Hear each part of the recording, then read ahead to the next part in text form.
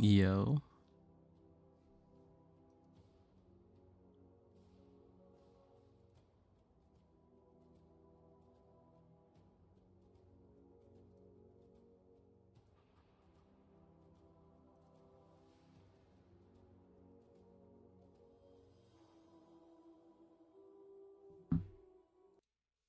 Okay, let's take our mic audio.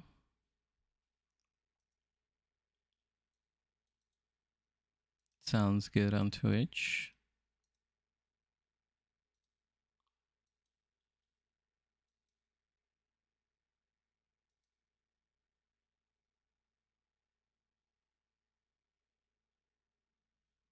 How are we doing on YouTube? Okay, everything sounds good. I need to just check the audio when I have in-game, or sorry, trailer audio.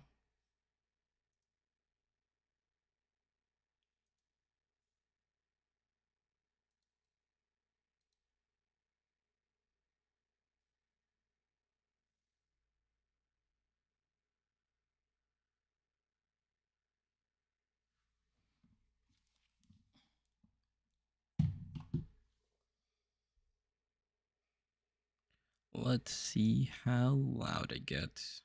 Okay,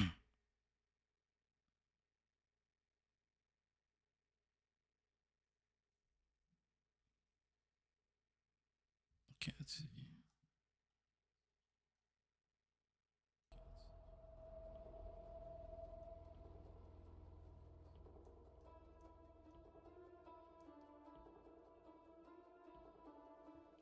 Okay, how's that audio?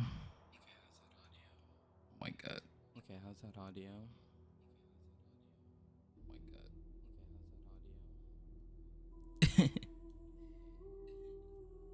Okay, how's that audio? That feedback loop is kind of crazy. That feedback loop is kind of crazy.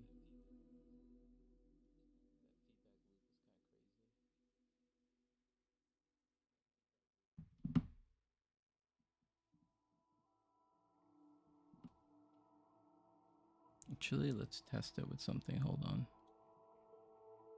Actually, let's test it with something. Hold on.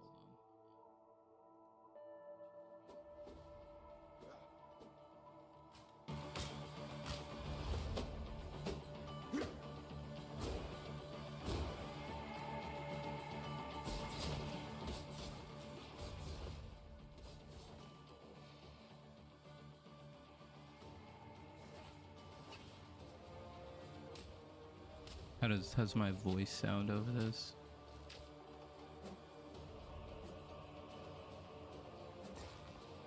Okay, yeah, that's good.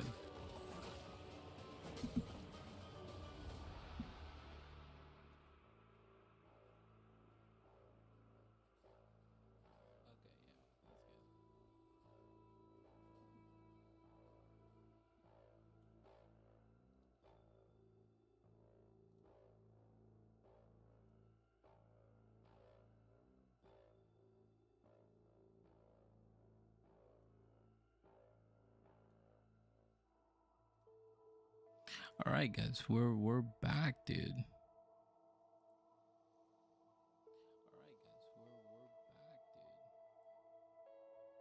A little bit late to starting the live stream, but had to take care of some things.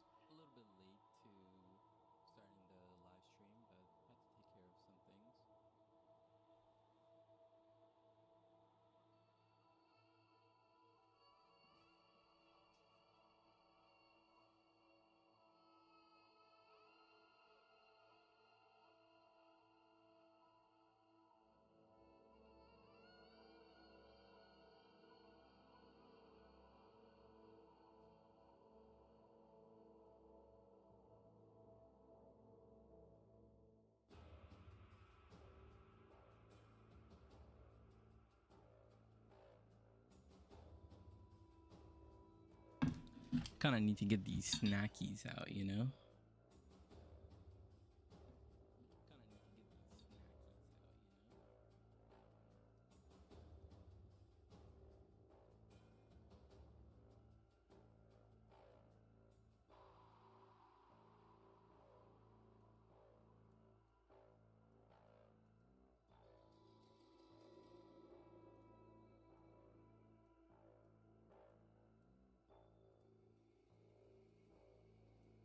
Okay.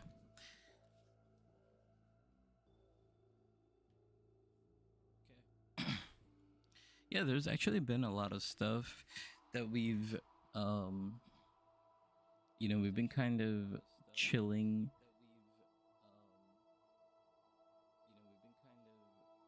Oh, hold up. Okay, that's why I was looping the audio. I think it shouldn't loop the audio anymore.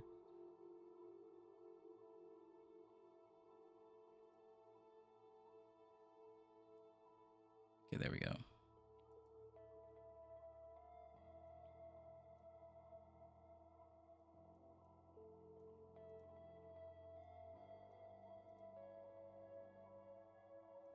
There we go.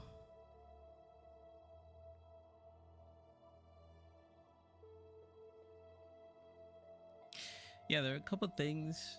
We'll see what the we'll see what the trailer brings, etc. And then we could talk about everything going forward with the leak start, etc. I have a couple videos planned before leak start.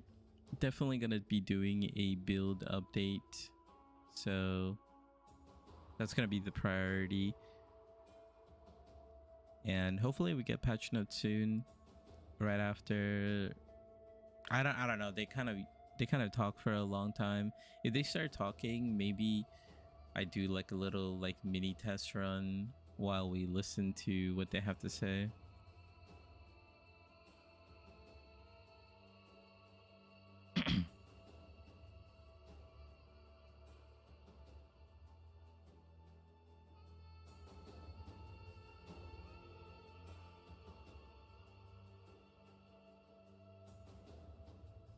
Wow.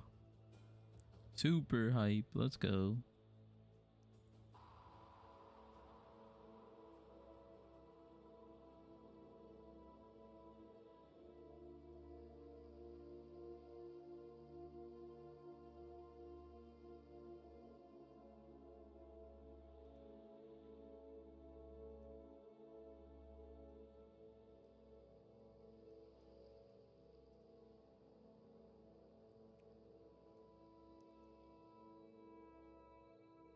Give me a second.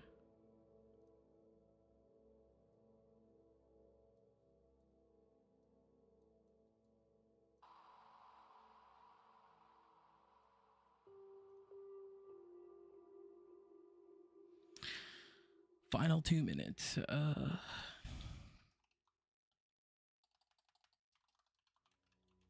Reveal day.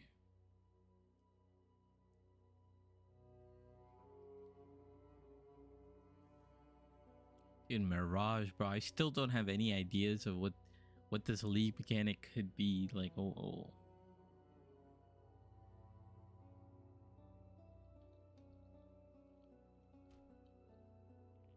There's so many options.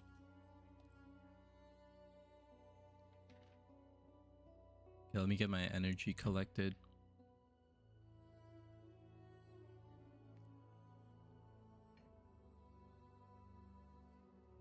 Sip some water. Here we go.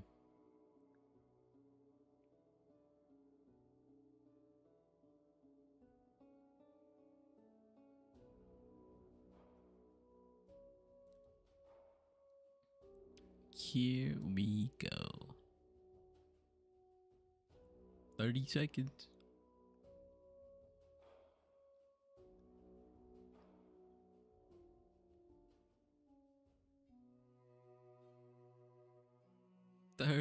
Seconds.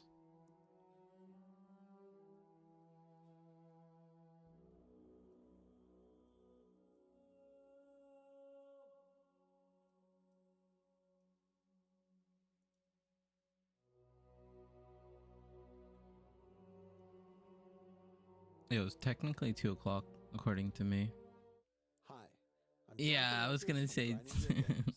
Welcome to GGG Live. Today we're going to show you an exclusive reveal of Path of Exile Mirage, which is coming out 1 week from now on March 6th. Twitch drops are enabled on today's livestream, so you'll be able to claim your Mirage weapon effect by following the instructions below. Now first things first, let's roll the trailer for Path of Exile Mirage. The Jinn. They were bound. I knew it was something to do with the Jinn. But not to But suffer. didn't everyone? The Aphrodite assault our lands, trapping my Jinn in an astral plane. Break their chains, rescue them, and you will be granted a wish. What's my wish? Players in Mirage have Soul Leader. Oh, so it is Sanctum. It's Sanctum in maps. It's Trials of Sekima in maps. An ancient Was that Cyrus? yearns for his freedom. We must keep him in Oh. the dark. Oh my god, that is sick.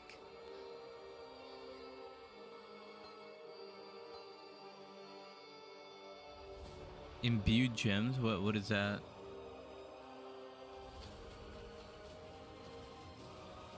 New holy skills.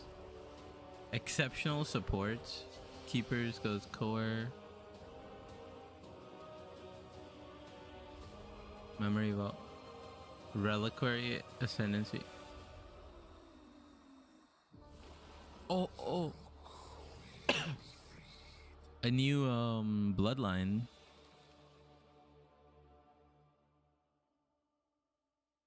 Okay. Just gonna do a quick audio test. In today's stream, we'll take you on a deep dive into Path of Exile Mirage, where you'll unravel ancient mysteries, unlock new powerful rewards, and become part of the eons-old story of the Winter Sekima. There are also significant in-game changes coming alongside Mirage, including a progression of the in-game storyline, a new in-game Atlas system, and as always, new rewards to match. After that, we want to talk about the slew of new Holy Templar skills and supports, Okay. as well as an additional Ascendancy class option added to the Scion, which some of you may find familiar. Next, we'll cover our new supporter packs, and then lastly, have a live Q&A session, where Ziggy D will ask Path of Exile Game Director Mark, as well as Game Designer Octavian, your questions from Twitch chat. After the live stream, we'll drop the full patch notes at 11 AM. We gotta turn it up just a little bit. So let's get started. I'll hand things over to Mark to introduce the new league. Hi, I'm Mark Roberts, Game Director on Path of Exile. In Path of Exile Mirage, you'll be taking on the Afarud, a sect of desert-dwelling necromancers who have lingered in the shadows for centuries. Yeah, how does that They sound? are outcasts of outcasts, with no home or promised land. Instead, they seek their sovereignty through darker means. The Afarud have captured the souls of Jinn throughout Rayclast. They are killing them, sapping their energies for purposes unknown. You must fight your way past the Afarud's necromantic creations to find the captive Jinn. Okay. Here, Virashta, an ancient Marikith sorceress, has been doing what she can to protect the Jinn, but she needs your help to free them. After successfully defeating them, you will then be asked by Virashta to enter the Astral Realm and break the tether trapping the Jinn there. This gate to the Astral Realm is a mirage, an imperfect copy of the area around the captured Jinn. Now, when we say an imperfect copy, we mean that quite literally. Hold tight, because this league mechanic has some serious implications for juicing areas. We'll get to that in a moment. Virashta can augment the magic of the mirage further, as she allows you to enter, giving you the option to choose one of 3 wishes before you do so. What is your desire? These wishes are modifiers that will apply to the Mirage area and have some pretty potent outcomes.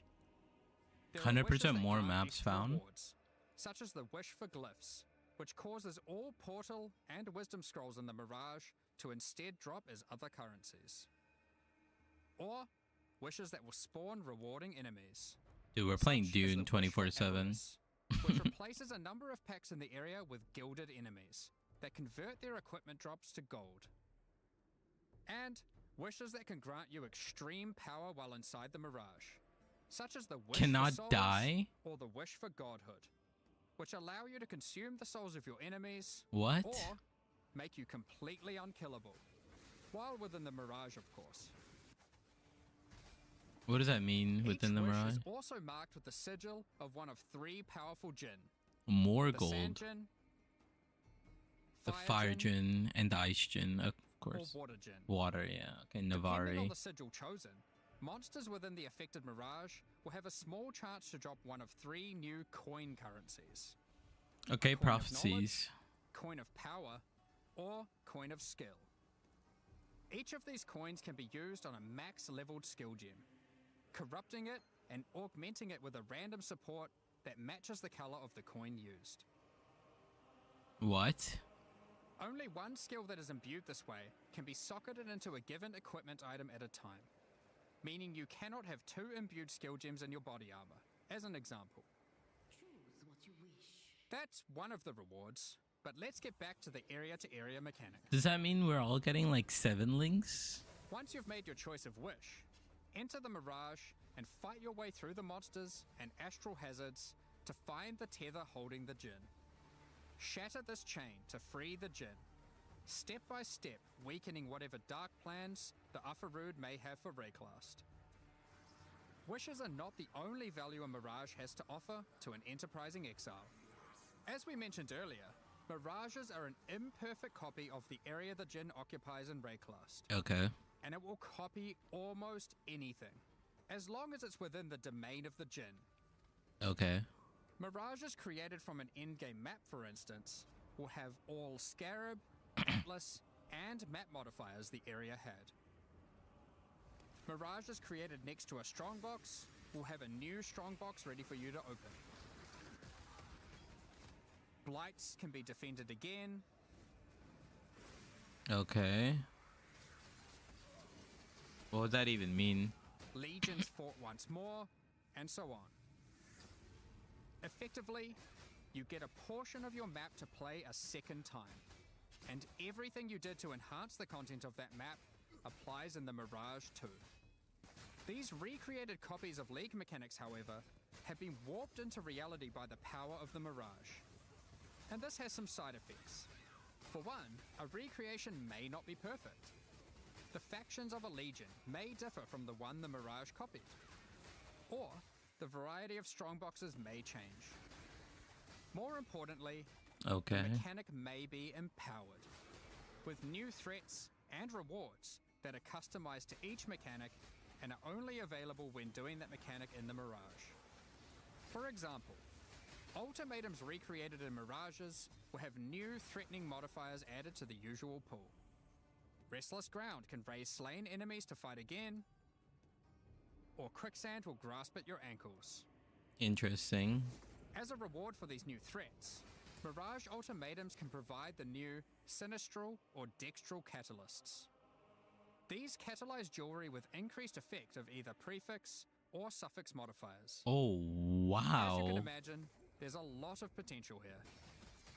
Wait, can we Another get like... example is that Kalgurin ore recreated in the Mirage has a chance Are we gonna to be get like replaced plus by a 6 thaumaturgic gems on our device. focused A amulet? powerful magical device that your Kalgurin friends can mine in order to obtain vast quantities of thaumaturgic dust.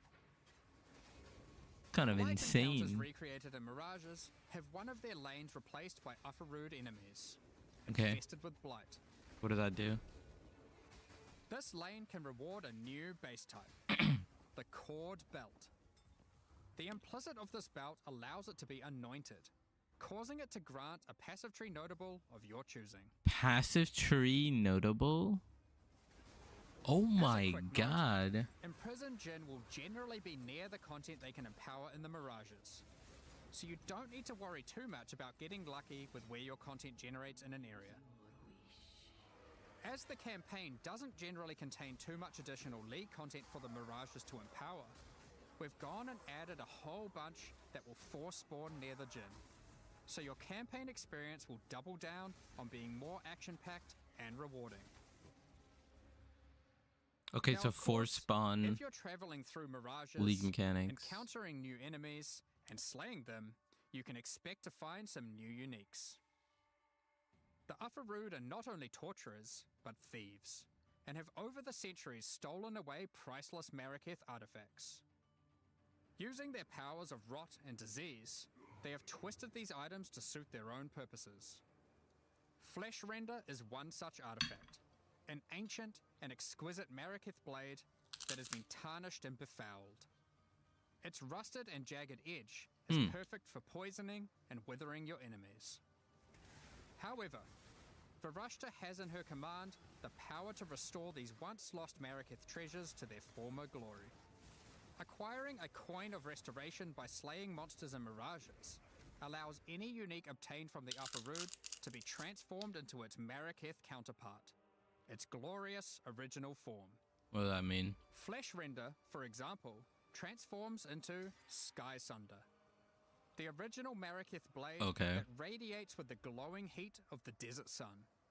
When you ignite monsters, Sky Sunder reflects that ignite back to you, which proliferates to nearby enemies in a massive area. If you meddle with the affairs of the Upper Rood for too long though, you may draw the ire of the Mirage League's new in-game boss, Suresh of the Weeping Black. That's sick. Suresh also has a set of powerful, exclusive items. Yours for the taking, if you're able to defeat him. So that's the Mirage League. Now, to face all the Wait, new that's kind of evils, strong. you might want some righteous skills. Some holy skills.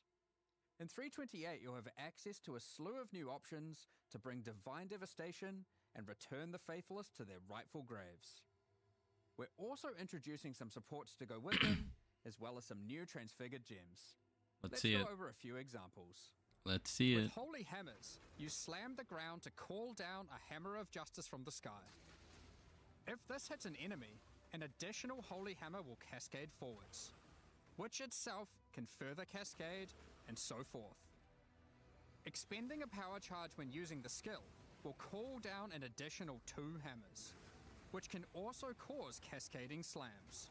The more numerous your foes, the more instruments of holy judgment. Sweep is an old skill. In fact, it is so old that it's one of the very first skills ever implemented in Path of Exile. Wow. Over 15 years ago. It's been long overdue for some attention.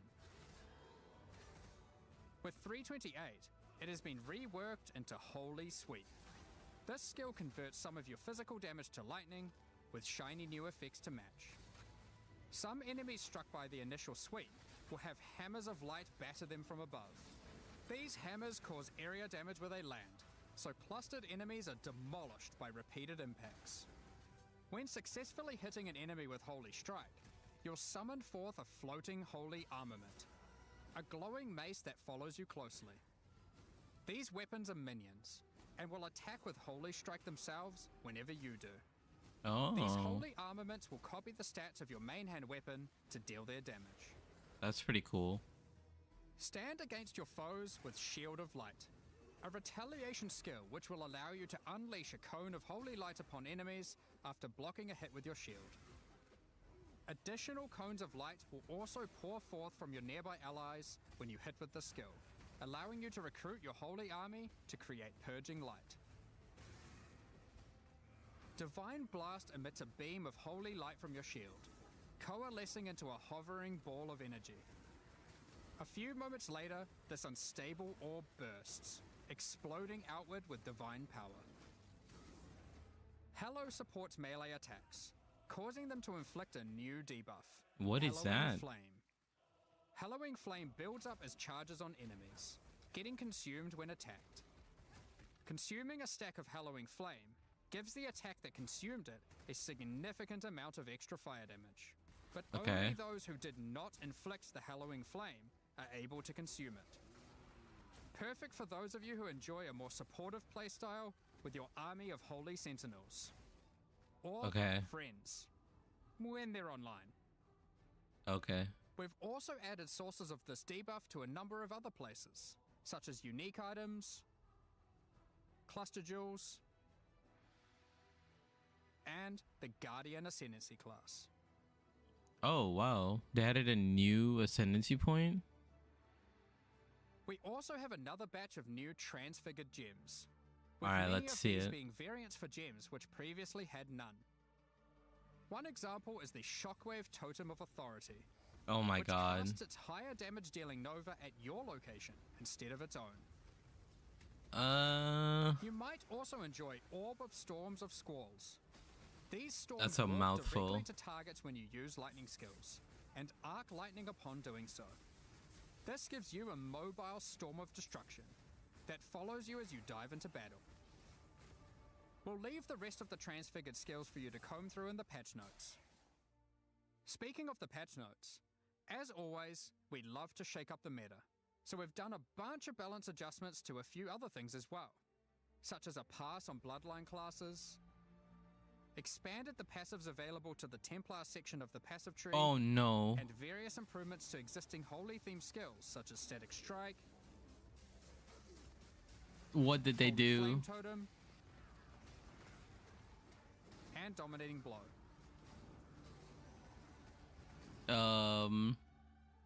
We're gonna have to re-look at some of that. the least played Ascendancy classes. This time with a focus on Guardian and Warden. Speaking of Ascendancies, let's talk about the Scion. Wow, and her Scion looks new so sad. Reliquarian Ascendancy I'm class. curious about the For Ascendancy those that have or played the Legacy of passive Free point Shadow changes. Beasts, this class will seem familiar. The Reliquarian is a learned Scion that has studied history at the Oriath Academy. She is a part of a secret society of Oriathans, dedicated to collecting and discerning the strange properties of unique items.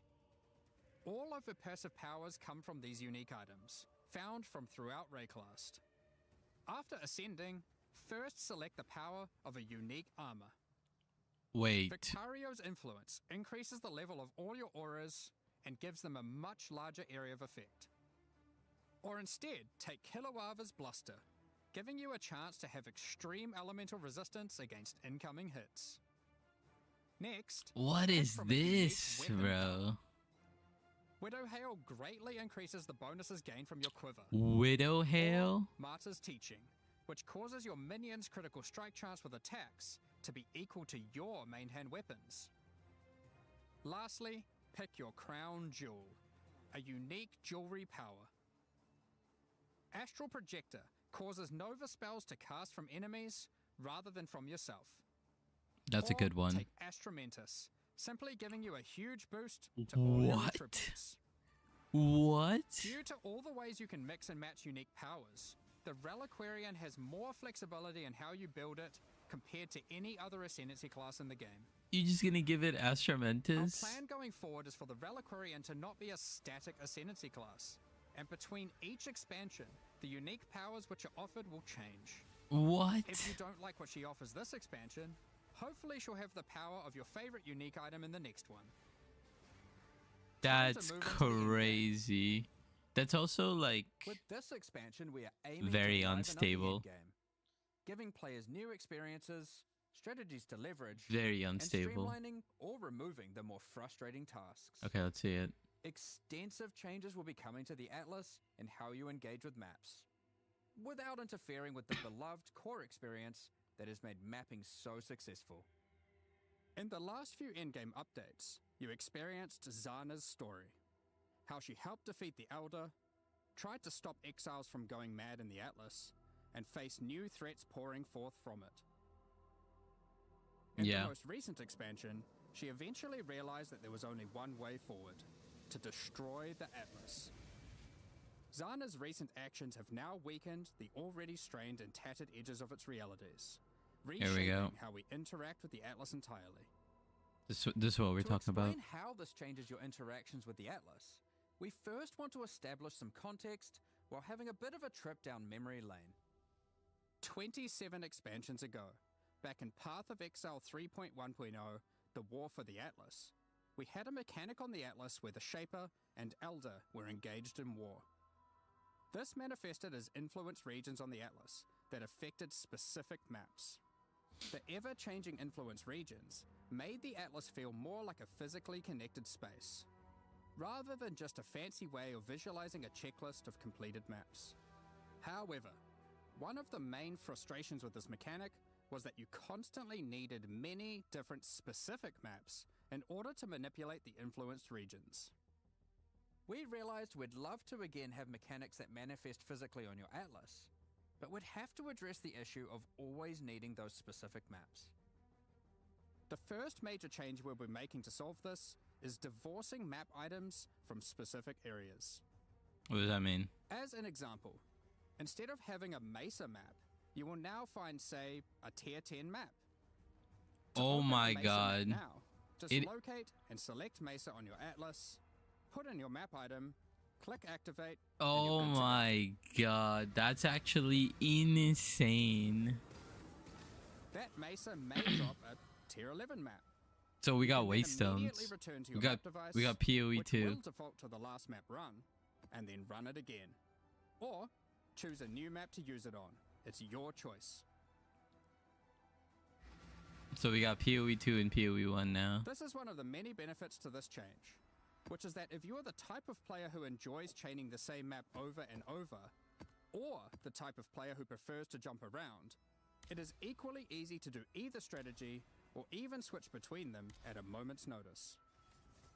For example, if one day you're farming burial chambers, hoping to eventually get a headhunter It's with good. divination It's good. cards, It's actually and you good. decide you need a change of rhythm, you can seamlessly swap to your boss farming atlas tree and spam Mesa for peak boss killing efficiency. It's Up good. until now, It's good. this would have required having some Mesa maps stashed, setting all your favorite maps to Mesa, or doing a whole bunch of trading. You'll also notice that the structure of the atlas has changed. If you haven't played in a while, here's a look at it before and after. What? You will now begin at the center of the atlas, with each corner housing one of 4 voidstone slots. In addition, all content accessed from your map device now exists physically on the atlas, so you can see everything available in the endgame as you reveal the Fog of War. This also means that all unique maps are now present on the atlas, including some old favorites that are appearing for the first time. Don't worry though, you don't need to complete Hall of Grandmasters every league. You now gain 1 atlas skill point per unique map completed, up to a maximum of 10. Given there are around 20 unique maps, you only need to complete the half you want, if you can get your hands on them. Note, you aren't losing any atlas skill points. These have been moved to new places, and actually, Yeah, you're can get getting more than 6. before. You're getting 6 more. Used to be Due to Zana's 132. actions, Egan now has a new goal and is determined to stop Zana's destruction by making use of a mysterious new discovery, arcane astrolabes. So we're getting compasses. Zana is currently traversing the threads that weave the atlas together, severing them. Good luck, With these new astrolabes, Egan is able to trace her movement, but using them causes dangerous side effects. When you use an astrolabe on a map on the atlas, a shaped region will manifest itself in that quadrant, affecting many of the maps within it. There are many different kinds of astrolabes, and they apply different types of shaped regions. For example, an abyssal region, which causes all the maps to have an additional abyss. Okay. Or a blighted region, which adds a blight encounter. Completing the content added by the astrolabe will remove the shaped region's influence from that map. Upon doing so, every other map remaining in the shaped region will gain an additional modifier. This means Oh. as you progress through the shaped region, maps you run will become more and more intense, with the relevant mechanic getting more and more juiced. Oh. That's actually very Finally, cool. At the end of the region of maps, once you have successfully rid the atlas of the shaped region, Egan will take you to one of 4 memory vaults, where there are powerful rewards to be had. He cares only for the knowledge hidden within that vault, so any items are yours for the taking.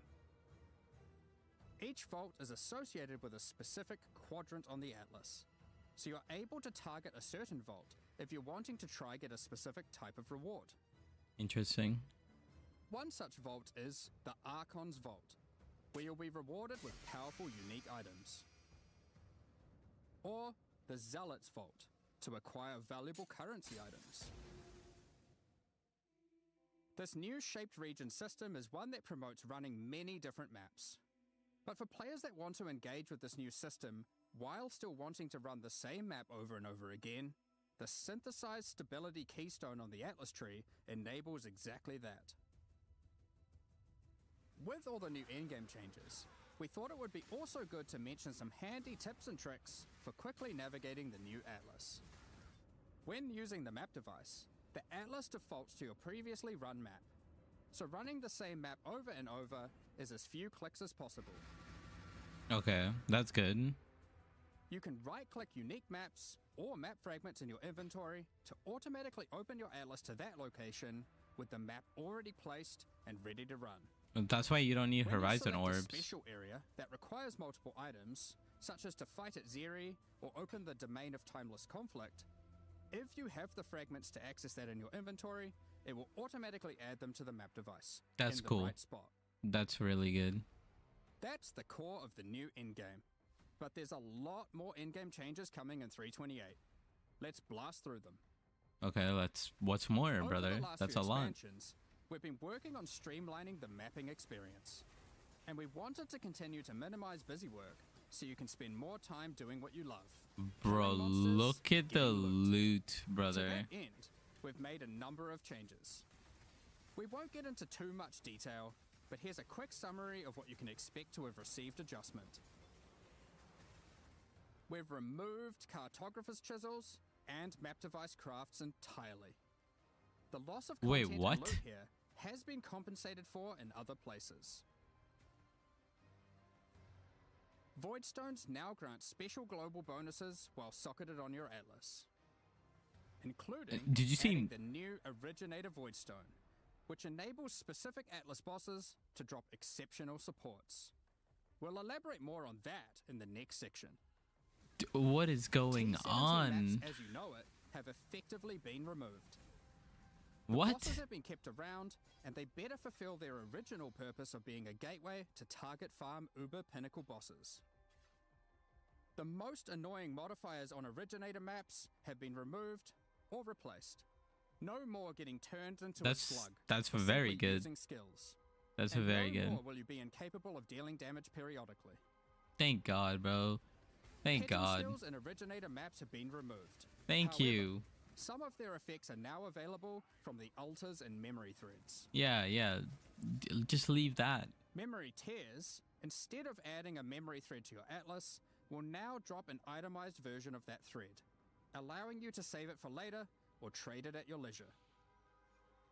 We've added new scarabs, such as this Expedition Scarab of Infusion, which can generate some truly tempting notebooks. That's very insane, by And the for way. those of you looking to take on the ultimate one-on-one fight, the Anarchy Scarab of the Exceptional will place a true antagonist-level rogue exile threat in your map.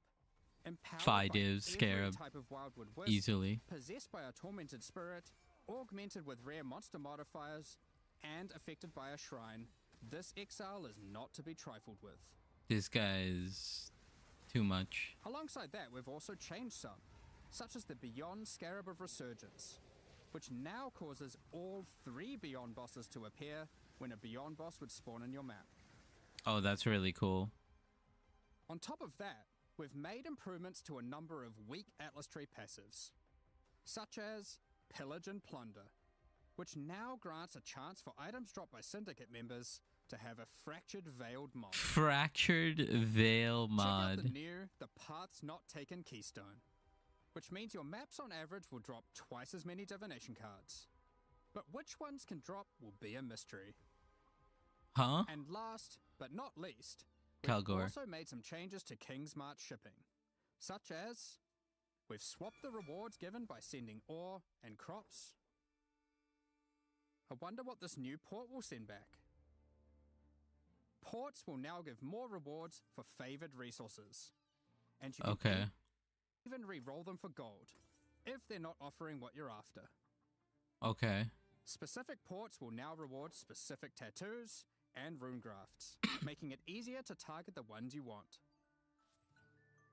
Not to mention, the Kalgurans have discovered several new powerful rune grafts for you to get your hands on, Show us. such as the Rune Graft of Fury, which causes you to gain rage on using a life flask, Is that good? and the Rune Graft of Resurgence, which causes Arcane Surge to also Ooh. grant life regeneration. Ooh. We mentioned earlier about the Originator Voidstone. That's like a enabling little access snack. to exceptional Nothing supports. crazy. So let's get into that, as there's a decent amount to cover. What is this? After defeating the incarnations of Fear, What's a nightmare Neglect, map? and Dread, you will obtain the Originator Voidstone. As mentioned earlier, this Voidstone allows new, exceptional support gems to drop from many bosses across the Atlas. These new supports are an improvement over the old Awakened support system, which is being phased out. Awakened supports have long been a capstone investment for a character, but there's existed a gulf between the more interesting ones, such as Awakened Spell Cascade, which has some additional transformative effect, as opposed to some of the simpler Awakened supports, which just have slightly higher numerical values.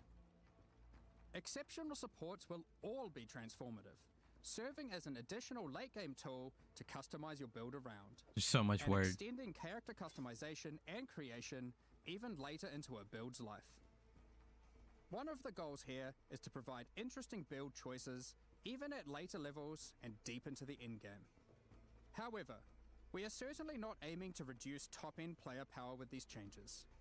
Exceptional supports will still be super strong. If used well, they will catapult your character even further than before. Interesting. How many are there, and what exactly do they do? There are over 40 new exceptional supports Is that to fork? discover, adding additional enticing drops to bosses that may otherwise have felt not as worthwhile to run, giving players extra reason to take on those challenges. For instance, Hex from the Toad? King in the Mists, we have the Hex Toad support. What does this This do? support creates areas of swampy cursed ground, which spawns toads that bounce towards enemies and then explode, dealing That's- chaos damage. That's pretty cool. From the Uber Elder, we have the Void Storm support, which causes your raining attacks to create celestial storms of energy that grow over time, detonating That's as you approach. pretty massive damage. sick. I'm not gonna lie. Defeating the incarnation of Neglect may win you the Frost Mage support. Similar to the existing Archmage support, you are rewarded for stacking mana to enhance your spells with extraordinary cold damage. We'll tease some more of these before launch, but there will be many, many more for you to discover. Keepers of the Flame is coming back.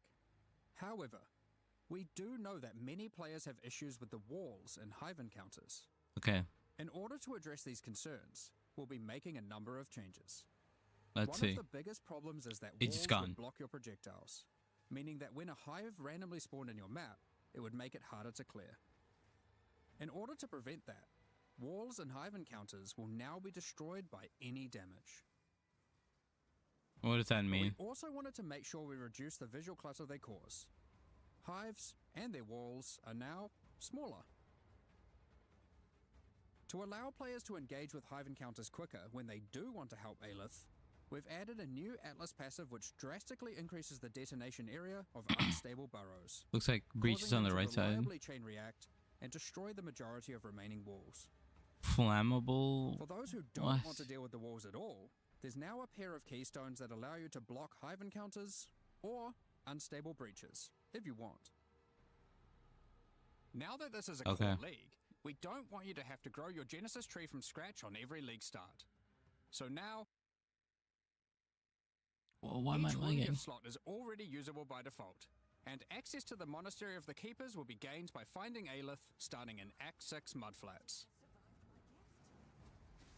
Now with Atlas Tree and Scarab support, you can have multiple unstable breach encounters active in a single area, for maximum ruckus. Speaking Maximum of Atlas Tree and ruckus. Scarab support, we've added plenty. Here are a few examples. The Massing Forces Atlas Notable grants a chance to have additional unstable breaches in your maps. Mm-hmm. The Breach Scarab of the Marshal guarantees a breach boss or Hive Fortress, while the Breach Scarab of the Incensed Swarm replaces all of Aelith's skills with Enrage the Hive, increasing the difficulty and reward from Hive monsters in all subsequent waves. Graft items will no longer exist, but we've moved several of the graft skills to new exceptional supports, such as the Hiveborn support, which summons an army of breach minions to do your bidding when you use a supported offering skill. Okay. And the Foul Grasp support, which calls forth a field of grasping breach hands when you recall brands, exploding for heavy lightning damage when enemies approach them. We're looking forward to seeing how these improvements and additions are received, alongside a lot of what Keepers also has to offer. From the new bosses and their bloodline, through to the Genesis tree and its many different crafting options, like Foulborn Uniques. Also with its new narrative, we look forward to extrapolating on all of this and learning more about Aelith, the Hiveborn, and its Breach Lords in the future. That covers all the new content we're adding, and that was a lot. From a new in-game system, Yeah, bro. I several hope new you guys were reward taking types, notes. new ways to juice maps, all of which you can double up in the new Mirage League, and all that alongside a suite of new holy skills, a new ascendancy class, and an insane amount of new character customization in the endgame. But wait. However, an important part of Path of Exile expansions is making sure there is a continued effort to improve quality of life. So let's get into that now. You can now favorite trades on the currency exchange. This consists of selecting 2 currencies that you want to be able to trade between with a single click, and setting them as a favorite. This is really trade. good, by the way. Favorite trades They will already appear by showed default this. when opening the currency exchange, and will still auto-suggest a ratio based on recent trade data. A further improvement to the currency exchange is the ability to open and interact with your stash while you have the exchange This is window open. so good. You don't have to do the Now, little trick. when trading in a full set of divination cards, it will automatically be handed in to become the resultant item. If you then turn in another set immediately, the reward from the previous set will be transferred to your inventory directly, assuming there's enough free space to do so. Labyrinth font crafts that previously gave a random transfigured gem now allow you to choose which transfigured gem of that type you'd like to receive. This is pretty insane, by the way. Asynchronous trade item sale history is now hoverable, with full item descriptions of the sold item. When using Divine Orbs, you can now tell exactly which modifiers can be randomized. The ritual icon will now glow if you've got significant unspent tribute in an area and all rituals are complete, and a pop-up will appear after the final ritual completion. Also on the topic of ritual, you can now quick use vessels on completed rituals. Have you ever tried to click a divine shrine surrounded by enemies? And Again, find it really good extremely change. difficult to click? Well, shrines now take priority over monsters when clicking in an area they overlap. Let's see how it feels in game, Since though. 3.24, we've been looking to add new ways to improve the campaign experience, and 3.28 is no different. This patch, we've added over 20 landmark rooms throughout the campaign, scattered across all 10 acts. Some of these reward some pretty useful stuff, so keep an eye out for the new and unexpected rooms, side passages, chests, and encounters as you progress throughout Rayclast. We want most of these to be a surprise, but we'll show you just one. There is now a small central island in the Karui Fortress, all inhabitants of which will drop a basic tattoo when slain. I just Next don't know up, how good that we're going to be is. talking about our new supporter packs. Here we go. Today, we're launching 2 new series of supporter packs. The Curator of Wisdom. and Oh my Iron Castle god, Raider that packs. looks sick. Each tier contains the pack's full face value in points, alongside several exclusive microtransactions. As always, the microtransactions in these packs are purely cosmetic and do not affect your character's power or progression in any way. The Curator of Wisdom series of supporter packs contains 7 exclusive microtransactions. The Traveling Wisdom back attachment has all the necessary tools you may require to chronicle your journey, complete with a helpful rat friend. These chronicles will activate their magic upon identifying items, and will track the number of items identified of each rarity. Oh, wow. Just hover the item, or link it in chat to show it off. That's pretty cool. The Acquired Wisdom unique finisher effect summons an ancient scroll that consumes unique enemies and the knowledge they hold. Most exiles would struggle carrying piles of scrolls while traveling Rayclast, But the Grand Curator of Wisdom armor set is perfect for the adventurous scholar. Any expert curator knows that scrolls hold more than just knowledge. They also hold power. As you cast spells, the scrolls attached to the armor will burn away, before rematerializing shortly after. It also features a series of helmet variations, so you can get precisely the look you're after. Summon your Scroll Shaper familiar pet to follow alongside you. This creature is formed from folded magical texts, and can shapeshift between different forms. You can think of this as having multiple pets in one. It can fold into a fox, and then even burn away, reforming into a flying bird. That is the sickest pet I've ever seen. The Scroll Portals. Jumbo-sized versions of the Scroll of Wisdom and Portal Scroll That's that so you can sick. make a quick retreat through. A supreme catalogue of knowledge can't remain in one place for too long and risk being pillaged by thieves. The Titan Apex Hideout features a colossal titan who carries your base of operations atop their shoulders. So PoE too. Constantly moving through a boundless desert. The Iron Incarcerator pack also contains 6 exclusive microtransactions.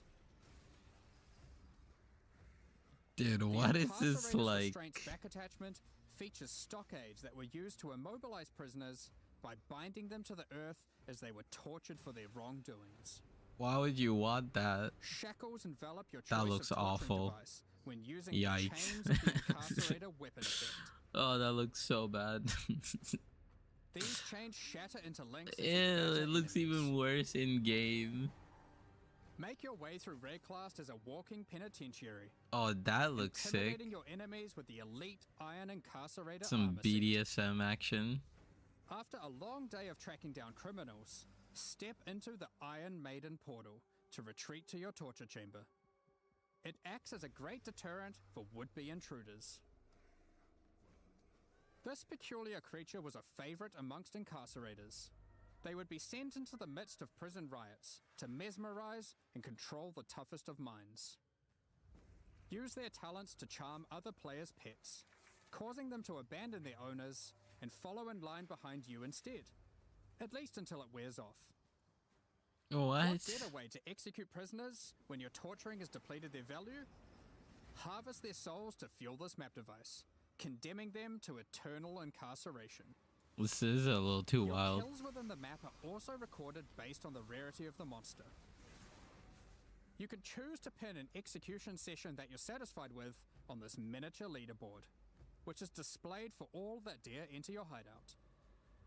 Okay. Additionally, all microtransactions from these supporter packs will be made available for use in Path of Exile 2. Thank you so much. I mean, for like your the ongoing support. tile assets, if you look at the ground and stuff. Just about to start the Q&A with Ziggy D.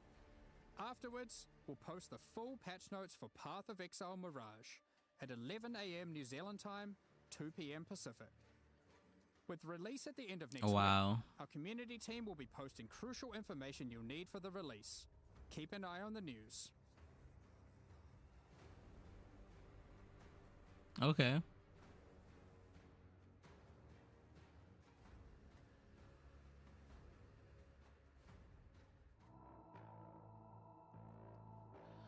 I mean, wow, that was kind of a lot. Like, my head hurts. I don't know when this Q&A is gonna start, but wow, that was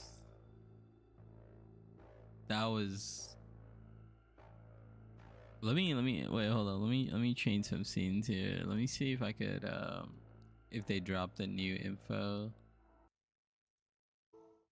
G'day Exiles, welcome back. ZD here, joined by game director Mark Roberts and game designer Octavian to do our Q&A post live stream discussion for an hour, 2 hours, 3 hours. We'll see where things take us, especially with us discussing things like ground loot, endgame, breach, Kingsman. Ground loot, wow. There's a lot to cover here. I walked in here with you forever, Ziggy. Yeah, that's good.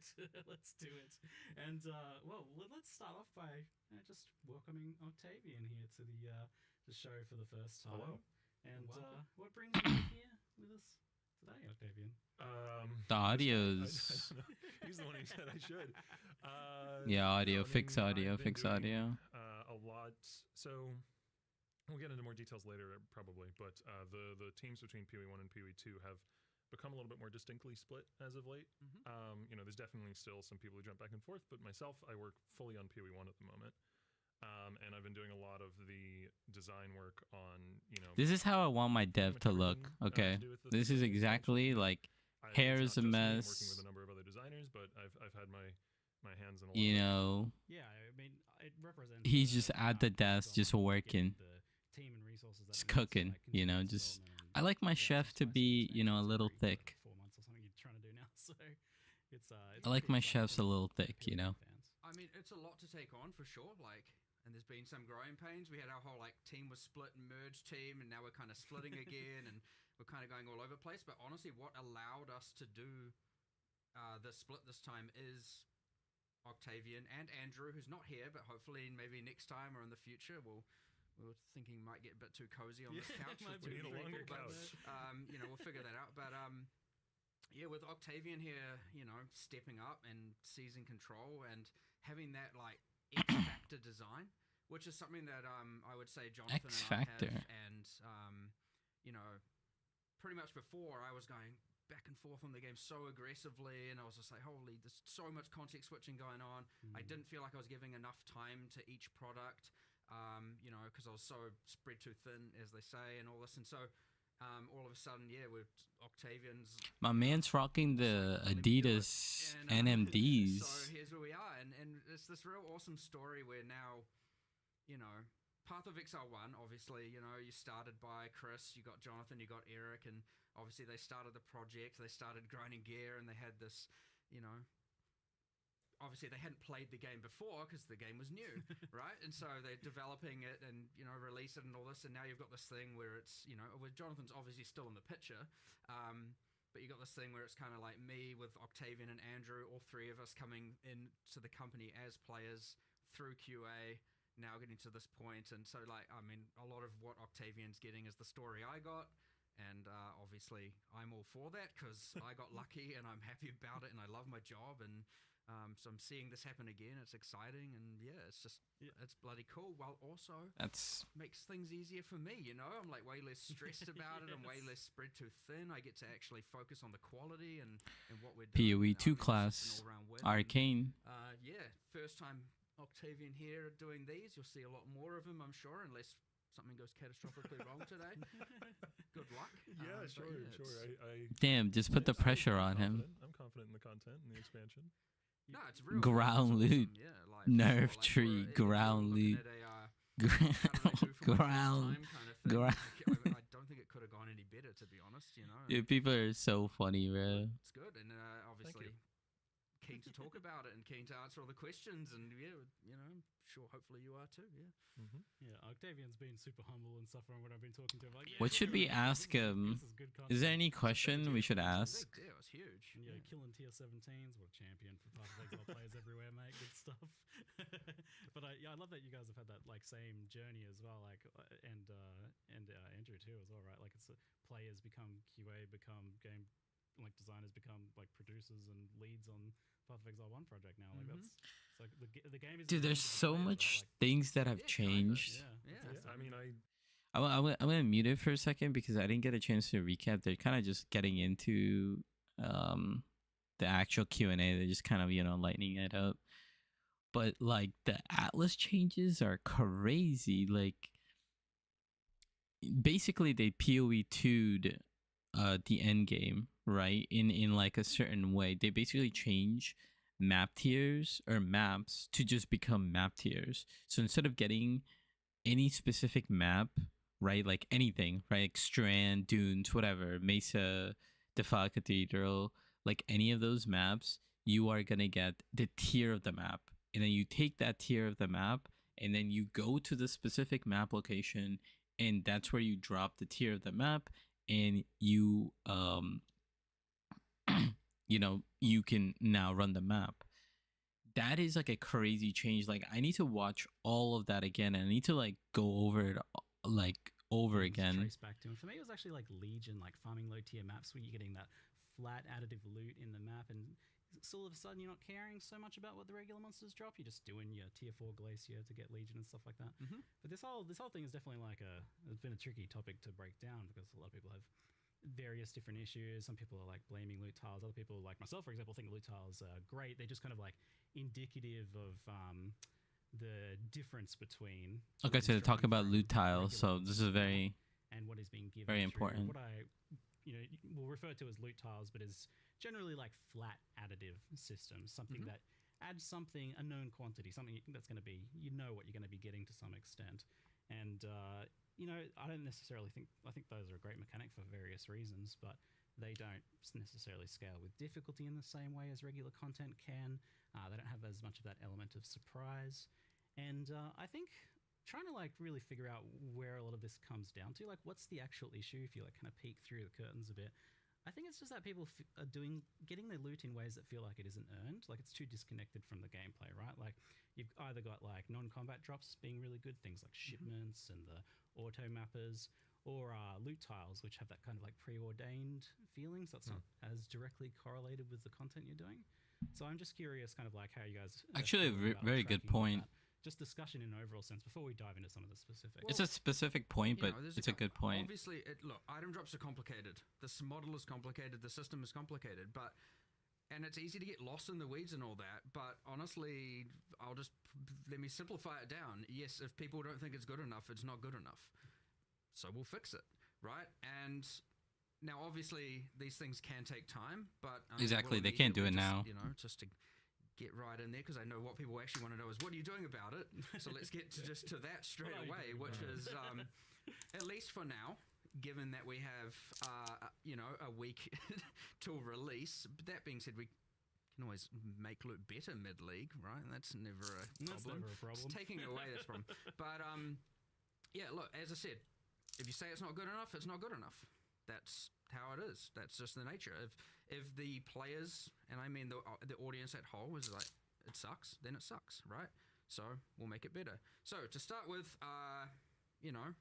what we're going to be doing, instead of, there might be some terminology here I need to make sure I acknowledge people don't understand. We will effectively be doubling all the currency. And this is from number like, one. From core drops, as we call it. Okay. Not Windows. Okay. Not hey, yo. tile loot, whatever all the terminology All right. is. Relax. Obviously, that will then, by consequence, diminish the rewards from window loot and tile loot. Yes. That is intentional. Just economically speaking, you mean, like... Yes, correct. As in just proportionately, one goes up, the other is now less value proportionally. Yeah, just like inflation and whatnot. What does that even mean, though? Double? What else are we doing? We're going to do a bit of a pass on... like, memory strands was an attempt to try and get equipment... So that's the currency. The equipment... Memory strands was an attempt to get equipment drop to be more impactful. When you identify it. I would say that system didn't... it has its purposes, but it didn't land as good as we wanted. So we're just reassessing that, since we're also making changes to the end game around originator maps and all that. Look, they're going to be better. There'll be generally more strands. They'll have higher impact. So identified items via that means will just be better. We're also we're going to see if we can do it in time to make sure that it also doesn't just pick bad base types. Oh, yeah, that's already been done. There you go. Nice. Sweet. Well, we did a lot of this yesterday. So base type biasing? It has yes, so it still can technically, if you get rather unlucky, pick a lower tier base type, but it's heavily biased towards picking higher tier base types to put the memory strands on. Okay, that's cool. I remember like a long time ago, it was not like that was avoided specifically. It was like, some people might want like a groove bow or something. That's really good. Sure. I think at this point. Whatever. Yeah, whatever. Deal with it, I guess. Greater good is often the way to look at that. And then, look, we're doing some other things. We're going to have ancient orbs, fracturing orbs added to the core drop pools, which should help a little bit for that more kind of mid to higher tier currency. Yeah, those are the... Ooh, yeah. We're doing anything else? So we're doing a little bit of a rebalancing of currency proportions. When I say double currency, by the way, I immediately obviously forgot to mention the important thing. We're not doubling transmutes and orgs. We're doubling the things that matter. True. We're doubling the more important currency. We're not you're not just going to get twice as many of the trash. Obviously by end game, you don't need the thousands of them that exist already. So Yes, we do. That's the immediate step that we're taking.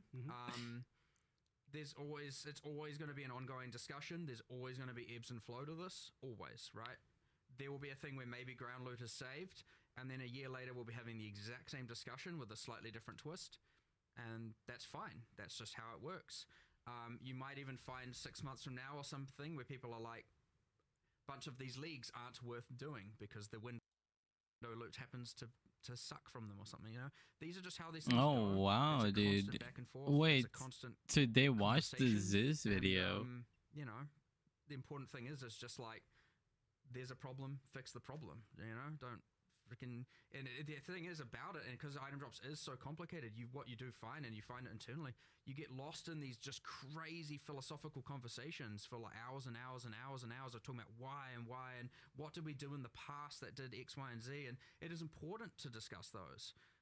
But sometimes it's also important to just bulldoze through and just start making changes and start fixing the problem. Now, especially with a week till deployment, like we don't want to have all the content to be ultimately, you know, less appreciated because of the fact that, you know, ground drops suck, which, as I said, agree. So yeah, we're doing what we can now.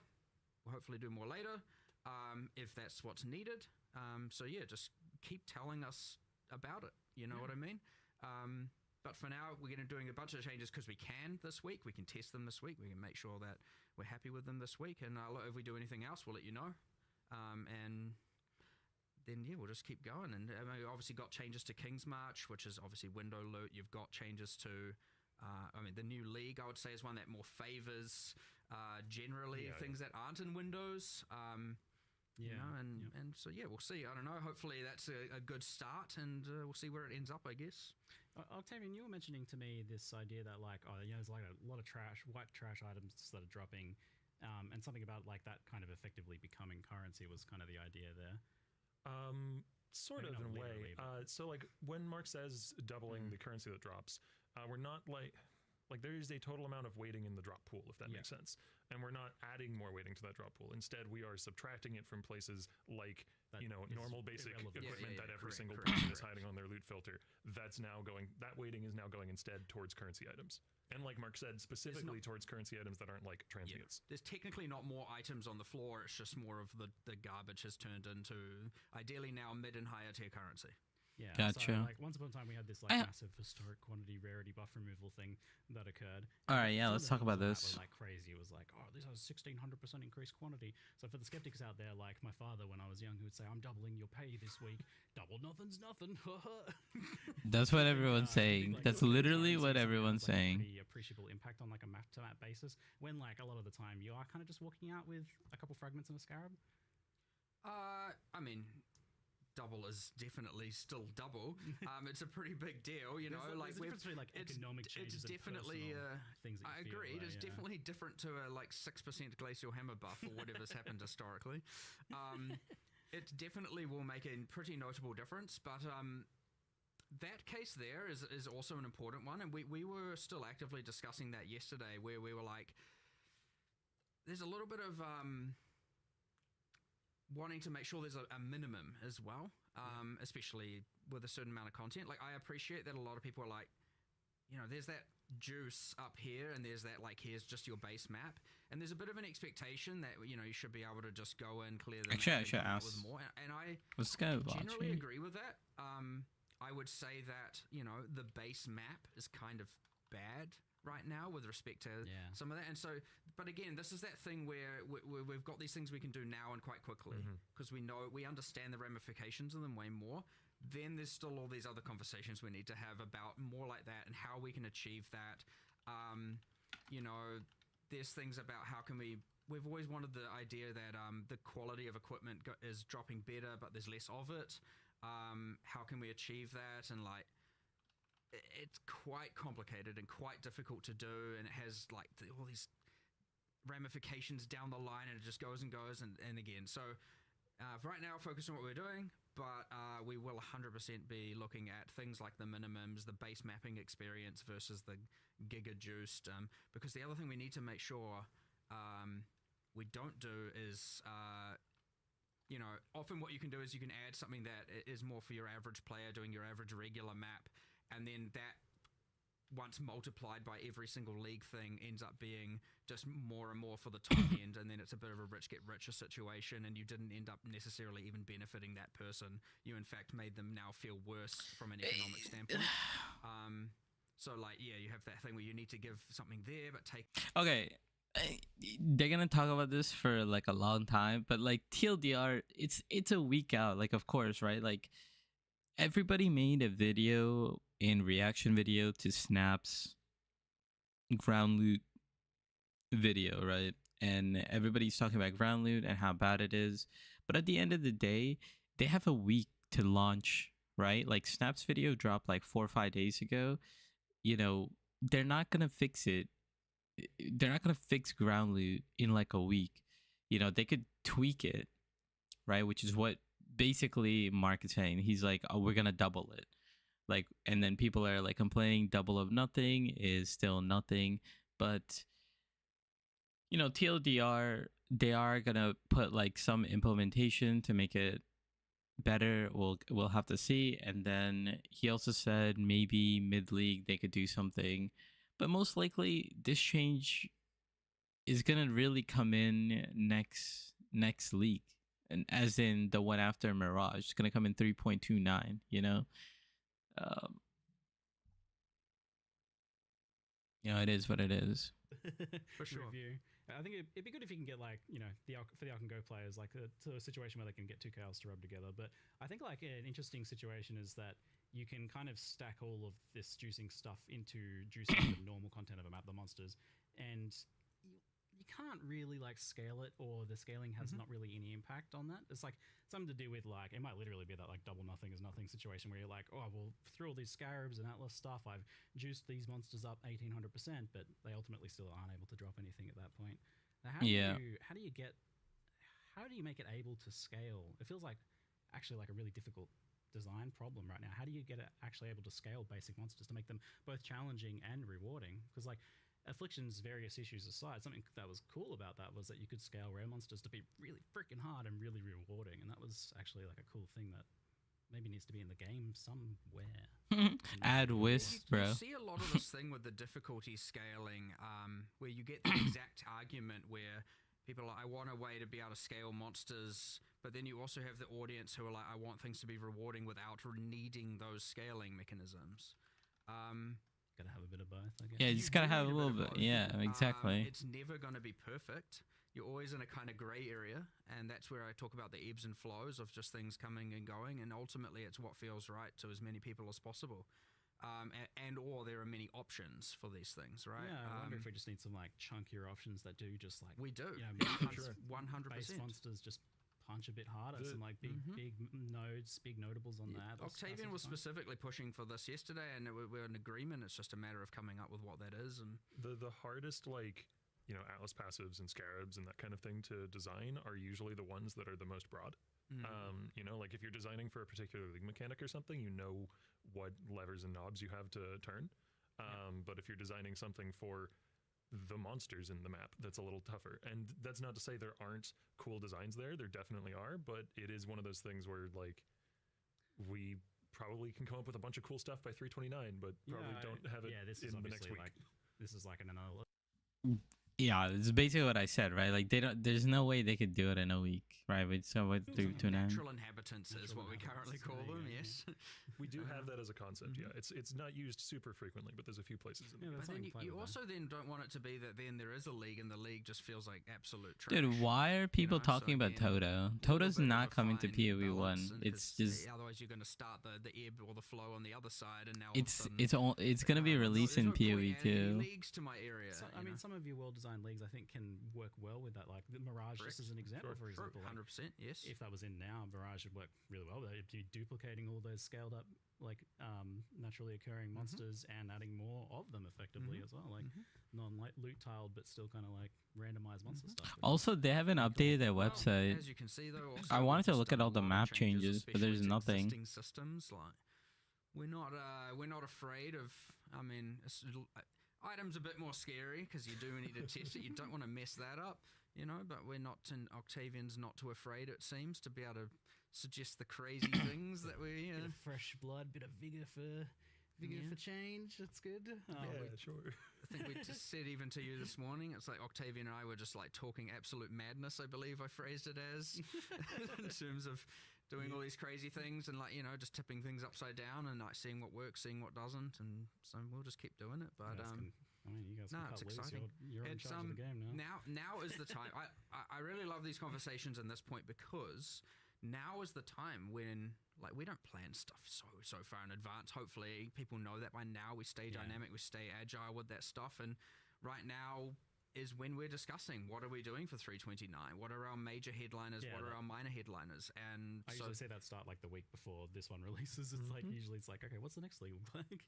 And so right now is the thing where we're putting our effectively our list. What are our tier 1 problems, our tier 2 problems, what are the things we want to achieve, not. And so you know, the hardest part is I've already got some stuff that I really want to do in 329 that I'm really excited about, and I can't talk to you about it. Yes, I know. You guys told me something before the Q&A. I'm like, you can't tell me this right before the Q&A, and I'm not allowed to talk about it. I have to, like, come on. I really want they're to. cooking. We have 4 months of prep for the next Q&A. Oh, yeah, I'm ready. But my question's ready for that topic. The wait along. Damn, bro. They're just going to tease us like that? Topic that I'm kind of have been sad to see fade away to an extent. It was the loot conversion mechanic on rare monsters. Now, it was obviously really problematic when it was first implemented because it was associated with arch nemesis monsters, and then it had like pinata fishing stuff. But you guys solved that. They're gonna for so long, by the way. Kind of a loot tiled mechanic in the sense that it's like making a specific job at it. It's random and it doesn't feel like that at all. So it's, I think loot conversion. So for those who are unfamiliar with what I'm talking about, this is occasionally rare monsters have like a hidden thing where they will take whatever they were going to drop and they change it into something else. And that is like fun and weird and surprising, and weird and like surprising loot drops. Spike moments. Yeah. Those are the things you remember. Like, I remember the first time I saw like, you know, they all got changed into currency, or they all got changed into maps, or some weird other thing happened. That was another big topic yesterday. It's like because that was another, and there's so many axes here.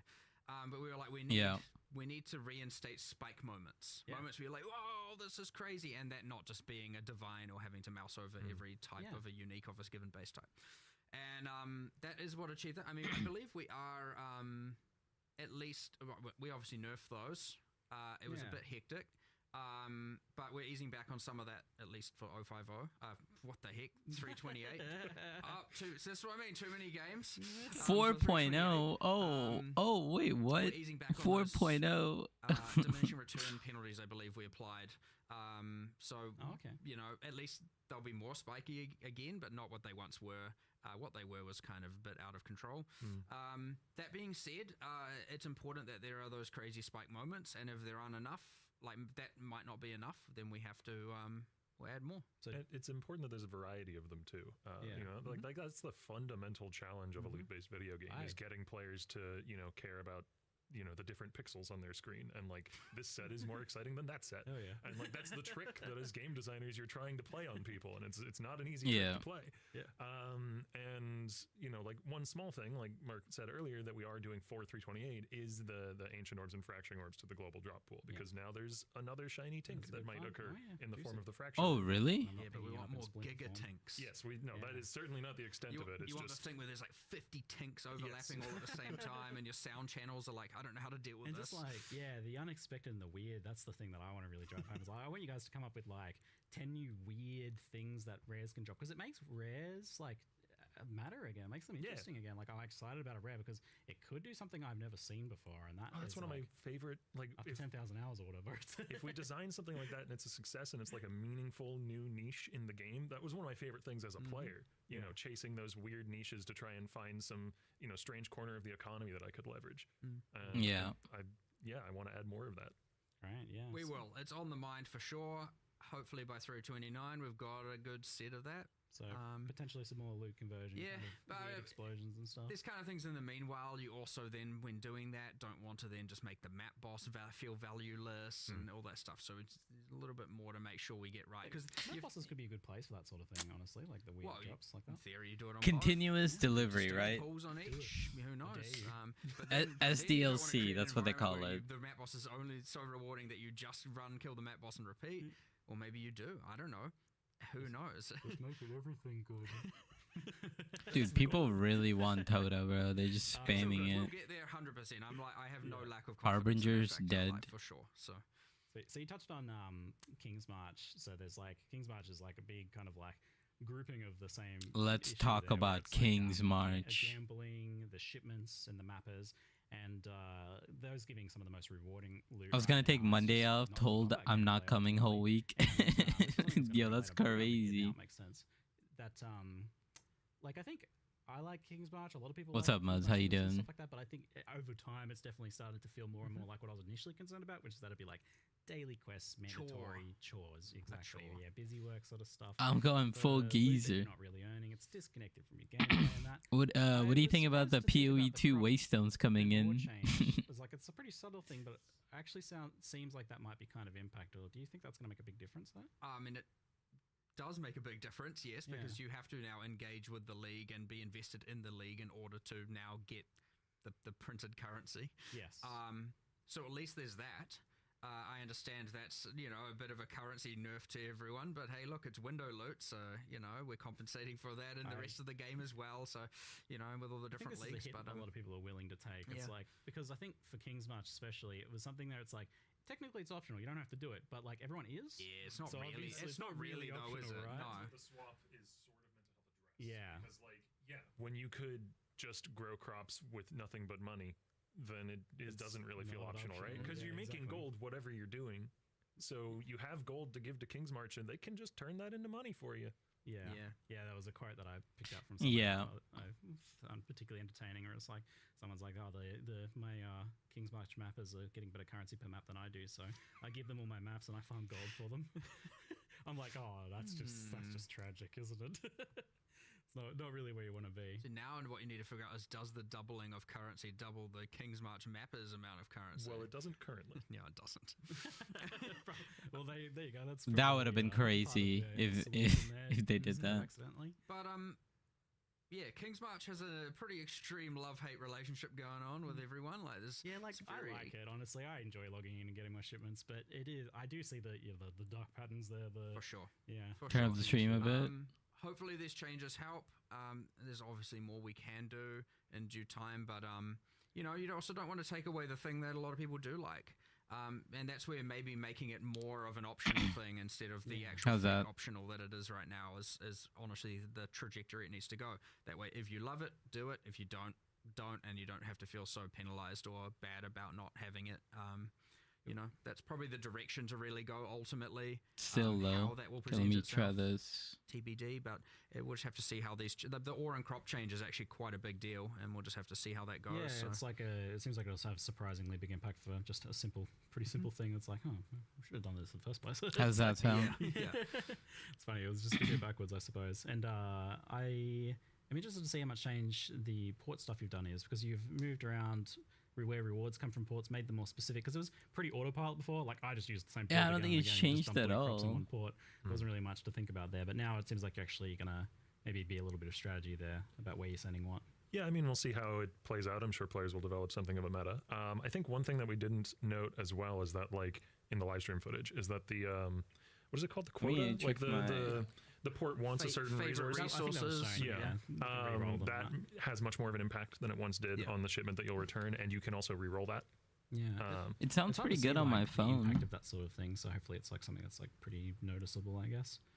I mean, that is a system that was intended to promote that you vary the different ports you send to.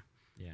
Yeah, I had like my phone So like even halfway, if and we've it shuffled sounds stuff pretty around, good. you're still going to have, a non-random meta generally, right? There'll be a certain port that gives you what you want.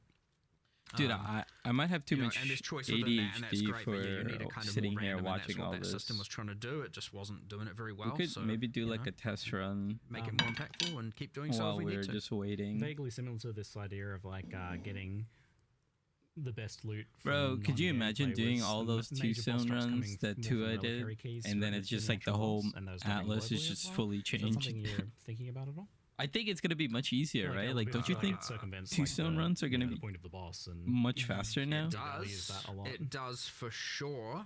We're not doing anything about that right now. That I think I'm you're aware gonna, you're of, gonna be able but- to Not in like 328, full but I complete the actually atlas and like. personally also share this gripe. So Agreed. it is a thing that will be brought up with you know. I Andrew mean, and I'm the not other gonna say designers working on average PoE player, but Born. like top end players, maybe so, like yeah, it's 10 to 15 I hours. also You could agree, like I would full like it complete if the every Starforge in atlas. the world came from killing Shaper. But we'll see whether we get to that reality or not. Like that's something that other people have strong opinions on as well. I'm not going to unilaterally say like, yes, we're doing this. Yeah. So, is there a reason why like the boss doesn't just drop the keys that give those things or something? Like, I guess they would need a bunch of different keys or something. Might be the issue there. You need like a reliquary key of Shaper or something. Yeah, that would necessitate a lot of base items, but that might be fine. We do have a lot of little things like that, don't we? Didn't we do that at some point? I I swear. feel like it. I thought we had. Don't we have the ringing bells or something? bosses like, drop maybe their it was own keys for discussed their at own one point? uniques? Wasn't that the I point thought- of that? Just, I guess it didn't. happen, or- I could just be tripping. Well, Valdo maps do work differently to the reliquary keys in that regard. I need to look into this again because Yeah. I was under the impression that we It's from the intended for that Ubers, to not yeah. be the case. Like I thought we had solved this in the past, but like Fever Dreams and all that. Yeah, I was Too like many unsure, changes. but I'm then it like, was like, didn't we solve this like 3 years ago? I'm just like, I swear. yeah, that question, I was surprised when that question was sent to me. So I was like, I thought you guys The had discussed perils that, of but no. continual development. I'm gonna go look at that after this because I am Let me convinced that change my I'm scene not here having real mega quick. deja vu here. I swear. Mega deja vu. I thought that we had Give me a reliquary second. key and then all the boss specific reliquary keys, and those gave the boss uniques, and the base one doesn't because we didn't. We didn't want them to give the boss uniques and just. I don't know. That question was sent to me by a juicer, so I was like, oh, I take their word from that one. So I don't know. Maybe maybe something slipped up and Yeah. something went wrong. But they got I'm gonna nothing go up look at it so after this. far. Because again, whatever. I'm pretty. The deja vu is real right now. It but will be like, good to reassess the state of I it. don't trust my short-term memory anymore. So Yeah. well, that might be long-term memory at this point. But all good. the final ish aspect of ground loot that I want to touch on for today is rare gear drops that just ultimately they're just not shown on filters because they aren't. They're either very rarely good or they just aren't even able to be good. Like it's not even physically possible for them to be competitive in many cases outside of some things like energy shield gear or suppression gear or whatever. There are some cases where it's like, oh, it can never compete with like influenced modifiers or other random where you can jam things together, create the sort of stuff players can make via crafting and other systems. So I have a few kind of questions about like that. It's something I've talked about, a few times in the past. It's like it's always been a thing. Like, how do we make rares matter? I'm curious. First, why isn't the tier system being used? Drop rare loot rare identified. dude. drops? Kind of is. The Memory strands are a technically more granular version of that. Okay. Which I mean, look, we've considered this, we've discussed this for sure, and this is part of the whole drop less but better. It's just it comes with these so many different consequences that we have to then work our way through, and the memory strands was our kind of way of trying to achieve that.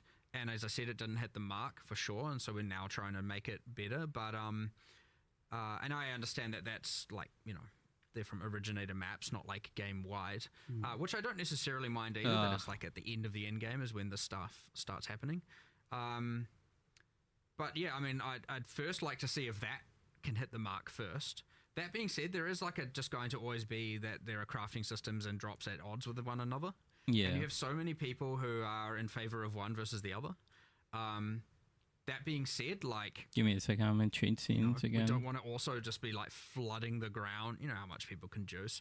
You don't want to just be now just flooding the ground with rare items, and it's just like, oh my god, there's just too there's much an stuff update. everywhere, and I don't know, I was having a fantasy earlier about this. I was like, dreaming Hey, about yo, Ziggy D, about, brother. What would it be like if Other Things I Want all of a sudden dropped maybe only a few rares a map, and I was excited to identify and look at them.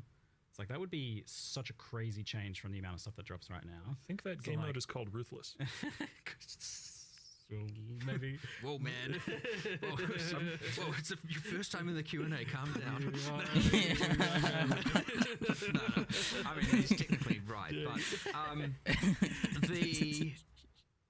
Yo, that is hilarious. we can solve that, but the discrepancy between average map and pinnacle, right? We obviously then have to assess, like, how can you get, if you can get 1,000 times more value out of your map, how do you then not go from 3 to 3,000 items? And we would need to address that, because like quantity is just quantity right now. So there's a lot of like. I'm just gonna play around and listen while you know. I mean, at that point, the entire map would have to like kind of understand its value of items already dropped, and then kind of stop. You know, there's something kind of a bit weird and complicated about it that I don't quite know how to achieve. Tricky thing to nail down, but I wonder if there is a world in which such a thing is possible. Like, just for rares to kind of be like, I guess rare ultimately, but not to be not to be ruthless. In I just want to listen to the podcast and see like what's up, like, you know. Oh man, if we're dropping 500 rares and we're not looking at them through the filter, then you know, if those we'll see what they have to say, and then we'll kind of react to it. 50 times better. Because I do want to listen to it, but I don't want to just sit there. Again, this is something that was discussed and not going into 328 because it has a lot of ramifications that we would need to interrogate for 329. But like an extension of the memory strand changes was like, well, what if we just, you know how the drop conversion stuff that you're talking about for rares, like what if we do some drop conversion thing where sometimes rares will drop way fewer rare items, but they'll drop super memory strand heavy items, and they'll drop a few of them, and like that sort of thing, it is definitely on our minds. Okay, so they are kind of thinking about that, particularly in sort of smartly. Was just the strength of the breach tree, the strength of the Genesis tree, and while that's being rolled in the core, it has been adjusted. Yeah, it's gonna be nerfed, bro. 100%. They're generally gonna be showing you just like. Am I pressing the button? Like every rare item that's presented there is many thousands of rare items that are on the ground. Yeah. And how is that ever going to compete as well? So then even to make the ground items like that, I guess, would be how you compete. Okay. So again, there's like so many problems to solve here, and we'll just keep working through them. It's just, again, I cannot stress how complicated all the item model and everything is, and you know, messing up the economy in any drastic way, be it stuff that we do on accident. Sometimes we do try to avoid it as much as possible, and a lot of these things are really hard to come back from if you mess it up. If we just make like, if everyone's just getting like 95th percentile items off the ground and like the first tier 1 map they run, you know, you like the entire like get itemization of the in-game systems just down the drain. So like if we, you know, that's an extreme. That would assume we mess up bad. Yeah. But that's what knee-jerk reactions result in, right? I believe in you. You guys have some experience now with the idea of like converting rarity into tiering up an item, like making it better. It's like, you know, as the rare kind of feeds into it, and that aligns nicely with the idea of this being something that grows over time with juicing. I 100% want as you to move do up tiers that. and juice it, and your map's got like jumped from your average 100 rarity See how fast I can go. or something. Those items start to become a fair bit better rather than just being, because the way it is now effectively is just more white items being converted into rares, right? You get the cool thing within bosses because they have generally more inherent rarity, drop better gear. Actually, it can be a little slow, but it's not always better, but like, you know, the average is going to be significantly better, and I love that. I actually really like that, and I'd like to do it. So okay, that's good to hear. We'll just keep trying to get there. So on the issue of like normal rares not really even being able to compete with like crafted influence, recombinated stuff, like Path of Exile 1 is, it's just got too much cool stuff now. It's not like you want to remove that. So the question is then like, how do you make rares compete with that stuff? Obviously, like just having really well-rolled stuff can work, and maybe only for specific kind of item categories like energy shield gear and things like that. But I am a big fan personally of things like temple modifiers and stuff like that that are a little bit weirder. Now that generally belongs in specific content, but I wonder if there's stuff like that you can do. Obviously we're talking about the memory strand kind of making the base matter, and I quite like high quality items for that point as well. Is there something you think along these lines of like other things you can do that maybe fit more in general content? Maybe just seeding the idea. There is probably stuff. It's hard to think of exact things. ready just yet. I mean, just adjust a Spot. couple things. Kind of goes back to your previous comment about, you know, trying to make more, Yeah. like, more meaningful tinks, I guess. Yeah. Finding more axes to make gear matter in a way that's different from a different piece of gear mattering is, like, one of the most fundamentally difficult things in designing an item-based game, but it is also one of the most important. The other thing is to not have dropped items be unrecognizable as well, though. You can't get too crazy with them. Yeah. You want them to still feel relatively fundamental, and then you craft all the crazy. Yeah. Yeah, there's just too much which going are at on. odds again with one another, right? Those two things, because crazy often can mean power. But yeah, like you don't want to just have every item. You just have to hover and know what are the 8 different things that could be considered. And I understand that the item filter. It's too laggy right now. Hold up. You know, then there are those not using the item filters and not using different types of item filters, and now there's just this insane complicated web that they might have to deal with. So you still want the ground loot to ultimately feel fundamental, recognizable, and something not overly complicated, and then, you know, the skill ceiling is what enables the complication of, like, the knowledge, what leagues am I doing, how am I interacting with all that. So Yeah, it's just I it's have that too real much difficult stuff spot where you want to open. find really interesting stuff, but stuff that's also fundamental and feels core and isn't overly complicated, and that's why it's hard. It's really easy to come up with all kinds of crazy We'll just keep stuff. watching, I guess. Awesome. It's coming up with the simple, more I wanted to grounded look things at that are some of just the real stuff tricky, for again, sure. but And you know, It's probably why we're here in the first place talking about ground loot, because like that is the you know what we could do? We could do more subtle, this. the trickier I thing got to an get right, idea. whereas like to do Sure. crazy stuff through all the various league If mechanics they is have really- it, let's that's what you see. can let loose. So those have become better and better over time. It's Mhm. interesting. Mm-hmm. Yeah. Well, I'm starting to see now. Why aren't we talking about the new stuff? Like, perfect. I've done my job excellently. I have exhausted the ground loot topic to the point now where chat is starting to want me to change topics. Yeah, and you always start with the I hit the line that I was pushing for. Excellent. you always start with the You want to start with the thing that people are, of course, feeling 100%. like, "Oh, Yeah. I can't relax and listen to this other stuff until I'm reassured a bit. But yes, would love to talk about it. Very excited. Absolutely. Yeah, excellent. Mirage, the new league that has been showcased and announced here, is a bit of a spicy and interesting one, iterating upon a lot of So different we'll concepts and listen to ideas it. here. It seems like the execution but, here is really about like a greater than I think we've ever seen, maybe, level of integration with existing content, like synergies between content. we'll just full to the screen point this. where like you're actually making it so that other content in this is doing something unique, which I don't think we've ever done before. So That's one of the things that's been most exciting. I just want to about it look me. at certain Like, things. Just to spoil one more example, I guess, that we didn't give in the live stream. cool. The way that it interacts with Delirium, for instance, is you can drop a currency which can be used in a cluster jewel to change the enchantment of that cluster jewel, but it doesn't change what's on the cluster jewel. So you can theoretically roll like a shield or a block cluster jewel. cool. You can roll a block cluster jewel into Wait, X what? notable that you want. You could then even fracture it.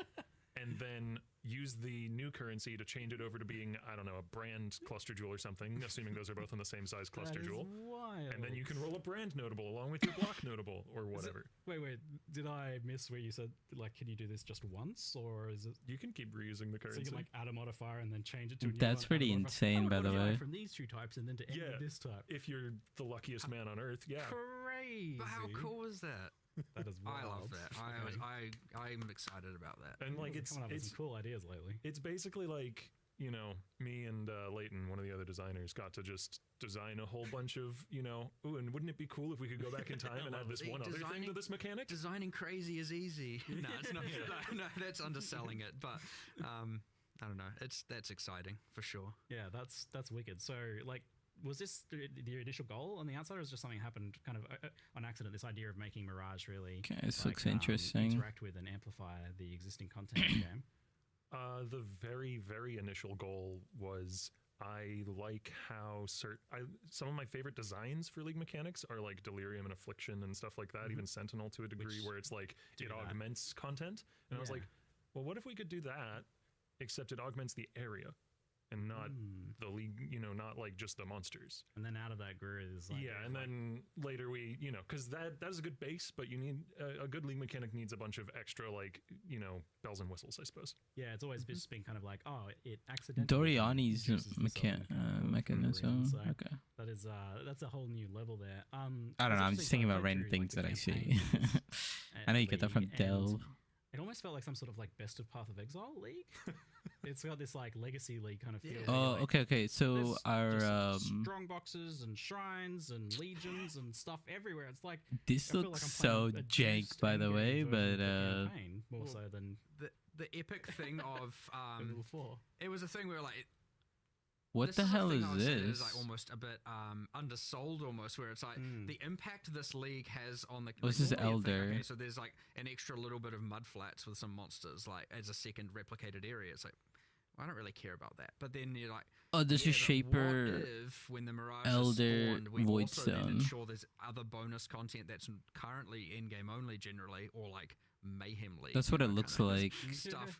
Not that So we're yeah, we doing got the much of Shaper that. maps, Well, yeah. the And then all synthesis of a maps, sudden, and then now you've got all technically this the content Elder appearing in the maps could be campaign, and any it's of like, there's them. just so much So stuff going on, and I actually think it's. I mean, I understand. Like, if you want to just get to end game, I have mode, no you idea can. how they're It's gonna still do your the choice, you Elder don't have map. to, but for those actually wanting to engage with the league and the campaign, it's probably one hold of the on, let me take a most screenshot. like interactive ones, and it probably adds the most amount of content out of any maybe that we've done before. In addition to that, there's also a bunch of handcrafted campaign-specific wishes that they fall away at the end game because they're not really Wait a powerful enough second. to be competitive with the end game juicing wishes and that sort of thing. But they'll give you a binding orb or two on completing like the very like Act 1 or Act 2. There's very early ones that can give you that. There's ones that give you like a whole bunch of chromatic. need like a orbs, there's ones that transition give you, screen a unique weapon play with. or Stuff you need. something like that. Things that are really useful in the campaign. Even later in the campaign, there's one that'll give you a 5 link, and then those will fall away as you get to the end game. So when they're not nearly as relevant.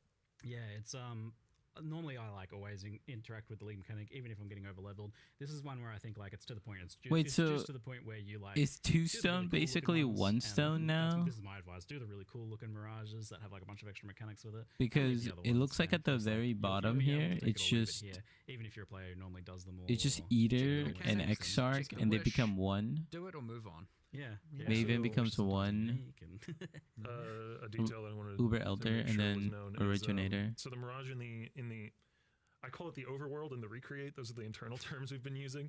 Okay.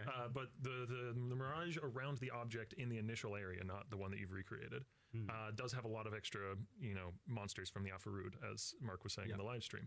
Those monsters are purely additive, so they don't displace existing monsters or anything like that, which does mean that even if you never enter a Mirage, you're just kind of killing more stuff in the campaign than you would otherwise. Like, yeah, there's a just lot of extra monsters monsters. there. Probably how you were so over leveled. Yeah, true.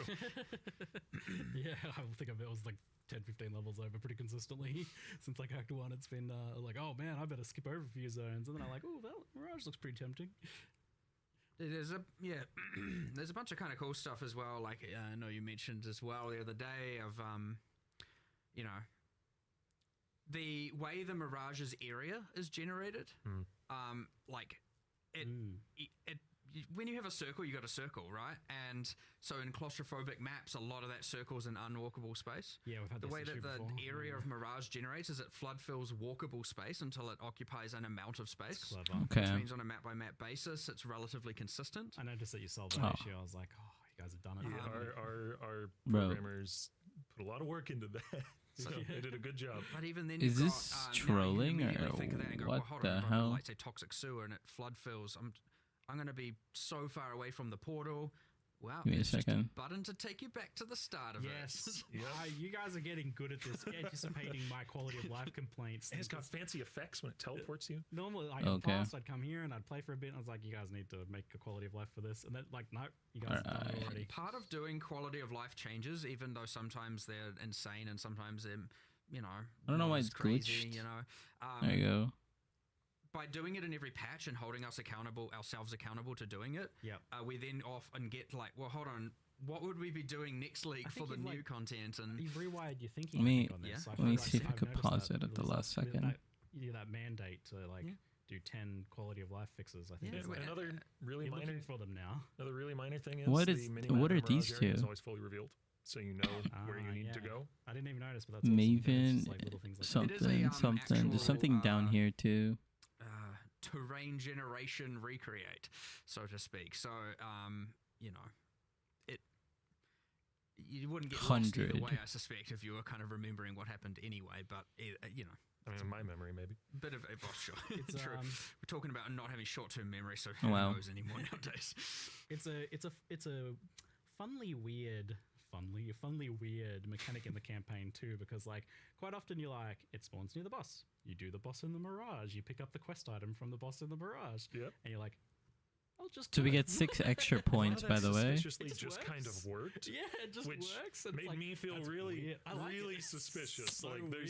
there's surely there's some. Let me, bug we're let me overlooking pause it if here, I but could it's been, do it the pretty, right time. pretty Yeah. thoroughly tested at this I point. have It just been- kind of works. I've intentionally, we'll I've see. been intentionally trying to like be like, oh, what if I do it this way, being like a little cheeky. So you like, only oh, have to yeah, do what if I 10 do unique play maps. I'm here and assuming you have to do different things? 90 It has regular had some maps bugs, don't get me then. wrong. Like there was a bug where like you know if the Mirage didn't generate far enough, you could click an entrance that's supposed to take you to somewhere else, and now you're just outside the Mirage and you can't move, Oh, and no. that's not particularly Yeah, so this I've used to been be running into any of those 132, things, so yeah, it's, so we're getting 6 been more, polishing up a bit 138. high level of polish a week out than usually on this visit. That's so good. I've noticed. So you guys, the team division maybe is working well there. Yeah, because by having ultimately Octavian and Andrew focused on PoE 1 entirely for that whole span, you know, and we were obviously all discussed. I loved generally our design meetings are at like 6 p.m. and then Shaped they region. just run until we Shaped you know, region. we look outside and we're like, oh, it's very dark. We probably should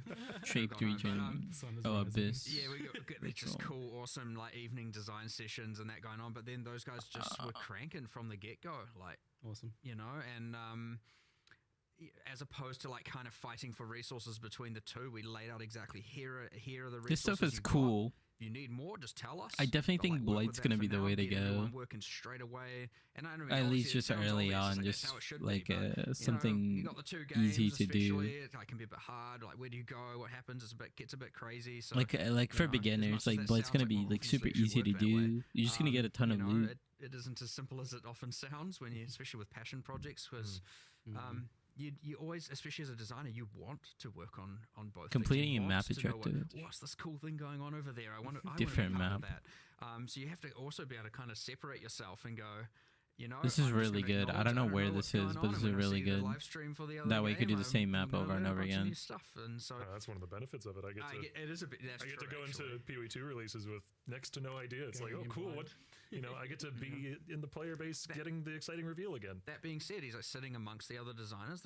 We're all still in a collective, and everyone can hear what everyone else is doing, and so you can kind of still hear stuff, and people will still ask you questions about things that you've worked on before. So yeah, real cool. But yeah, I know. But getting off Mirage. But I know we talked about some of the stuff in the campaign, but I just wanted to also give you an opportunity to talk about that cool in-game thing with you mentioned boss, and I got it and remembered another exciting thing.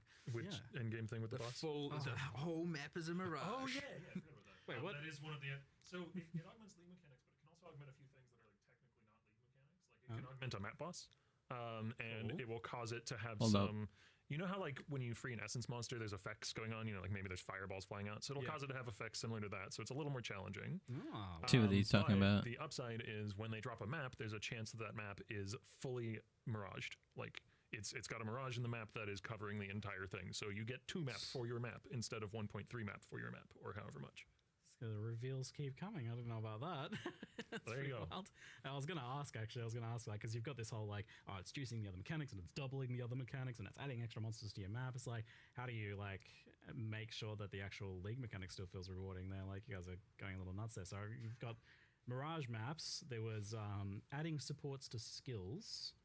Oh yes. Okay, so I almost forgot about. Oh yeah, let's the talk about gym this. Kind of slip that in there as well. Imbued gems. Yeah, it's interesting. Don't know what to make of Well, that one yet. it's Pretty wild. at odds with corruption. Just to explain how some of this works. So Yeah, it that's corrupts the item is at odds with either +1 level or quality, you know, as gems do. Because you know, adding even a level 1 support and getting the right support is a pretty good amount of power creep. You know, and so it being at odds with corruption allowed it to be that strong. You know, if you could do it both, gets it's to a compete bit against the cost on excessive. power a little bit. Yeah. And it isn't fully random. It will look. It takes into account the supports which can support that skill, and it can only roll in those, and That's, also can good. only roll in the color of the coin. So if Okay. you're using a red coin, you you get get a some- red support that works for that skill. You have Yes, some you're not, influence over it you're there. not going to get like faster casting on a double strike or something. You know, brutality is a valid support for wild strike, so you could get that, which isn't particularly so don't good. use the red one on there, probably. Well, you know, I mean, LE damage you of the can tax risk is it. also red That's and can go on true, wild strike. multi-strike, Is LE damage of the tax the modern name of? Ed West, yeah. I think Yes. it's- But regardless, like there are, you know, undesirable outcomes, but all of them are technically functional. Okay, all right. And then there's these uniques that are you can Yeah, clean that up stuff as is well. very interesting. Do one of those restoration YouTube Yeah. channels like, I found this sword and it's like just a big pile of rust, let's restore it. You just scrub it down with the gin coin, get all the rest off. No, Amazing. it's more magical than that. Yeah. Excellent. Dude, I'm surprised they didn't do a giant I don't know info if this is dump. really shown, but there's a lot of like, is this just the campaign or is it endgame as well? There's like a lot. There's these like silver gin caches and gold gin caches and. That's at all points.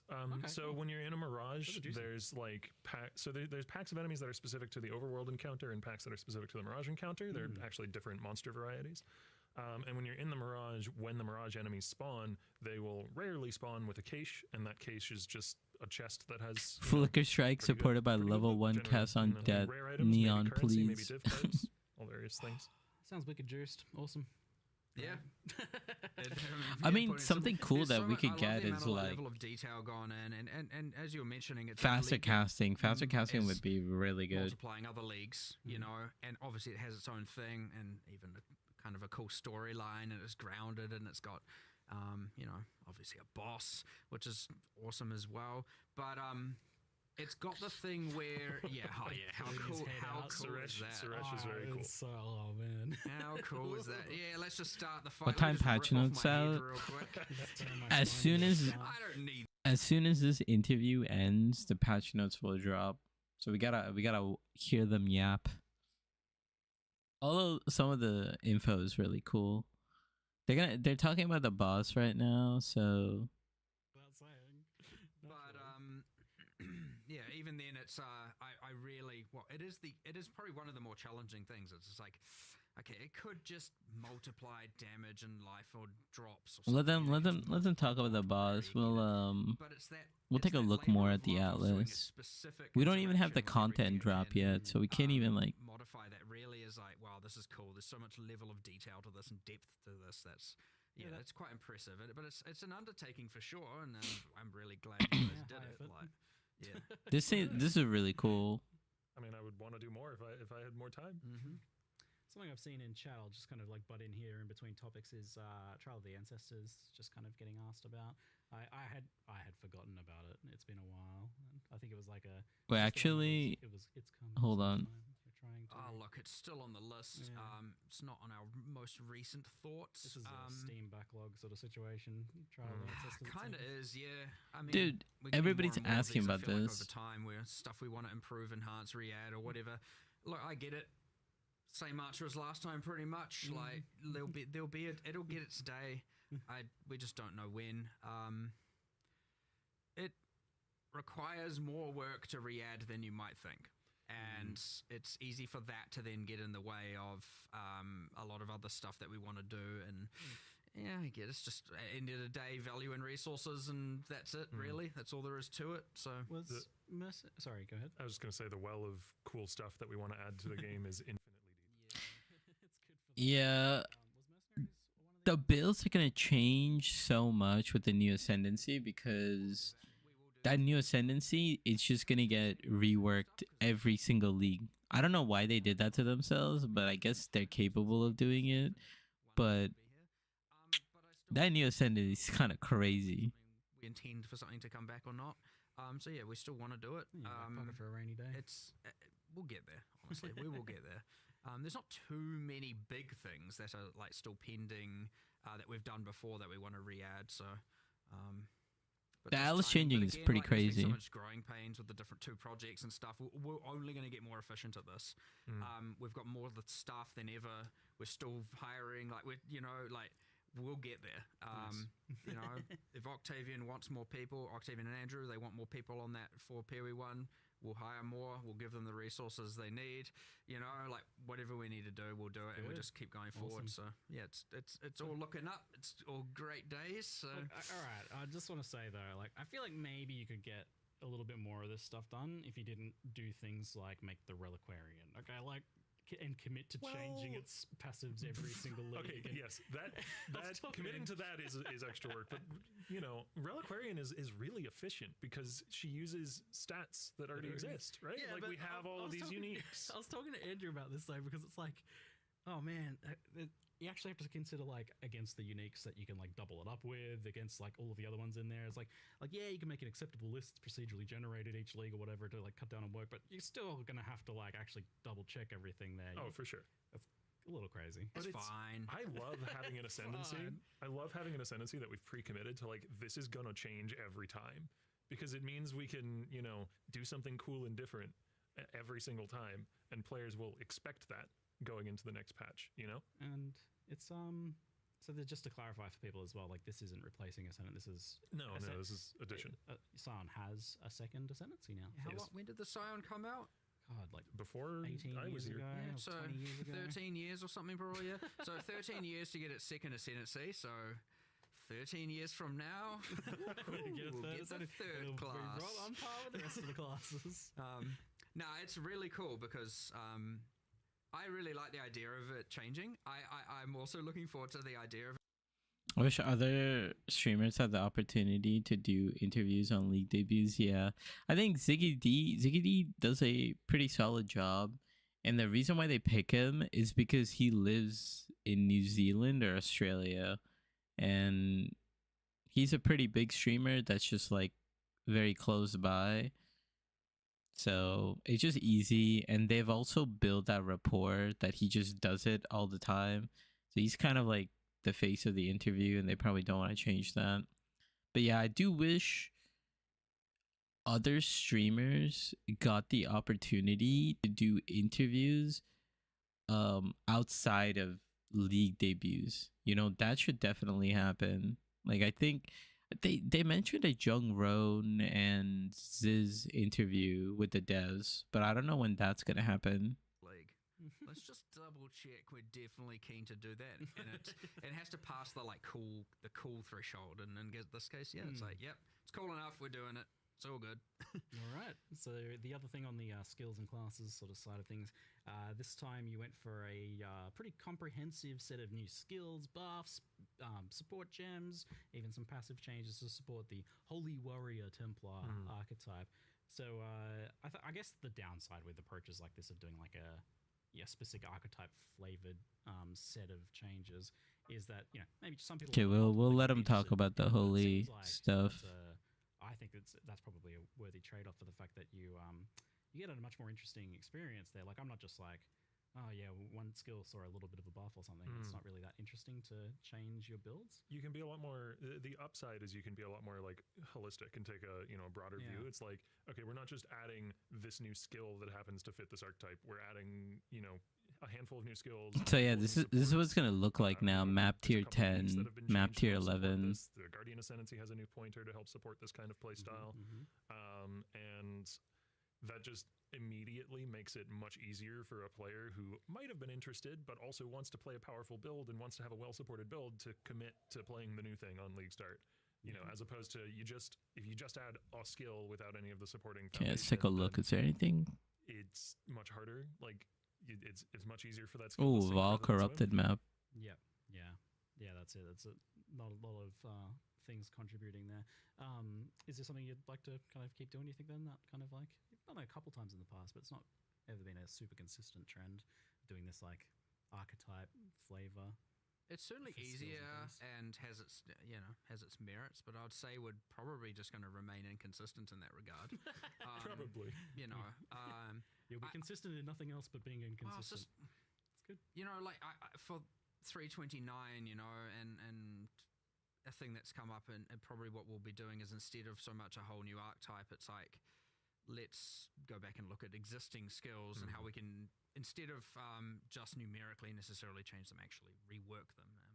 Especially things like, early game as well. At some point, rolling magma becomes a little bit boring or has its woes. Oh no. We know the deal. Rolling magma. So being able to go back and look at, there's actually been quite a high demand for people going like, can you just change up the early game, like what we're playing with, please no more rolling magma kind of has been a lot of, I'm sure. Did they talk about ground loot? They did talk about ground loot. I mean, for the next one, we'd focus yeah, it's like less on it's a holding week archetypes and out. maybe more on, Basically, what they said reworking is some they're of doubling some of the other loot, skills, sure. but that was something on our current, but they're list of gonna things, so need we'll see like how that goes, at but, least till and then, 3.29 to really look at reworking it. A skill can often effectively mean it's a new skill. They're The way on doubling personal like level, higher one of my tier favorite currency stuff to work on is drops. skill and support related design. We'll see what that means like, when we actually play the there game, will though. definitely be more and more attention to that. Even if it's just from me wanting to do it, in an extra few hours after my normal workday or whatever. I also have like a personal goal that every, reasonable active skill eventually gets its own transfigured version, hopefully two. That's the new transfigured this league are a step in that direction. I think they're all on ones that didn't have any transfigured variants before. Maybe there's like one that is on a skill that already had one. Yeah, I was going to ask about that. Like, you feel like transfigureds are kind of like hitting the mark? They're like a thing that's worth kind of keeping updated. Yeah, you're adding more. And is it likely that like new skills come out with transfigureds right away, or is that something you add in the future? When What is there's this? a transfigured variant that is interesting enough and also wouldn't detract from the development time of the base skill. So far, everything sounds good. Like if it's a simple twist that is There's just a lot of info to take in. I think we did that with one of the wand skills in the last league that get released with a transfigured variant. Yeah. But those are still, now they are skills in the game that are a valid active skill. Like the player might choose as their main skill. I don't know what a So nightmare eventually map they get is. I don't know if that's still T17 or whatever it's called. See, like, I guess you could be concerned that like it's eating into skill designs, but it seems like it's Well, almost Valdos like is a common here. ground for the ideas that didn't make it into a skill. You can like, Sure. yeah, well, this is just one little idea for a twist on this skill. It can't really be a whole new skill, so And it's like, the perfect place for it, right? yeah, it's also just I can't like stop myself from having a cool idea and being like, I want to do, I want to do holy hammers, but it's a big fist or something. I don't know. Sometimes you do need to stop yourself having a cool idea. Sometimes, but generally speaking. All right. On the kind of like more balance and skill. So I think T17s are still going to be there, but I guess skills are kind of just like they're removing some of these mods. Mention or bring up as something that you're like thinking about or still kind of like tracking it. I think it's maybe something we talked about a little bit in the past. Not on the current, as a not for 328 really in any obvious sense, but like, not to say there isn't something with exceptional supports that might come to, especially stuff we haven't. Are you gonna do a thought recap on of, thoughts for YouTube? And this, obviously, we add so much stuff. There's so much unintentional use. I didn't plan on it. I was probably just gonna wait for patch notes and then work immediately on the One of build the update dedicated video. QA for PoE 1 is, And I'll probably very much do like a handcasting. He's recap He plays spellcasters almost every league. And of like patch the notes. Transfigured Shock Nova is one of his favorite skills, he said, and he's definitely going to be playing that. So hey, there's something. But yeah, it is on our radar for sure. This is kind of like a new one that I haven't brought up before that someone asked me about. I was like, yeah, you know what? When I think about it, that's a good point. Cold skills, especially spells mainly, seem to be in a weird place where like I try to think of cold spells and I can only think of skills that have been nerfed or like were once great but aren't anymore. I think of like Wait, hold up. Orb, Ice Hat. I think of like Ice Spear back in the day. I think of Cold Dot stuff. Like, yeah, there's a couple in there that are okay, but it does seem like on the whole, cold spells. He brought up Ice Spear, bro. Is that something you guys have identified? Well, I wouldn't necessarily disagree with you. Sure. Glacial Cascade. Not to say there aren't, certainly in the more traditional case, yes, they're not holding up. If they buff. There are some weird cases, but again, maybe some of this. Well, I was just trying to think of the new like Frost Mage, but technically, it's probably going to be based on something that isn't even, cold scale. It'll be like it's more Archangel over again. Yeah, exactly. But yeah, Skill buff. I don't disagree with you. Honestly, it'll probably come hand in hand with handcasting. to some degree. Like it's kind of like hand casting makes and sense. spells kind of come together. So you'll probably see a bit of that at the same time. Yeah, maybe that'll be a package deal at some point. But yeah, I would actually agree with you. I'm not quite happy with just like. It's just a weird realization to have. It's Yeah. like, a lot of my old favorite skills. And some of them are so iconic as well. Yeah. I miss some of those ones. It'd be cool to see a little bit of a resurgence in some of them maybe in the future. If it's anything like what the Templar stuff has gone through here, I'll be psyched in the future to replay some of that stuff because Templar has been an absolute blast. Like I've been loving running through with Static Strike and the new like extra weapons that attack with you stuff. It's true. awesome. It is worth noting, alongside the new holy skills, pre-existing holy themed skills have generally been buffed, or maybe Static just Strike, Dominating Blow felt awesome. Yeah, I'm just locked in right now, trying to listen. More party adjacent ones to benefit my friends with some Guardian changes. Unless the Reliquarians are all good at being a support character, I don't know. I'll have to see which one. You'll have to see. And, I honestly and then you'll have to don't deal with know. that getting changed next league, of course. Yeah. Well, or I can make it not. No. It's good for support characters. Sorry, it's not changing next league now. I've decided. Nerf Mark's build. I maybe feel a little bad for content creators who are like making a build guide on Reliquarian, and only a little bad. every one of those build guides has an expiration date built in. Yeah, you can't make a build guide for Scion. You might still be able to eat it after. What's it called? Reliquarian? The new Ascendancy? I did have a question about this later, but it's reached the chant levels in chat. Harbingers. I was going to ask about some quality of life stuff later, but we'll slip it in here first. Do you Just want the good Harbingers news being or the bad news? bad news, please. I love Bad news is it's gone for now. Oh my god. Harbinger is gone for now. Oh my god. Yeah, we're just That may be good news for some. I understand that's like, look, the issue. Can't complain about it. Oh my god. Look, and I understand that will probably crush a decent amount of people. But there's a Oh little bit of my god. it's a shadow floating with some blue. Oh my god. Oh my god. We want to do more. We want to do it better, and there's this unfortunate thing Yo. where often, and especially with a way we have to kind of develop things now. It's kind of has to go so it can come back better. Is effectively what we're getting. They're removing Harbinger completely. It will get the justice it deserves. And I'm not putting it in the nebulous trial of the ancestors bin here. It's in a closer. Yes, and that's what I'm saying. Bad news, good news. It's unfortunate. Yo, he did in some 6-7. regards. However, it's going to come back a lot better, and it should. You're be gonna see it. something that 6-7. ideally Yeah. we Yeah.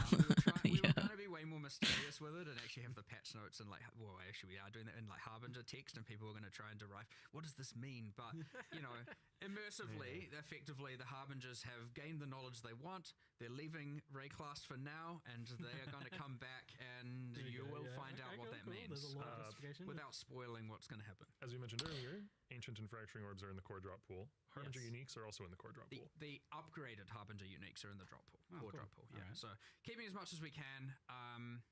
But yeah, sometimes these things. Yeah, just bro. happen Just this put way. just It's put always- the it's always fracturing orbs in the Also, core drop. Jason's question that I imagine will come up. Horizon Orbs, with the way the new map items work, they don't do a thing, but they would have done a thing on Shaper Guardians and such, because Shaper Guardians are still an individual key to an individual area. Okay. So now Blessed Orbs will reroll your Shaper Guardians. There you go. So you Nice. still have that What? capability. Good old Blessed Orbs getting a bit more. I gotta write that down. Might be So good. yeah, no, yeah, yeah. But Bless it's kinda orbs. sad, but Read. it'll have an No, overall. this is great I news. agree. This is great news. They That's were how- just weird blue floating guys that drop pocket lint. Oh yeah, RF is gonna hurt, and RF is a very popular build. Even work on them sometimes. They're weird little creatures. Like Well, some it is builds probably just don't quite it's work one on of the most abstract things we've done for sure. I Weird little like creatures. conceptually. I want to see what a modern take on it is because And also a more grounded in gothic. Like, again, imagine being able to do the actual art style justice. What and is have this? bosses, have bosses that aren't just bigger. Oh my big god, world. bro. More hard- I don't know why it does this. It's like a randomly crashing.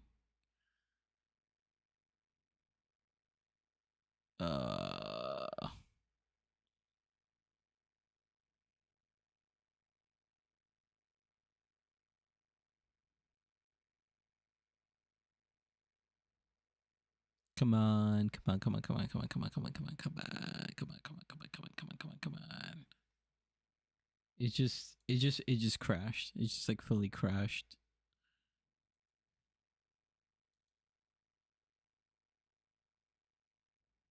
Please.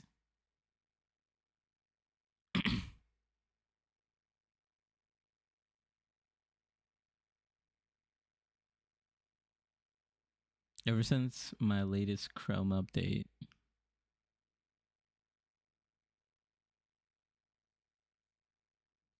I can't even bring it back.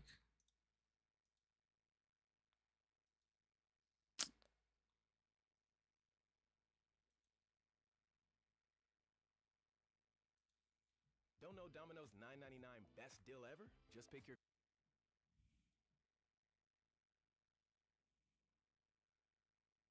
All right, it's coming back. It's coming back.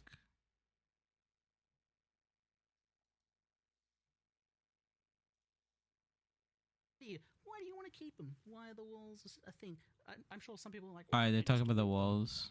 Look, it's important to have different encounters that have different feels and different things going on, and it does achieve, I wouldn't say it's overly complicated, but it does achieve a relatively unique vibe. And the important thing is when a league goes core, especially, is that there is choice into what type of They want content you patch wanna do. notes now. There are people that Everybody like it. wants There are, patch notes. right? You And know, that's everybody wants fine. patch And, you notes. know, They're there just are now many tools if you don't want to. You can deal with it. okay. There it goes again.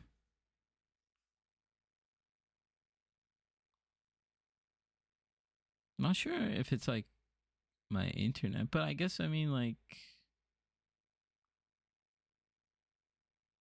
stream is fine. I think. I don't know. Yeah, stream looks like it's fine. Can I move my cursor? Yeah. It's just I don't know why my Twitch is like crashing out. But I mean, if we were talking about some stuff, yeah, the map tiers. I'm like curious to see like what we have to do for our Atlas progression. I was working on a Atlas end game guide, but I didn't get too deep into it, so I'm glad that I didn't complete it because that would be so annoying with patch notes. That's why you gotta wait for patch notes. Everything you have to wait for patch notes. You have to wait till the announcement because so much can change in the game.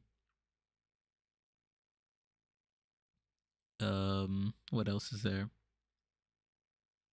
Skills, yeah, or like the exceptional supports, or I forgot what they called it. That's the other thing. They don't have the content drop yet. Like otherwise, I would have just watched the content drop, but the content drop is not there. I have no idea what's wrong with this. Let me see if I could fix it.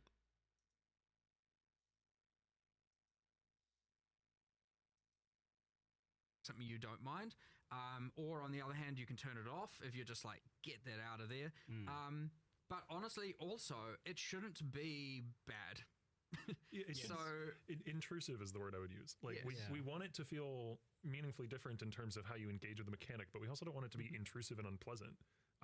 So you know we've like shrunk the encounter, shrunk that the guy walls, got they thrown out destroy the when you're window. damaged. Yeah, exactly. They destroy when they're damaged. Because I think you know we were just discussing earlier like Exarch and Eater are one stone now. What do you reckon? Yeah, it kind of depends. Look, our main goal once a league comes out is to solve problems, and we generally try and make sure that's the case.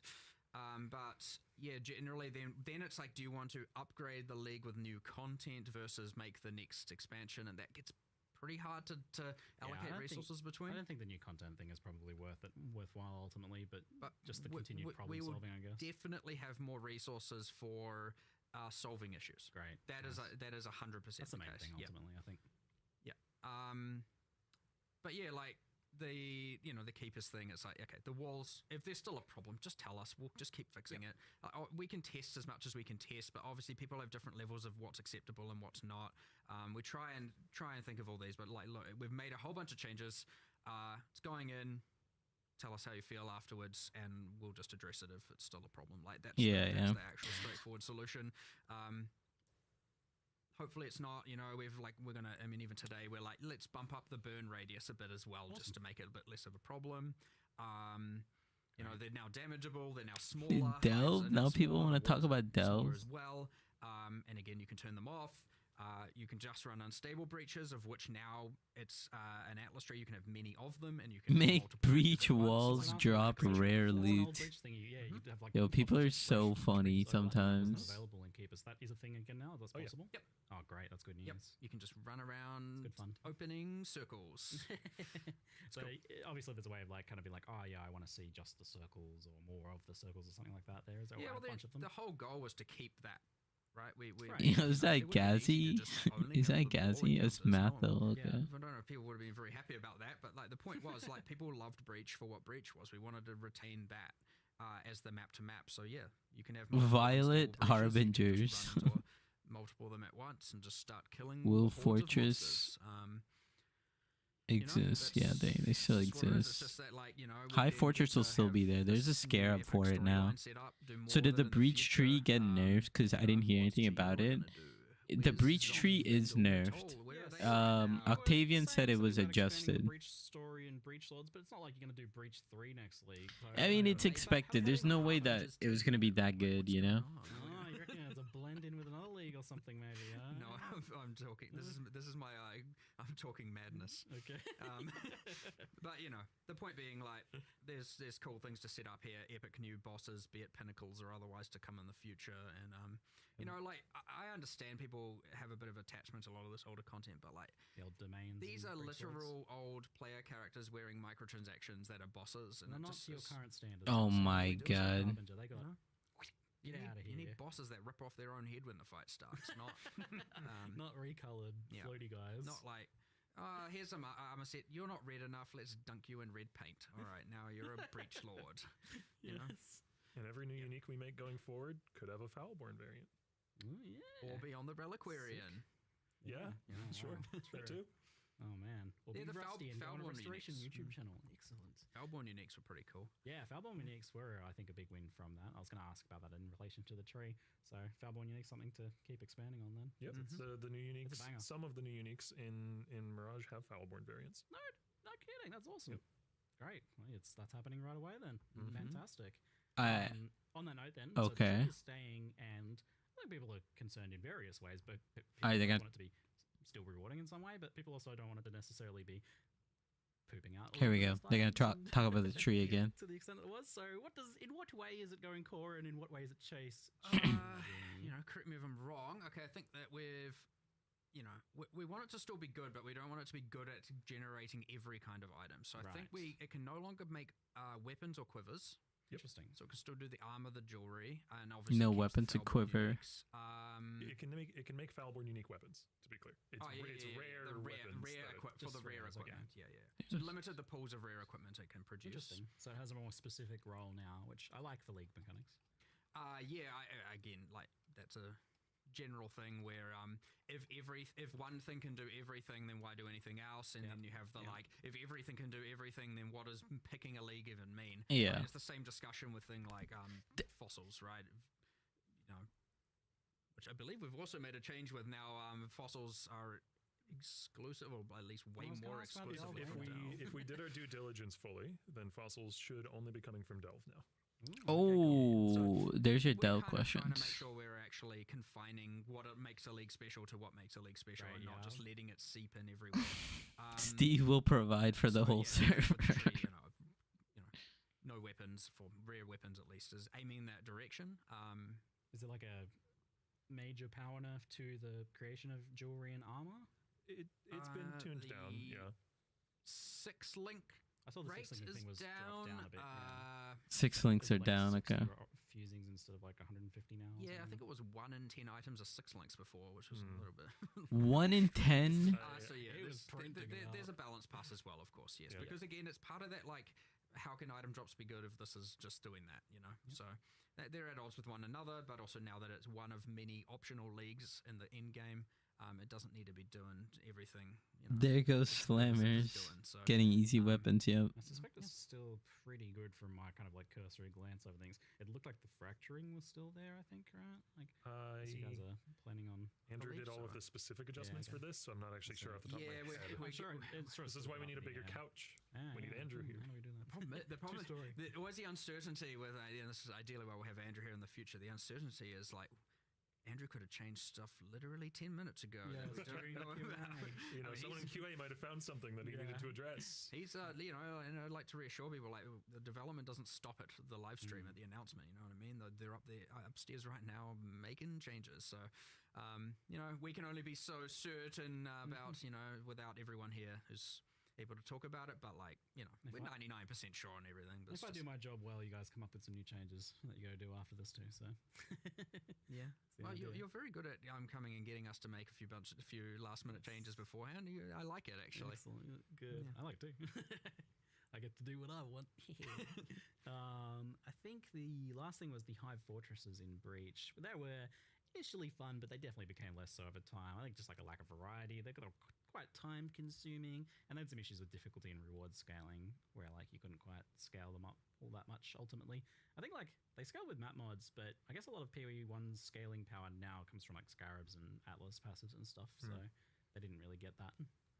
I actually don't know if any specific changes have been made to that, and that's not to say there hasn't been. I definitely saw one, which is the juicing buttons. Yeah, there's a whole... Oh, yeah, sure. The main thing that would impact that is there's a whole suite now of Scarabs and Atlas passives that are related Yeah, to... the Scarab gives you fortresses. Those will apply to your Hive Fortresses, and so you can get things like the Enrage the Swarm buttons, which I don't know how many skills you get over the course of a Hive encounter, but if you click the Enrage the Swarm button every time, I really hope you have a good build. Nice. Yeah, so Okay, I think it is almost like primarily tangential changes like Atlas Tree and systems like that now that they're core, as opposed to baseline changes. But Crossplay, sure, you bro. know, People Andrew, are still asking about crossplay. well, see, but it should, you know, when these things go core and now I guess it makes sense for the console players. The console players really want crossplay. You can have a lot of agency and choice, and it gives us now way more tools to be able to give players choice, so that if someone likes it one way or the other, we can add that, and so if they're not right, we'll make them right by adding different things and interactions and stuff. It's part of the benefit of the Atlas Tree and the Scarab system, is that we get to do that with pretty much everything. We get to have 5 different ways of playing every league, you know, and that's awesome. I'm already excited to, if it goes core, which is not a decision we'll make for a while, but, you know, come up with Atlas passives for Mirage or Scarabs for Mirage. You're already starting to think about what you can do. Have stuff in my back pocket. Okay, cool. Half the size and do something, double the size and do something. There's like so many different things. Yeah. This is a Warpro, because I'm realizing we just haven't even like talked about the core end game. Well, it's like, yeah, you guys redid the Atlas, by the way. Yeah, let's talk about We this. put a lot in this one. I'll lock in for this. The change to map, I call it that because it's just like, it's not June's map anymore, it's just map. Just kind of made me giggle the first time I see it. So what's I mean, the quality of life around this, for one, I like that you led with that as part of the showcases. Like, here's all the quality of life bonuses that this means. Oh yes. I mean, it's a pretty big deal. I know that there's this immediate, and even internally, like, you have this like, yeah, this is what we're doing, and people are like, what? Hold on, there's like a shock factor, like, wait. But then you get to explain, like, here's all the benefits we get from it. Here's the bloat we get to take out, I like to call it, because you no longer need this and this and this to achieve these different goals. So, like, it simplifies things down in a really good way from a UX standpoint, and also a trade standpoint. Yeah.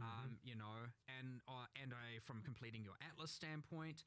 Like, all of these things just Wait, become so you much more could clean and simplified, and you don't could need, like, now 3D, put for example, maps you don't in need maps Atlas anymore. and A lot of what was special about Kirax trade exchange. That's now redundant. Yeah, you get to trim so much fat. Like, It's gone, by the way. Wait, Kirak missions are You gone. got rid of chisels at the same time as well.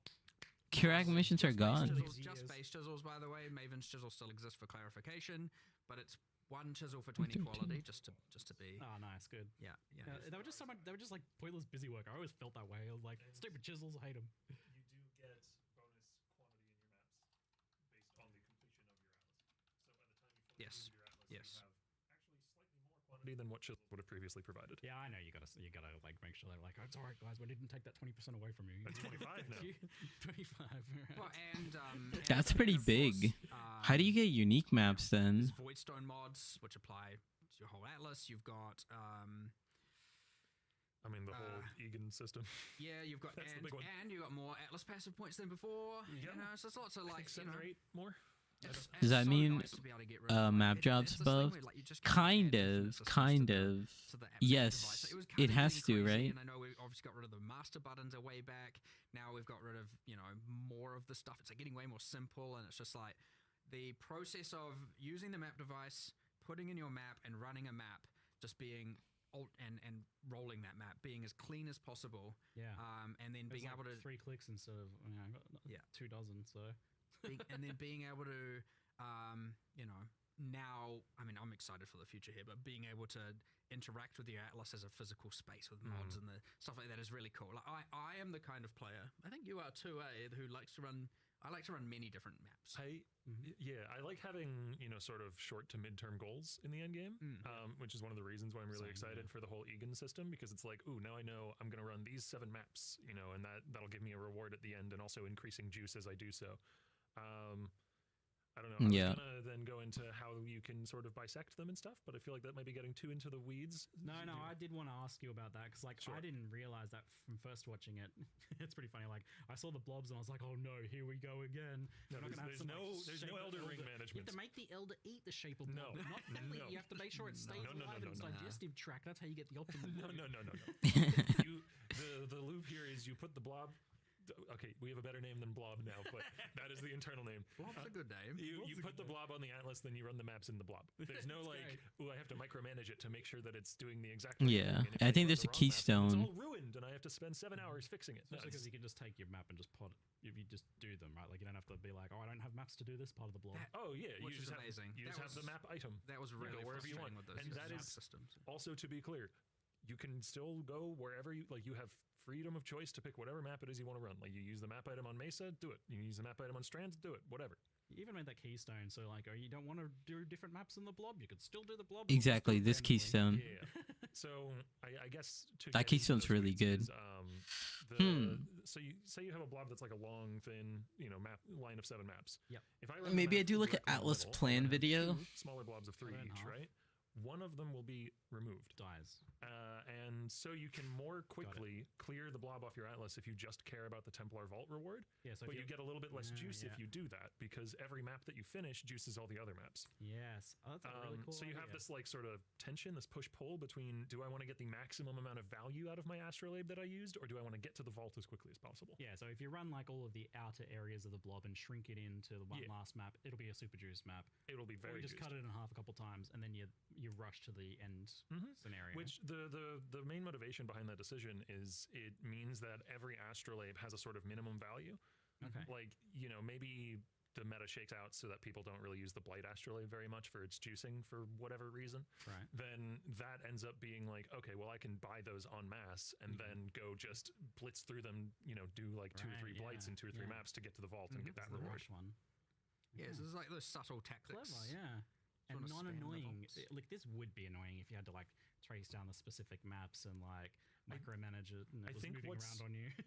This is something I haven't explicitly discussed with Mark, so maybe he'll disagree with me. But I think what's really important about these Atlas sort of effects, I guess, these geographical events, is that they're transient. Like, you don't want something that is something you're going to have to manage for basically indefinitely. You want something that you engage with, it has an end, It's then you just a go again. short-term sort of. Yeah, like little this is a goal really project. good system for making short to midterm goals. Okay. Yeah, yeah. Well, Yeah. that is it achieves that goal very well. So yeah, good. Awesome. Just also, by the way, his blight thing was a hypothetical. I know people. Sure, I have no idea what the players will think of what the I don't. Blight is what I was thinking about doing. It's like a good, it's a good thing for beginners to do, and like easy to just be like, hey, Well, there might be There's some truth to every There comment. might be I'm a pulling blight on my nerf. microphone here. I'm getting too into it. There might be a blight nerf, but I don't know. If Andrew was here, he would know.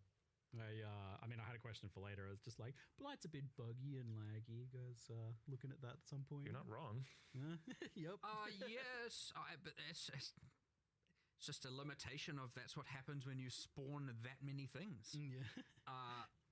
You just get too many things, and guess what? Nothing can handle that. So, but that's the kind of thing where it's like, no, they're going to remove half the stuff, and it's like that's part of the fun. And but yeah, like look, if When you add a Blight Ravage map, so you obviously don't. You're okay with a certain amount of that. there's a little bit of crazy, sure, but like the answer might end up being like, less objects, but objects are more valuable, stuff like that. It's just a matter of that's a performance optimization issue more so than a balance problem in this regard. Not to say there isn't also a balance problem. There might, maybe, but the goal is primarily 6-7. there is to make the performance not such a horrendousness, and the only real way to do that is to reduce the amount of things being spawned and increase the value of those things to then compensate so that it isn't necessarily a nerf. It's like not a often there's like it's an engine thing. Oh yeah, there's a, WSD was performance people thing were into, like and maybe there is something people were really thinking WSD was coming. They're going like, what do you expect to happen when you have this many things on screen at one time? And I'm like, I want all of my frame rate, but then they're like, so often there's like, is it an engine problem? Is it a programming optimization issue on the more like back end or instance? And then it's like, sometimes it's just the game designers need to calm down. Need to be a little more disciplined. Yes. Tier 17s, I know you had a personal gripe or issue with those as you were like, you designed some of that stuff. You felt personally responsible, Octavian, for some of the issues that came out of Tier 17 modifiers and the economic aspects of those. I was pleased to see that it seems like Tier 17s have been pretty much they're pretty much gone. There's this new Nightmare Maps system that seems to be tackling a lot of the issues with that. Yeah, so what can is you this? Explain how that works then? Well, one of the goals with we've done a lot of little changes. Well, some of them bigger than others. We've done a lot of changes.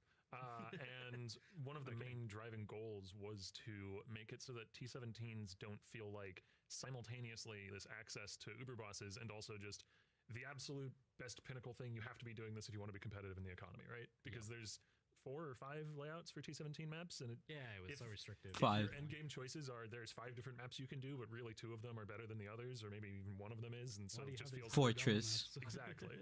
Barrels. So sure, barrels. And so one of the things right off the bat is I believe they now share the same mod pool as originator maps. Correct? Yes. I'm 90% confident on that. Yes, they do. Which helps bring them in line with originator maps. Yeah. And they are also, if you're eagle-eyed, you may have noted that they are on the outer corners of the atlas and not within the inner quadrants, which means they're not affected by the new Egan system. They're separate. Yeah, so if you want to be maximizing every layer of juice in the game, you are inherently not going to be in one of these new nightmare maps. You are going to be running originator maps within the Atlas quadrants to leverage the Egan system. And you're choosing between the two potentially. Yes. Yeah. Go ahead. I mean, ultimately they're still decent to run. They're not like just ultra trash. However, they're more towards the boss. Yeah. Killing the boss, getting the boss keys. That was the idea, right? To make them an access gate for... And they're more deterministic in that regard as well. Each of the individual nightmare maps is associated with particular Uber boss fragments. Right. So that's kind of to help give them more identity in that direction of it's the access point to an Uber boss. Yep. Awesome. It should be... Okay. It's definitely just much easier now if you want a specific Uber boss to go and kill that specific Uber boss, because you have the nightmare key is... it's a lot of keywords. It's like keywords, but it's like you get a specific map item, so to speak. You can run any of them, and then each of them generally are better at target farming a certain pinnacle. So, choice is up to you. And they don't have that, gotcha. this is the best juice in the game problem that they were, which is what was happening before, and so they were a bit of a chaos sink before. Is that something you're like worried about or monitoring? Like the idea of We're concerned on chaos on a couple. Chaos of is gonna One go up that, like and crazy. The second is, with no correct crafts, there's chaos sync. So Chaos is gonna go as we said, we're doing crazy. a bunch of changes around currency items and with the whole ground drops, and so I suspect what will end up looking like is we will be increasing other currencies over chaos, not the bad ones, other good currencies over chaos more, so that we don't just end up with the absolute infinite chaos. But I can see a world where Gotta write that there's down. going to be chaos will become less valuable this league. I don't see how I never can be certain with these things, but He's already I have a calling it. decently high level of certainty, unless I'm missing something here that without those two syncs, Sell chaos, sell chaos. Of chaos for sure. Yeah, Doug Sell has his chaos. portfolio now based on Mike's comments on the Dump Q&A. chaos Curious if us stocks. saying that we anticipate that will have any sort of impact on the actual Surely, early right? price Like, of it will. chaos. It'll have an impact for sure. Well, Right? We'll see. yeah. When it comes to economies, well. fields over reels, man. Absolutely. Yeah, I'm telling you now, your chaos are worthless. Yeah, we're moving. We're back to GCPs. Let's go. GCPs, Who knows? GCPs, the Maybe. trade currency. One thing, since it was just tangentially with the Keurig mission gone, there's a lot of mechanics that are capable of doubling or tripling up. So something like, say, I don't know, Settlers Settlers loot objects, like the mineable things. Yeah. So in most of those cases, I believe all, maybe most, the base scarab that adds that content just adds more of it now, because previously you could get more of it from the map device craft, and we wanted to keep the max you could get in a map the same. Yep. Oh yeah, they removed map device craft, which is actually absurd, by the way. It's just not what we want to do. Wait, how does that Happens work as for an accident, heist? Generally. Oh my doesn't- god. The point was to kill the busy work, and I'm here for it. Absolutely. Yeah, for sure. Chiseling maps isn't fun. Yeah. I've been saying this for years. I feel very vindicated right about now. Okay. Originator and memory maps on the other end of things had these weird pedal powers. Yeah, this question by Lighty is really good. What about map device exclusive What are you guys doing? crafts? Pedal powers, man? I mean, they're gone. Some of the benefits they caused are now on the altars at the when doing the Like the Ascended Trials and stuff like that. Imbued or whatever it's called. We were going through this the other day, like memory Imbued strands, Harvest. Strands, I think, are the thing memory of the lines, items. memory strands, memory tears. There's one of those. I as can't well. remember. So yeah, when running those, you can get them on as altar enhancements, and so the altars are kind of better. But yeah, no, Also, they were annoying. the memory Oh, cards, man. I think if I'm using the right term, the things Dude, you use listening to the Q&A, I get create so burned events out. for Like, story it's and just... kill the bosses to help Zana. This is a problem. Or to It takes to so follow Zana. long. The memory Like... lines things. Those are itemized now. Like, You it's can thus almost trade them to other 2.5 players, you can save hours them to since I use for later. started There was usually a streaming. problem with And where I if you were think I partway through started one of those streaming and you like got tired of running 15 it, minutes and you went back to before doing the it one live. Now you're just kind of locked. The until you live was complete it. 30 minutes. So itemization helps avoid that. Yeah, then you. You know, like 40 minutes maybe. Buy them, you can So that means they've been almost talking for 2 hours. It's like... And Just better. that means it's also not like, because this whole thing was like a weird thing. I don't even know like how it activated half the time, and it was like in a separate map device. Yeah, and guy. It It's feels like, more I'm connected to the tired, choice you're making bro. now, rather than just It's the all, thing. it's all the one thing, and you get to make that specific decision. Fantastic. We touched on Delve. That's good. I think we've addressed that one pretty well. So on that one, We're then, good, bro. Just we give have us a few patch extra notes. Random unsorted questions. Okay. I actually I don't normally include a ruthless question. Sorry, everyone, just block your ears for a second. One person asked me a ruthless question that I thought was actually intriguing. I thought I'd ask now. So in ruthless, you can't hide items on the loot filter, which I was surprised to learn. Made me laugh. Does it have to be like that? It's the idea was if that with ruthless really what a lot of what ruthless is a it's meant to mean that you don't have the whole items on the ground that don't really matter. Yeah. That was the vision. And so the idea was like if you have to use one, then we've failed. That being said, I don't think that those two, like I would be okay with enabling this, and I'll talk about it. And the idea really is that what I think loot filters can do very, very well. Well, I don't think that whether or not a player wants to hide an item, we should make them not want to hide the item in the filter. Like that's the failure, not no, we're going to make you unable to hide items. So if we're It's not the- it's succeeding not the in that answer. regard, You don't need that answer. then right? ideally when they're making the filter, they wouldn't have any hide lines, Yeah. right? That's us doing it right. So the fact that there are items wanting to be hidden isn't doing it right. But more so, the thing the filter does really, really, really well is improve, the formatting, highlighting, what's escalating levels of what's Dopamine important, levels, yeah. all of that stuff very, very well. And as I'm saying, these things don't have to be at odds with one another. Like, you can do Oh the my drops right god, and dude. just People still are gonna go fix. crazy with the 6-7. I think me from 2 years ago wouldn't have given the same answer to that, by the way. Certainly, it is a philosophy I've changed. Like, Nice. it might have even been me that said, no filters and ruthless. I don't remember. So, like, I'm certainly okay with it. And I think if that point where people are going, oh, I'm going to hide all this and this and this, then we need to be doing more work on the item system in that regard. Which is a universal thing. That's not ruthless specific, right? As I said, if everyone's hiding all the rare items, then we're failing on rare items. That's a problem. However, and that applies to a bunch of things in the game. It's like, why are we dropping so many items if the general is no one wants it? Now, obviously, some people might not, and that's where that comes into play. All right. End of the day, I would expect it to be. I don't want to have a specific philosophy there because I think that at the end of the day, if we're like, we don't want you to be able to hide items, that's our fault for making you want to hide items. That's not your fault. So you shouldn't have to have a bunch of stuff on your screen that you don't want because of that failure of ours. So.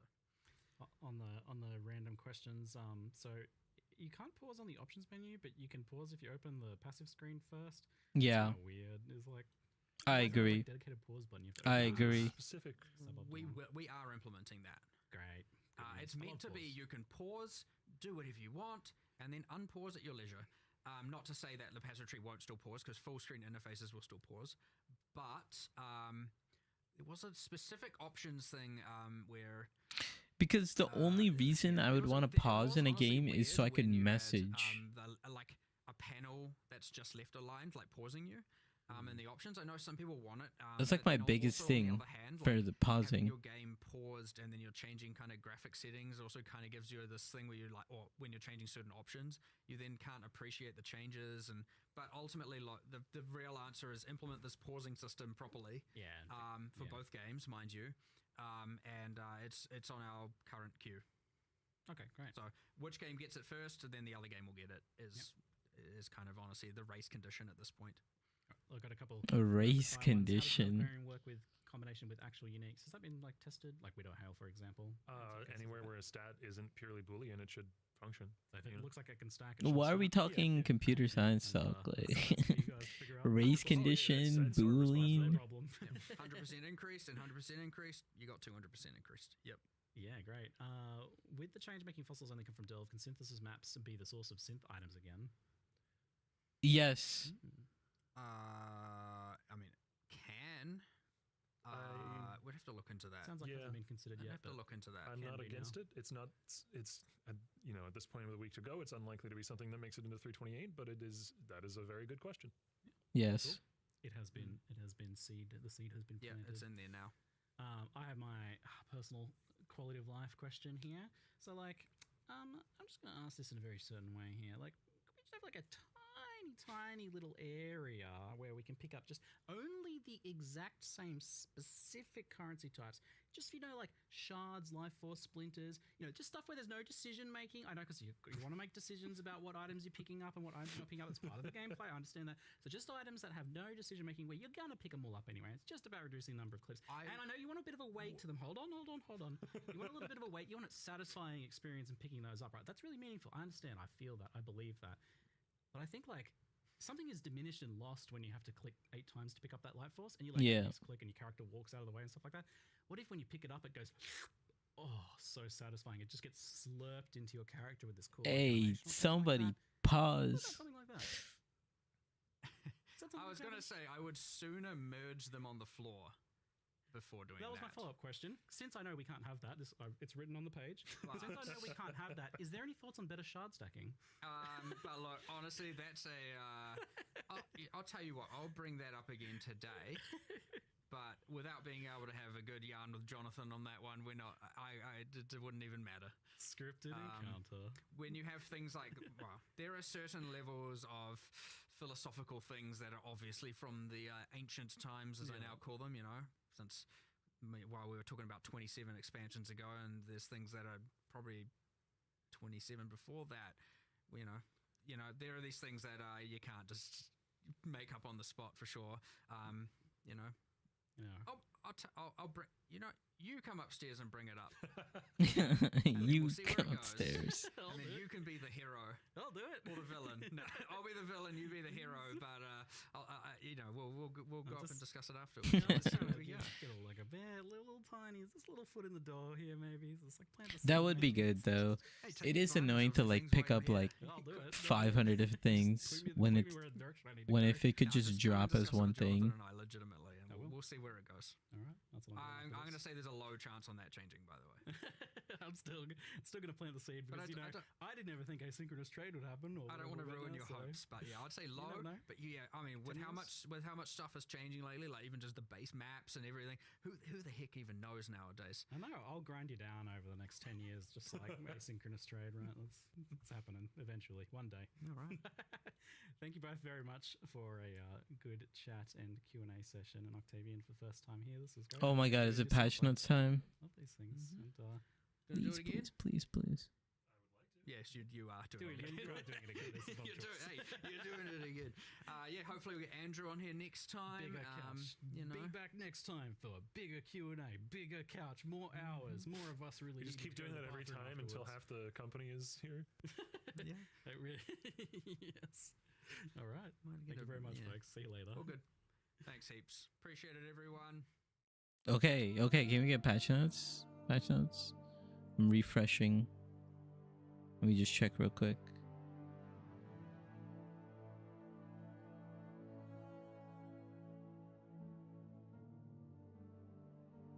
See, like the main thing, they don't have the content. Okay, well it is here now. Okay. Let's take a look. Finally, we get to see it. I need to look at this league mechanic again. I don't really know what's happening. I know, yeah, like you create this like little portal, I guess, and you go through and it has an alternative version of the map where you could do like an alternative league mechanic. Meaning, like, let's say for Blight, for example, like if you do Blight and then you pop the Mirage, you go through the Mirage and there's another Blight encounter, and then there's like some specific items that could drop from there, like certain base types. So, I mean, I'm just waiting for patch notes at this point.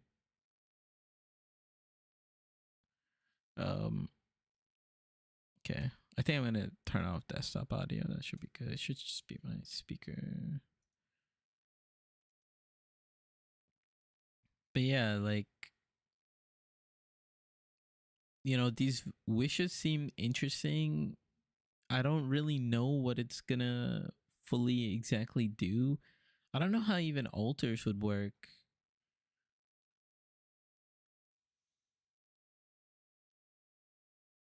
I don't know my plan. Like, I think I don't even know how to get like heist currency. Like,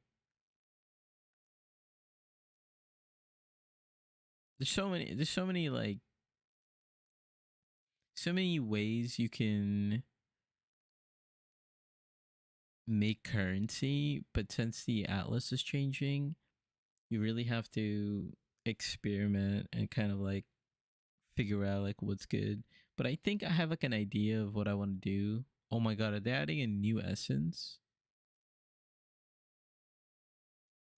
So yeah, this is what I was talking about. Like, you can empower the leagues via the Mirage. Like, when you go through this portal, you can empower a league mechanic. Let's see what this essence does. 1% chance to deal double damage against enemies for each type of ailment you have inflicted on them. Okay. And then for two-handed, it's 2%. Okay, interesting. Where would that be good? I guess like free shock, chill, stuff like that. Let's see what else. +6 to the level of socketed gems while there's a single gem socketed in this item for helmets. That's pretty insane.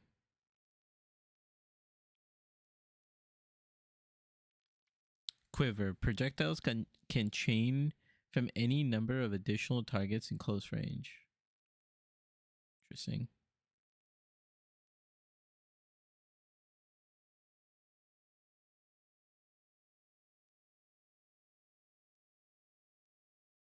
Belt. Equipped magic flask have 30% increase effect on you if no flask are adjacent to them.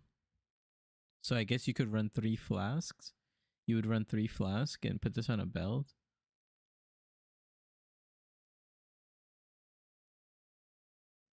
Very interesting.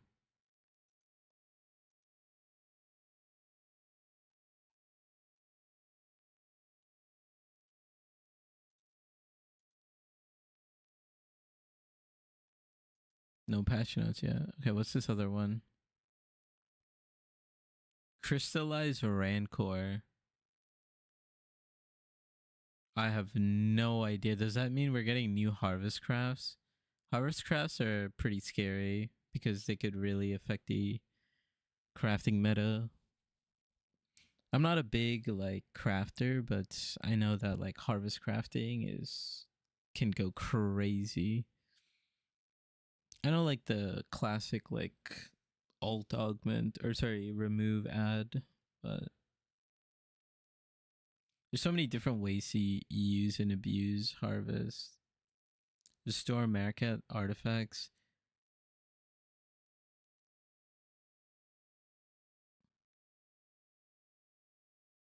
Restores a fraud unique. A Farud? What is that? A Farud unique item to its past market form. So you have this. This is the classic unique. I've never seen this item before, but then you use this coin of restoration and then it becomes this.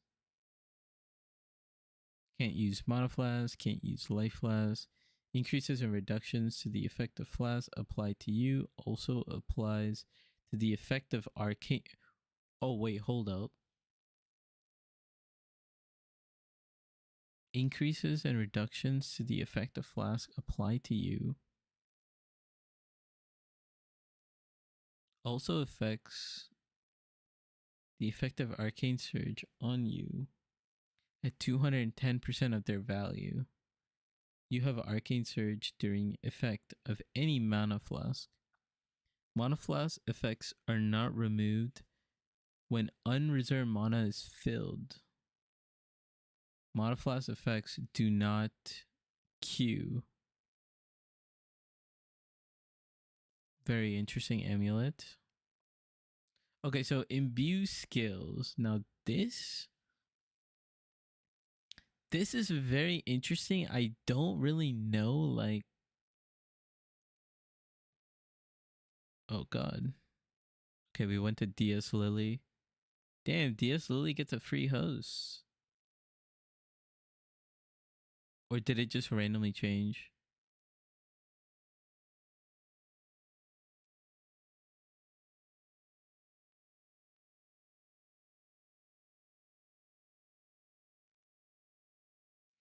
Okay, we'll just stay here just to see when patch notes go so we can check in. But we have imbue skills. Imbue skills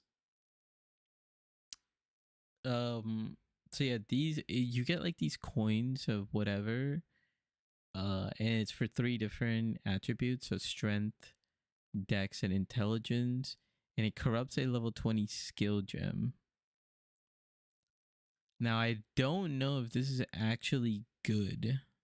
This you have to do so much math to well actually it's not so much math, but you know you have to math this out because you don't get the +1 level but what you do get is a random support effect. I don't know what we could potentially get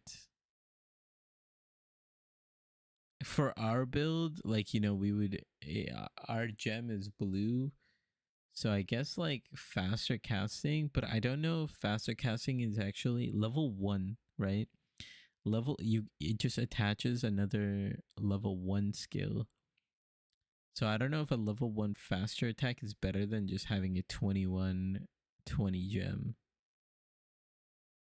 So this will be interesting for sure. This guy is pretty sick. I loved his entrance.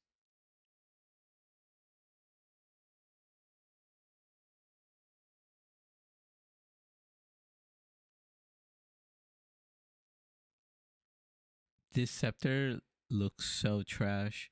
I have no idea what suspend in time is. And then we have a couple of light skills. Holy Hammers, Divine Blast, Holy Sweep. Looks pretty cool.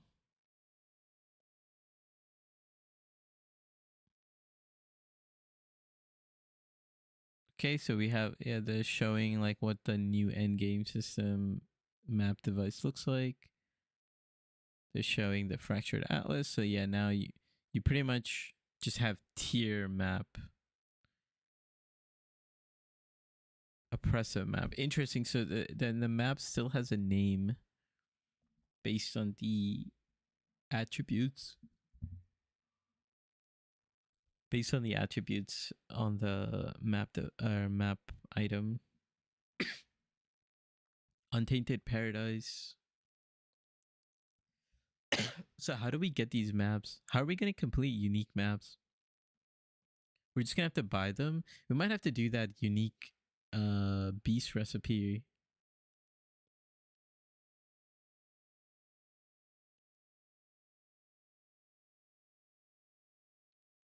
Shaped regions. In this expansion, you will continue helping Egon in his search. Oh yeah. How do we get this? And you will uncover shaped regions. Unstable areas across Egon must quell. Okay, so it's just how do we get them though? Shaped regions apply a baseline effect to every affected map, and each map within the region has a specific completion condition.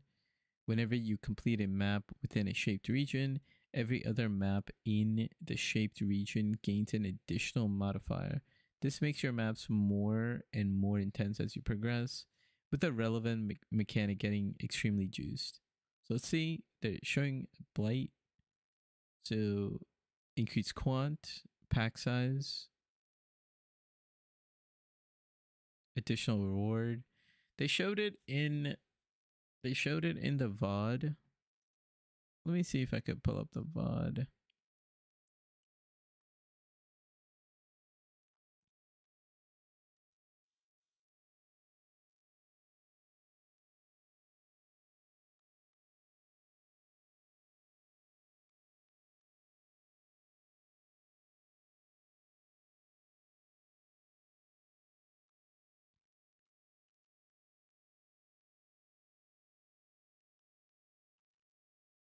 So yeah, here. So they you put the blight on. This gives you increased pack size. Also, they mentioned, so like, let's look at this for example. Whatever this blue one is, it's better to go around, and not cut off, not through. Like, you wouldn't want to do these 3 maps first, because then you would cut this map out of the loop. You kind of want to do the outer maps and then go inwards, because the effects will transfer over to the next one. So here you have a blight region, you do the blight map, and now you see how this region got completed. Now, if you do this region, you'll cut this in half. You never want to cut. You want to like go around.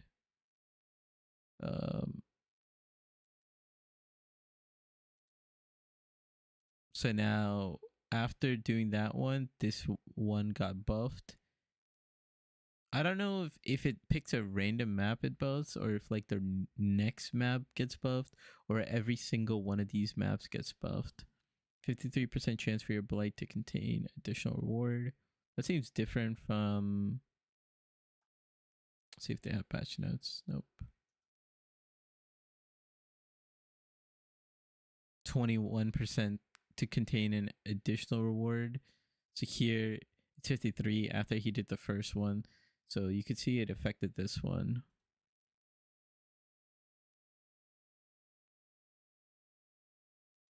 Okay, now he did that one. So now let's take a look. Blight trust in your maps have 25% increased chance to contain an oil. 34% increase for rarity of items found in your maps. Your maps contain 3 additional strongbox. Okay, so it could also just not be related to blight at all. Your maps contain blight encounter. 157% chance for strongboxes in your maps to be unique. Very interesting. And this is the final one. So he did all of these, and now we have the final one. 32% increased divination cards found in the area. 20% chance blight to contain an additional reward. 30% more currency found. 32% more scarabs found. Blight chests in your maps have a 15% chance to be openable again. Your maps contain a blight encounter guaranteed. 5% increase pack size in your maps.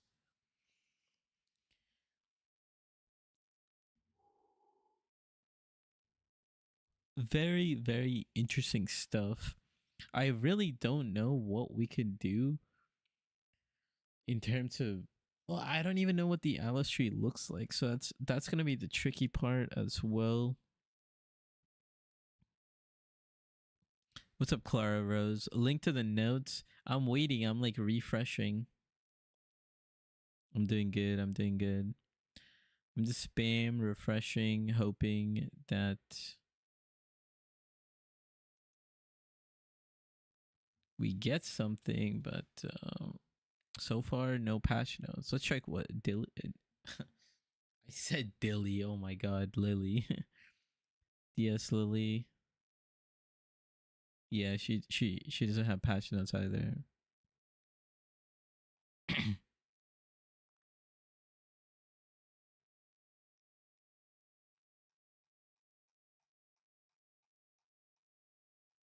But pretty cool stuff. What else do we have? The shape regions, treasure awaits. Once you have successfully fully completed a shaped region, Egon will be able to bring you along to a memory vault. There are 4 vaults to explore, with each of them holding powerful rewards for you and scraps of lost knowledge for Egon. Okay, so shaped regions is what we want to do, and then after we do them, you know, we get some more extra loot. They showcase this a little bit. Let's take a look. So here it is, right? So after you do it, you go talk to Egon, and Egon will open a vault. So it doesn't look like we get to choose what vault it is. Then we go into the vault itself.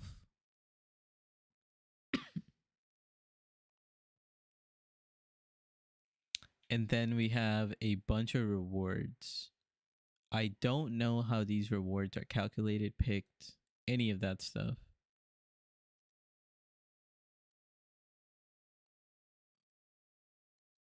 You know? So you got a void battery there, and then this one, he got a divine orb. So I guess it's just random. And this keystone is very, very good. I don't know where it's gonna be on the Atlas tree, but it allows map objectives within a shape region. Instead, collapse a different map within the shape region. So what that means is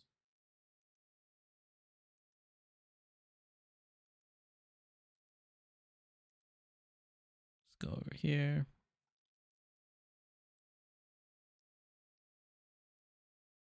Okay, so you have these shaped regions, right? So let's say you wanted to do this map and this map only, or Necropolis. Let's say you want to do Necropolis only. With that keystone, you just pick Necropolis and you just keep doing this, and these outer regions will condense into Necropolis, and Necropolis will be your final map, and you could just keep running over and over again. Pretty strong, since you know when you first influence, where is it, when you first drop this blob, as they like to call it, the astro, let's just call it astro blob, you will influence that area, and then yeah, then you could do a bunch of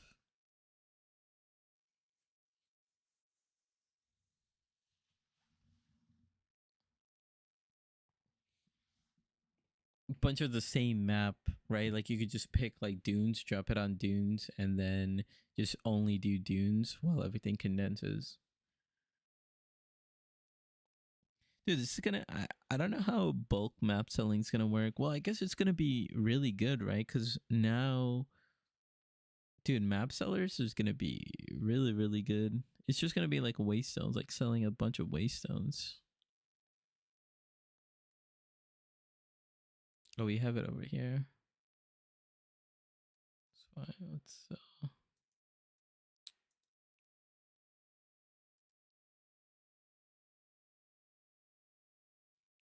last time patch notes came out at 6 o'clock, but now I believe everything shifted up an hour.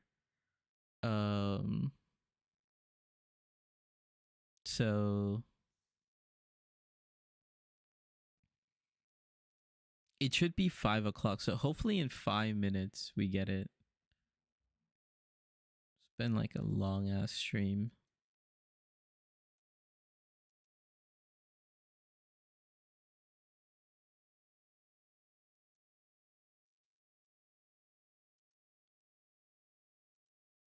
Okay, what else do we have? Treasure. Okay, and then we have exceptional support gems. Now, the other, this is different from what we were seeing over here. What's this called? Imbue your skill. So this is corruption.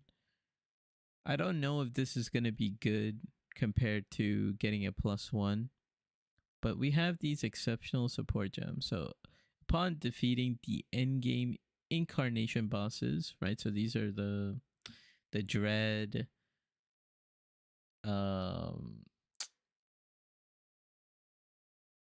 neglect, whatever they're called. So after beating the end game incarnation bosses in Path of Exile, Mirage, powerful new support gems will begin dropping from specific Atlas bosses. Okay, so after you beat them, then you go fight other Atlas bosses. So it's very important to actually go and beat the incarnation bosses. These new support gems are categorized as exceptional, which is really weird because exceptional gems currently are enhance, empower, and lighten. Those are the only exceptional gems. So I guess I don't know how this affects this keyword here. Being a significant expansion to that class of support gems. Exceptional support gems are more transformative, offering an additional way to customize your build in the late game and extending character customization even further into a build's life. So let's take a look. Okay, so these are just lineage support gems from PoE 2 that they're bringing into PoE 1. Eclipse support. This gem gains 100% increased experience, +1 to the level of supported skill, +12 to the quality of supported skill gems.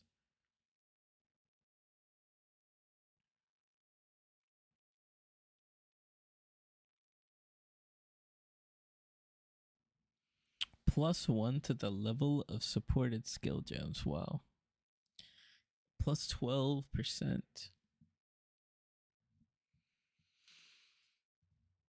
Wow. Is this white? It looks like it's white.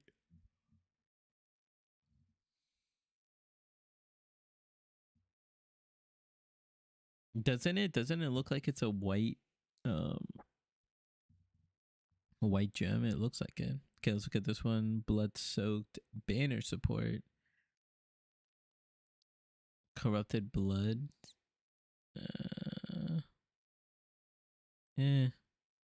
Hex toad, they showed this. You drop like a curse and then like the toads go out and explode. This could be really, really cool. It could be. It needs some like needs some knowledge, you know?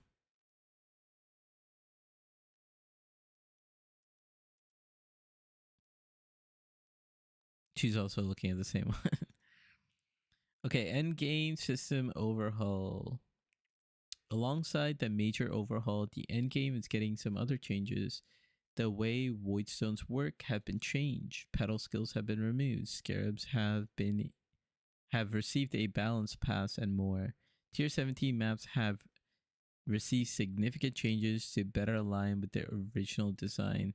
They are now called Nightmare maps and are now tier 16, with their primary purpose being to obtain Uber boss fragments. Okay. So Voidstones, so this was very interesting. You know, it says 25% chance to have either Shaper or Elder influence when opened. What does that mean?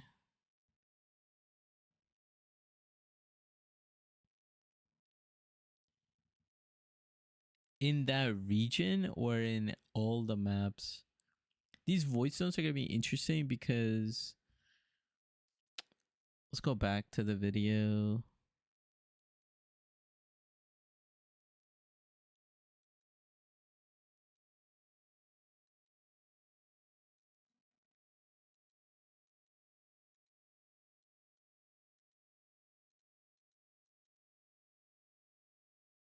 I don't know where it's going to be.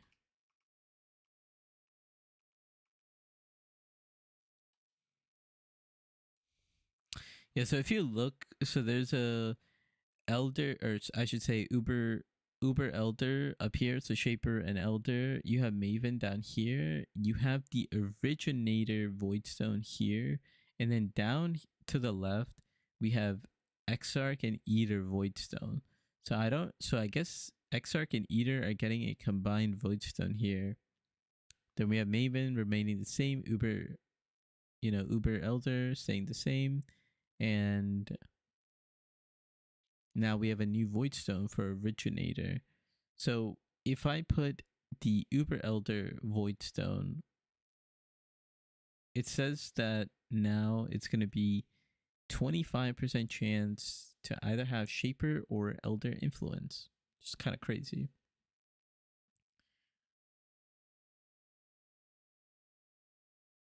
I don't know what that means though. Like, is it for all maps? Like, does that mean if I put in a Voidstone, I am permanently running a 25% chance to get a Shaper or Elder influence on any of my maps that I open?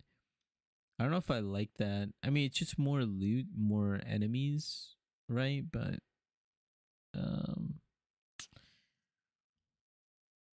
like Elder mobs are annoying, Shaper mobs are annoying.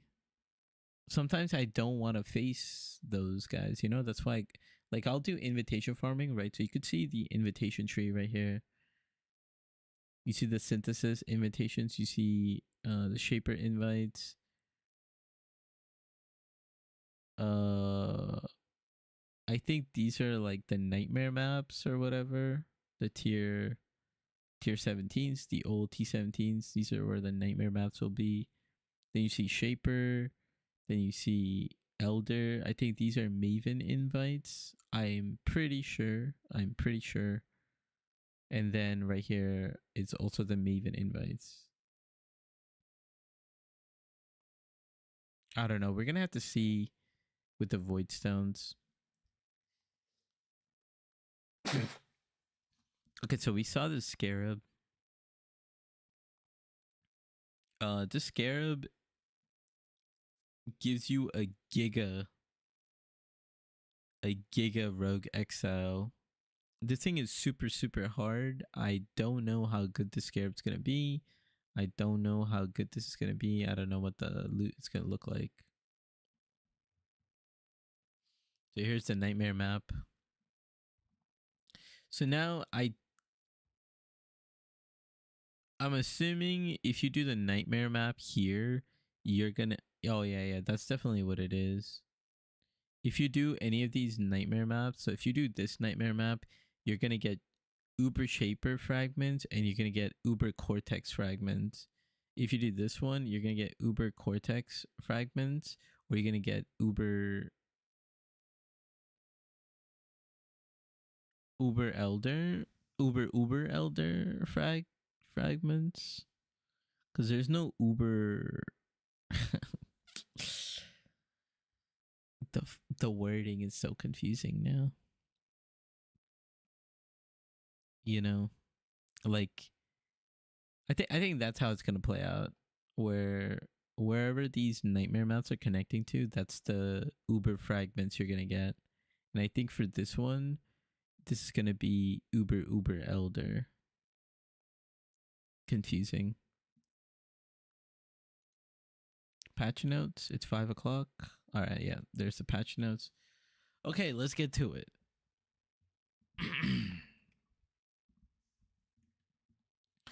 Let's get to it. Let's just see if we have any of our stuff. Let's take Ice Spear. Ice Spear is not in here at all. Let's get Freezing. So Freezing Toolgraft. Freezing Shrine. Okay, nothing in here. Let me timestamp this.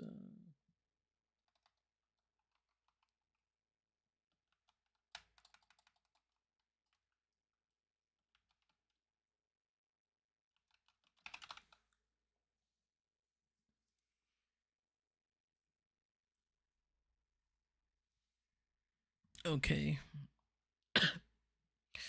So I don't see anything about that. Let's just look at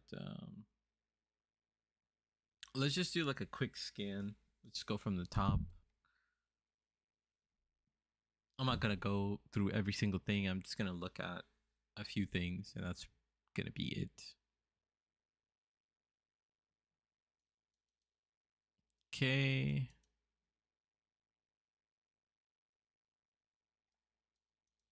So you're gonna get some armor set. I don't think I saw what the Mirage outfit was, etc. So we got a new ascendancy. It's gonna be for the Scion. We got these new exceptional coin of knowledge, which corrupts the 3 different coins that we talked about that corrupt all the attributes. New skill, Divine Blast, Holy Hammers, Holy Strike, Shield of Light. Okay, Shockwave Totem of Authority. This is a new Transfigure gem. Basically makes it so the earth shakes around you instead of the totem. I don't know if that's good.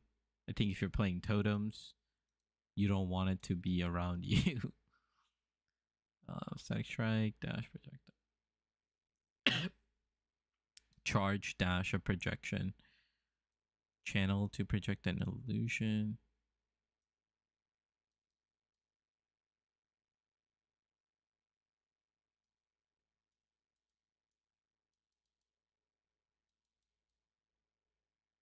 I have no idea what this is going to be. This looks crazy, by the way.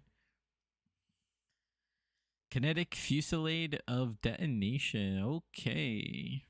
Wave your wand to create multiple hovering kinetic projectiles. After a short duration, the projectiles explode, dealing area damage. Using the attack again will reset the duration of all hovering projectiles.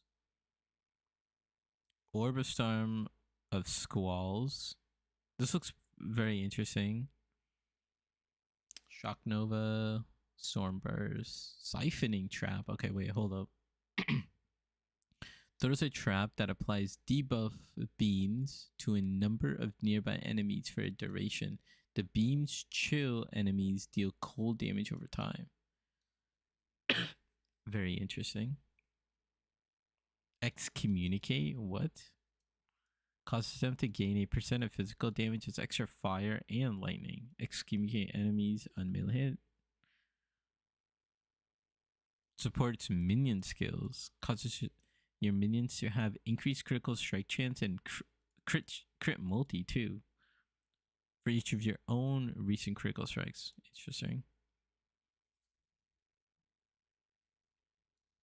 They added some 10 new rune graphs. 13 new uniques, 8 new divs.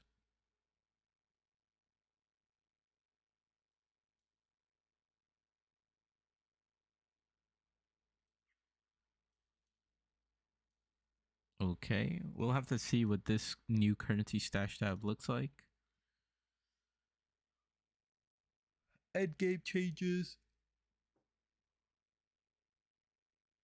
So we talked about the tiering, right? So you're just going to be tier 10 map, and then you could place it in any of the maps.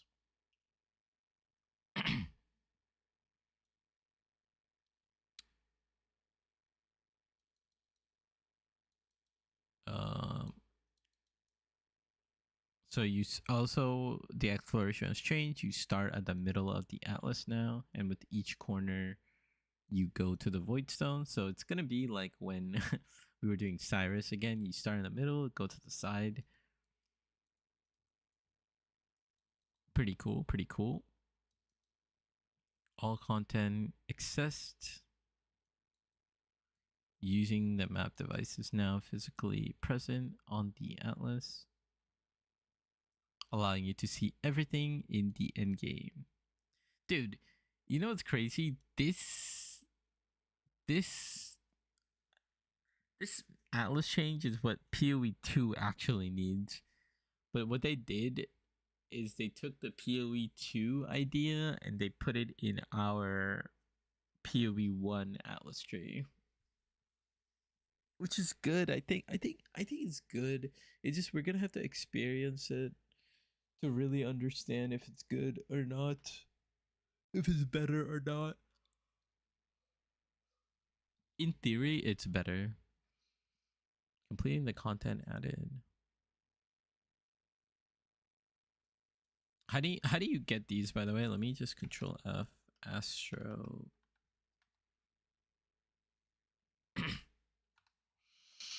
So Egon has a new goal and is determined to stop Zana traversing the threads. Okay, so that's what she's doing. Okay, that weaves the atlas together and severing them.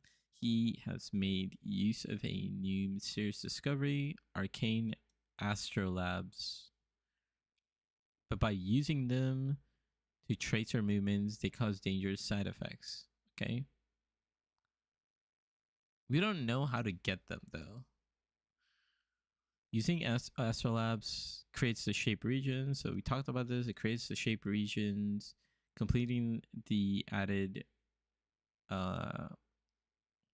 content added by the astrolabs will remove the shape region's influence from the map. Upon doing so, every other map remaining in the shape region will gain an additional modifier.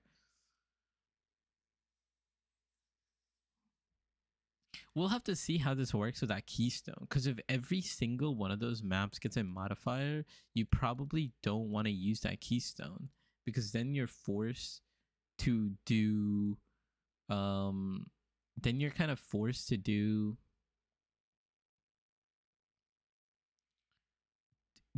you're forced to do your map, but there could be other maps that get a better modifier. So you actually want to use the real meta would be to actually put these astrolabs in a specific location where there are like a cluster of good maps or like good enough maps, right?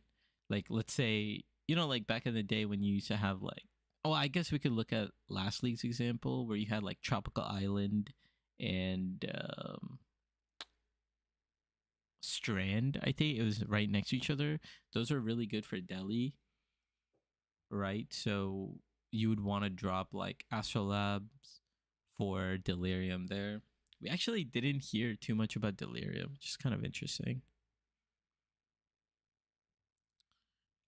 And then also after you fully complete them, it gives you a vault access, which they didn't talk about here, which is kind of interesting. Oh, it says it right here. Once you fully complete it, you get one of the 4 memory vaults where there are powerful rewards. So this is going to be how you make currency this league, and this is what you're going to be after. Yeah. We need to see the Atlas tree as well. I don't know when the Atlas tree is going to be there. Interacting with the map device now opens the Atlas screen. Clicking locations on the Atlas will allow you to use a map and any fragments. Certain locations will require special map items to access, such as unique maps, Shaper Guardian maps, Nightmare maps, Fall Temple, and locations requiring map fragments rather than map item. As you can now run any map with a map item. The favored map system has been removed. Okay, so the favored map system has been removed. So there's no longer favored maps. I mean, you don't need to do favored maps now.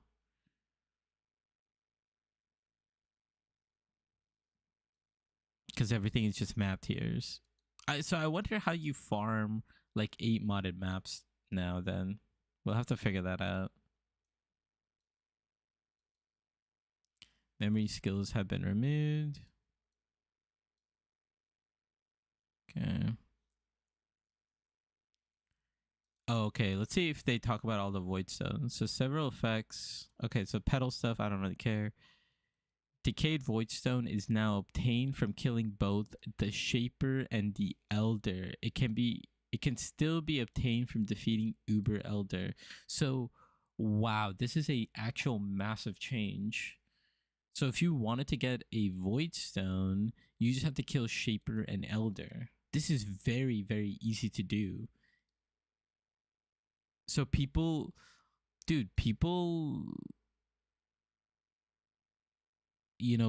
are probably just gonna ask for Shaper carries more. Like if you're doing carry services, I mean, I guess you could still play.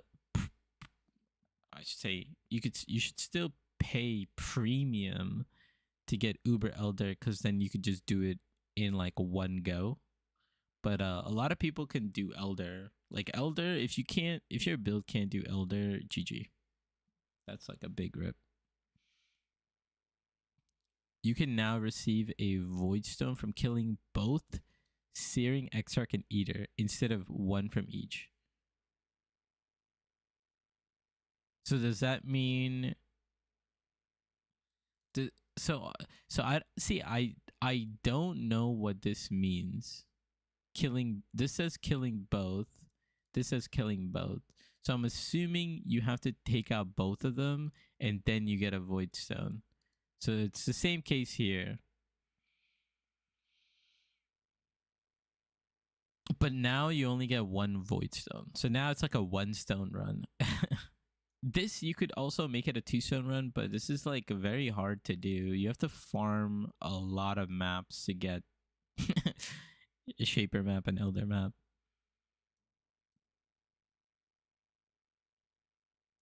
The extra Void Stone that this leaves is now obtained from killing the Incarnation of Dread. So you have to take out Incarnation of Dread to get the final Void Stone. You're probably going to find carry services for this then. Memory of Loneliness, which adds a memory thread that leads to the incarnation of neglect, trauma to fear, reverence to dread. Again, these naming conventions need to change, but it's what we have. Okay. So yeah, nightmare maps. Oh, completing each nightmare map will actually give you a skill point. That's actually pretty big. That's actually pretty big. Slightly increase the reward values of originator, nightmare maps, pack size, rarity, more currency. Reduce. They reduce the values of more currency, more maps, or scarabs. Interesting. So they did like a nerf.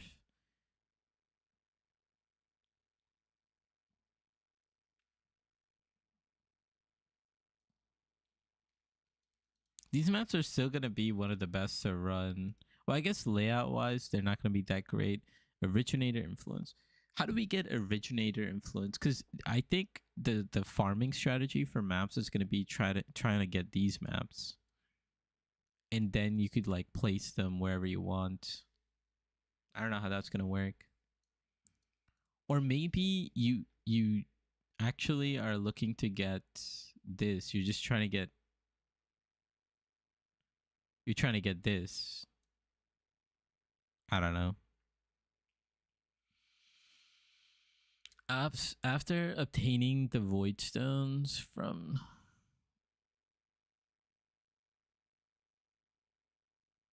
killing incarnation of dread, items with memory strands will now be able to drop from all maps ran on the atlas. Wow.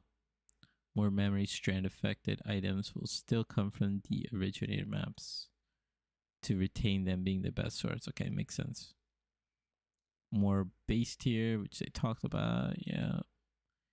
Okay, Uber bosses now only require 4 fragments. 4 fragments. That's actually big too. All Maven invitations are now accessed through Karak rather than some being quest items you place into your map device. So if you want to do Maven invitations, you still have to go to Karak. That's fine.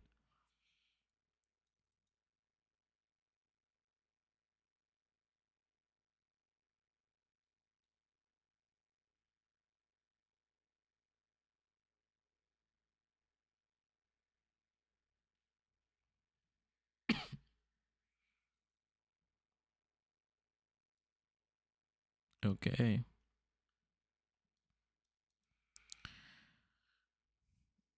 Oh my god. Oh my god. This is such a big change. Elder, Guardian, Shaper Guardian, and Conqueror maps always generate on tier 16. Oh my god.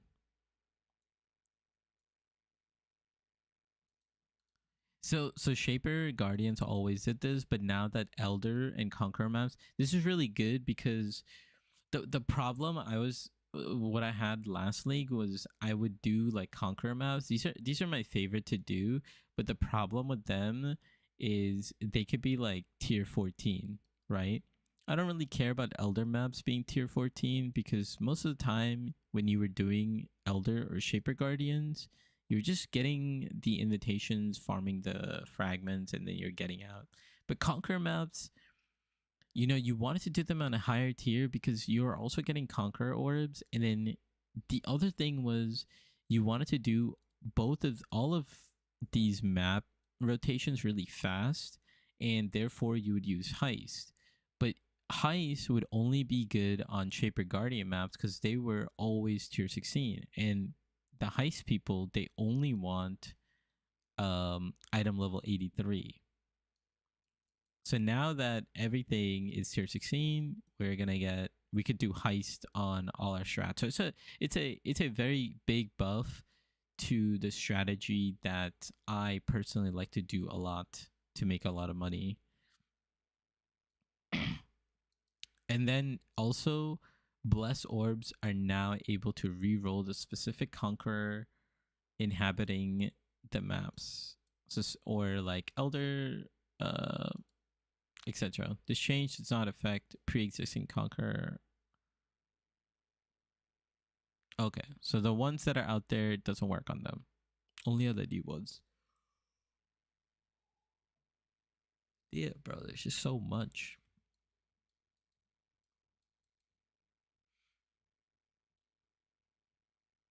So it, I don't know why it didn't say Shaper Guardians, but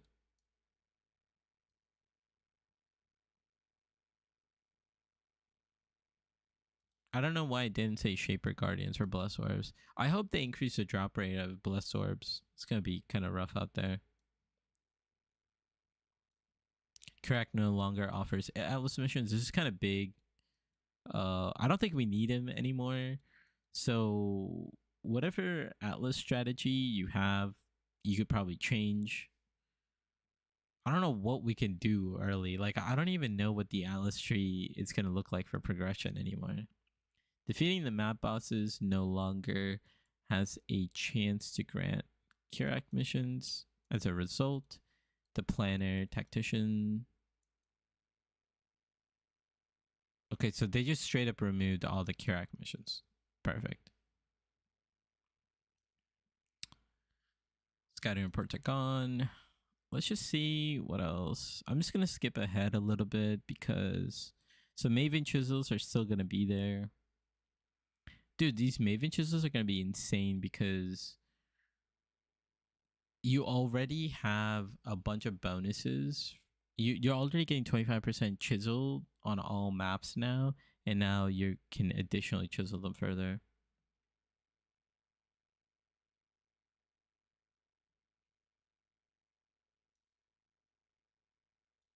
Chisels now always apply 20%. So now you need less of these too.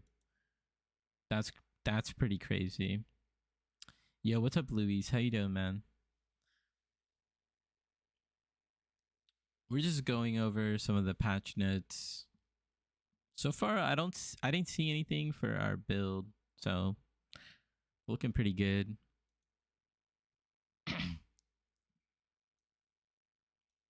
Okay, so what else do we have?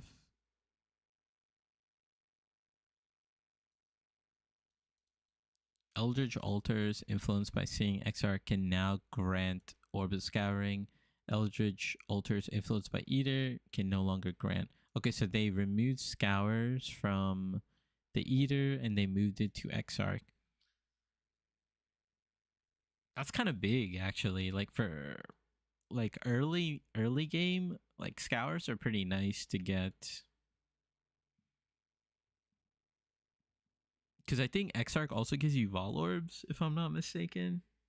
It gives you now. It gives you Chaos. It gives you Vol Orbs, and now it's gonna give you Scours too.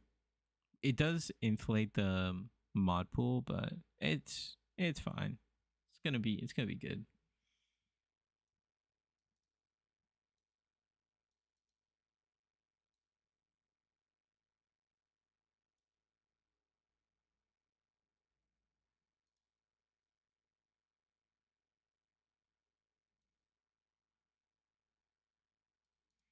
Okay, so they nerfed Blightheart Scarab. Blightheart Scarab was good, but it wasn't like a mega good. That's kind of sad. We're yeah. This is like a good early game strat, and then a very very strong late game strat. And the reason why they nerfed it is for the late game strat. You would pop one of these, and then you would pop the invigorating scarab or whatever it's called. Horn Scarab of Awakening now grants tier 16 plus areas contain that. Horn Scarab of Awakening now grants tier 16 plus areas contain the bosses from a random Maven invitation. What does that even mean? This scarab has a lot of meaning, okay? And this scarab could be insane. So when I usually do invitation farming, I pretty much like don't use any scarabs. And the reason for that is we don't need anything, like none of the scarabs are like that kind of worth it, right? Like you could put like Nico to get packed with energy, and that's pretty much it. But this Scarab, like, my first initial thought is, okay, it's probably just gonna allow you to get like other guardians. But if you can get other guardians, are you getting their witness too?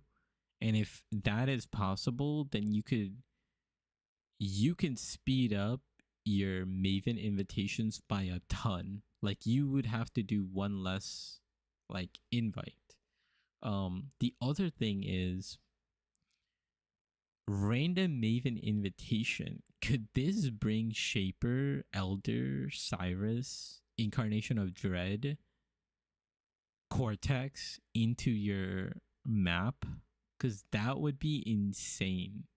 That would legitimately be insane. This Scarab is special. Okay, this Scarab needs some testing. It needs some looking into for sure. But it's a horned Scarab, so I'm assuming it would be expensive.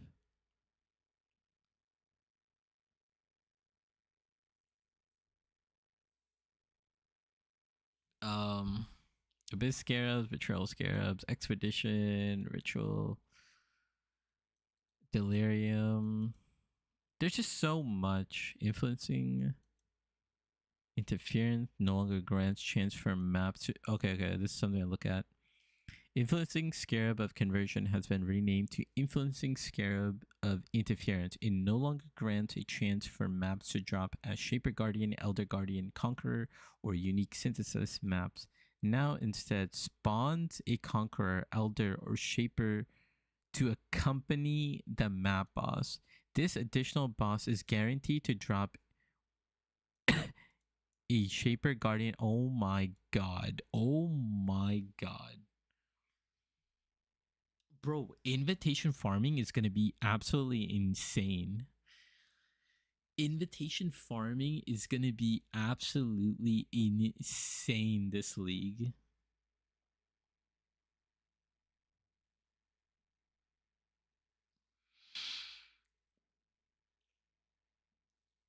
Invitation farming is going to be insane this league, because I think it also depends on now instead spawns to a company. That's crazy. And then what does this do from a random Maven invitation? I don't know. So we might be able to combine Horn Scarab of Awakening with Influencing Scarab of Interference. Dude, this could be crazy strat. This could be a crazy strat.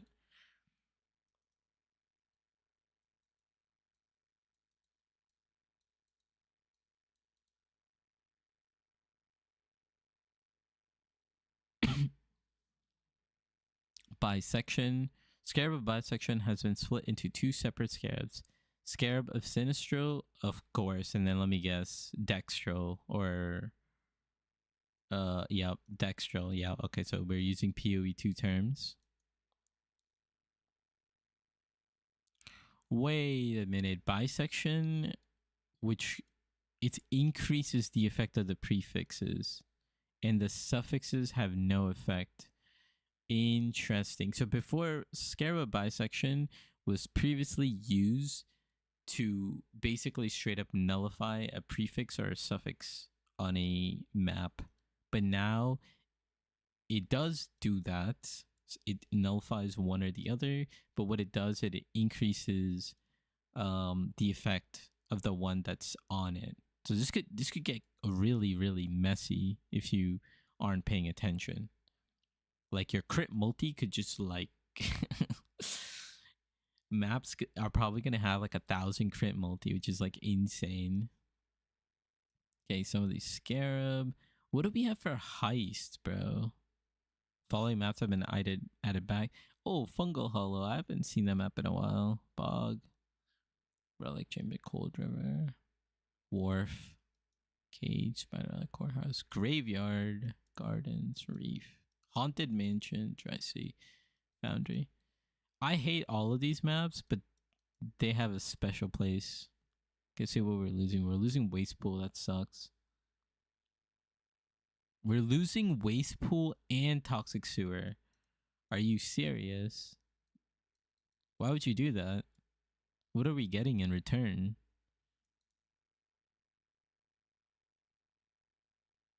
Wow, interesting. Interesting. They're removing Toxic Sewer and Waste Pool. These are like one of people's favorite to run Blight in, like Toxic Sewer and Waste. If it's not Toxic Sewer, then they do Waste Pool. Estuary's gone. Channel Glacier is gone. Wow. Underground River is gone. It's a pretty good map. I think this is one of the maps that has like a very very high loot monster pack size.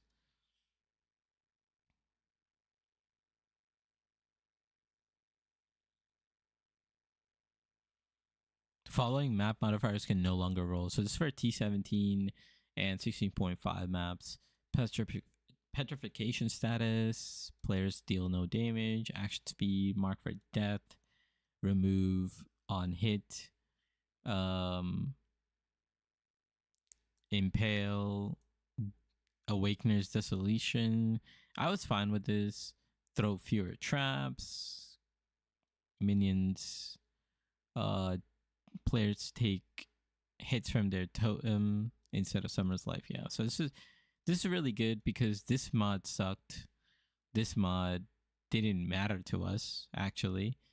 Action speed sucked. Mark for that sucked. On hit sucked. Impale sucked. This is okay. This is okay depending on build. Some of these like 100% bricked builds. Shadow Shaping removed. Bold Undertaking. Singular Focus has been removed. Interesting. How are we going to farm 8 modded maps? That's going to be interesting. Bold Undertaking. I don't remember this one.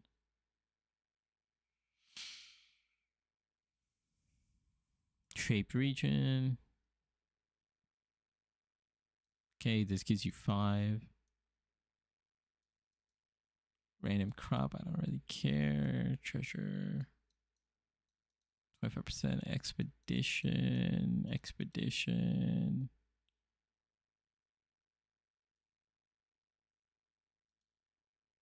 They just renamed this one. And 3% increase effect. I don't know what it was before. Per fragment. Oh. I think they reworked it. So you could add like more fragments into your maps and stuff.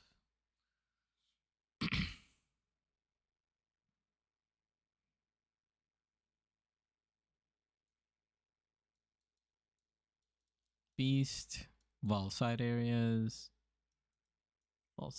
Blight, spawn 150% faster, previously 100%.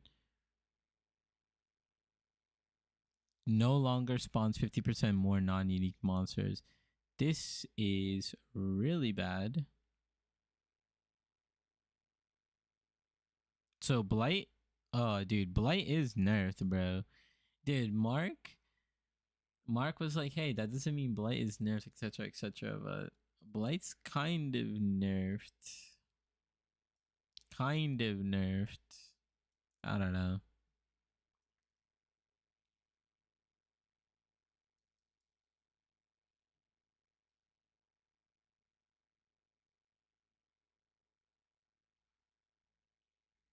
Oh, okay. So we're getting more unique monster spawn here, and so they moved it.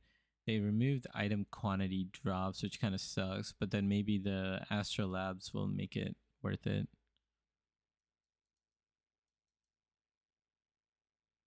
They nerfed how you get sulfite freely.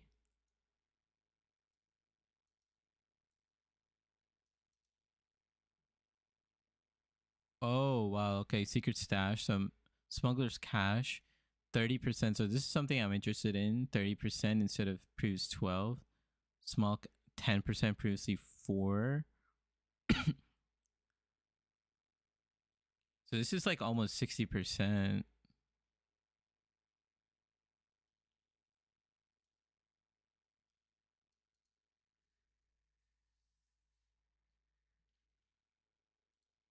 Secret stash. So I think we could guarantee heists via the Atlas tree.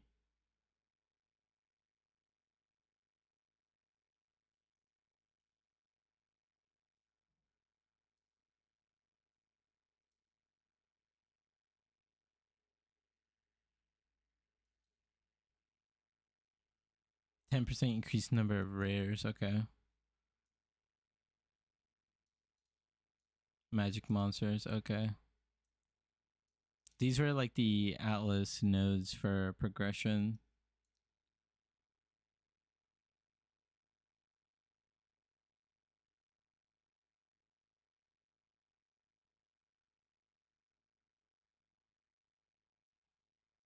Okay, so more chance for the Ascended Trials.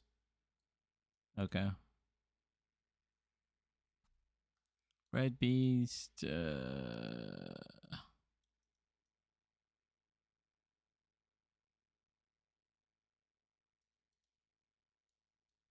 What does it say? Small passives leading to the friends at high places now grant the following instead of highest contract level chance. Highest contracts found on your maps are more likely. I don't know what this means. This is too much words. Small passive leading to no honor among thieves. Your maps that contain smuggler's cash now have 20% chance, previously 10. So I think this is how you get like 100%. Now has your maps contain smuggler's cash have 15% chance to contain.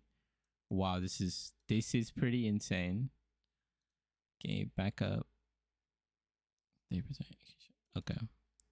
So heist, I think we could guarantee heist. So heist will be still really good in T16 maps. This is gonna be like a pretty good way to make some like early currency. Just sell like deception contracts or sell blueprints. You know, the blueprint one didn't get changed. Let me just type in Harbinger rewards. Harbinger's removed. Okay, yeah. Heist. Okay, so we saw this. This is where we were at.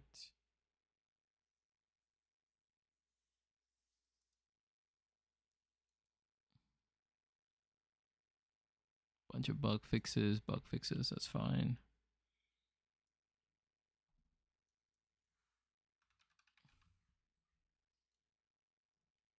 Okay, so these are all the smuggler cash exchange. So I think we're just gonna get 100% chance to get heist on the map, but I think heist contract prices are gonna be high because they're removing heists from like the map device. There's like nothing in the map device now that gives you like extra chance or additional things on the map device, right? Like for example, you can't get 2 additional legions, for example. You would just have to use scarabs, etc. So well, actually that's another gold sync that they're removing. Or sorry, chaos sync. They're removing chaos sync there. They're removing chaos sync in reroll like T17s. Chaos is gonna be like 200 for 1 div like by day 3, I think. Chaos is gonna be really, really bad this league. Keeper's going core. Yeah.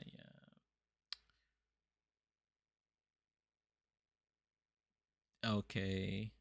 Harbinger is removed. Got it. Fracturing orbs, ancient orbs are now common drop pool. Orbs of Horizon, Harbinger orbs, engineer orbs no longer can be obtained. Good. These were like kind of pointless. I don't know what these are. These are all like Harbinger changes, and honestly, I don't even care about them right now. League changes. Calgary, Newport. Ores and bars will now return currency items. So this is an interesting change because previously what you would do is you would go into King's March you would set up the crops and use your gold to farm crops, and at the end of the week you would send out a 50 mil shipment with your crops. But now crops will give you items and ore and bars. This is what you do while mapping. Can now return currency items. Yo, what's up, Green Viper? How you doing? And then the favored resources can be re-rolled for 15,000 gold. I don't know how good that is. I genuinely don't know how good that is. So ships from King's March to Karui will now grant specific tattoos. That's the other thing, is like specific ports will give you specific tattoos and rune graphs. So that's pretty nice. My mic is really low. I'll turn it back up.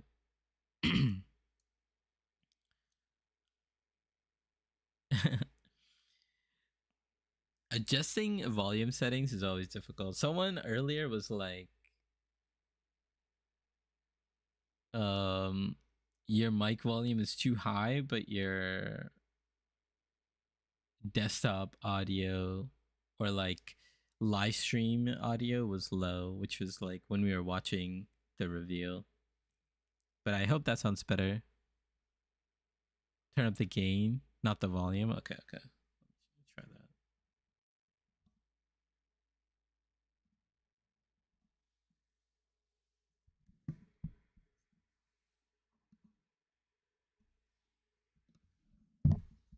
It could also be like the way I'm angled right now, because I've been like moving my mic around. Ports no longer have a bias towards a specific type of currency. That's pretty good. That means you could just send, if you're just doing currency strat, you could just send it to any port. As a result, they can smelt ores into bars twice as fast, but will charge more gold. So there's a more gold sink. Okay. So the farmers are going to be cheaper. I think you don't even set up farmers anymore. Unless you're playing SSF. If you're playing SSF, you can do this. Due to heightening danger within the Atlas, King's March mapper goals have been increased. Okay. So the mappers' gold have gone up. Smelters' gold have gone up. Ores and bars will turn into currency.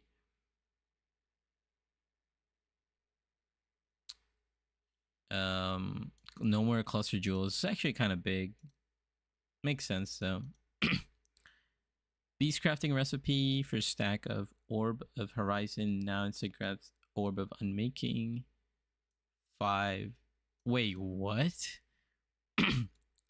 Beast crafting recipe for gaining 5 Kurak missions. Now instead grants Nightmare map. This is pretty big. Okay, now this one gives you Scarab instead of map crafting options. Beast crafting recipe to increase level of non-corrupted by 1 now adds 500 million XP to an exceptional support gem. Oh, that's a big thing. That means maybe simulacrum farmers are gonna like this, because now awakened support gems, you have to level them manually. Beast crafting recipe to reroll an awakened support gem now sacrifices an exceptional support gem for 3 high-level, high-quality support gems.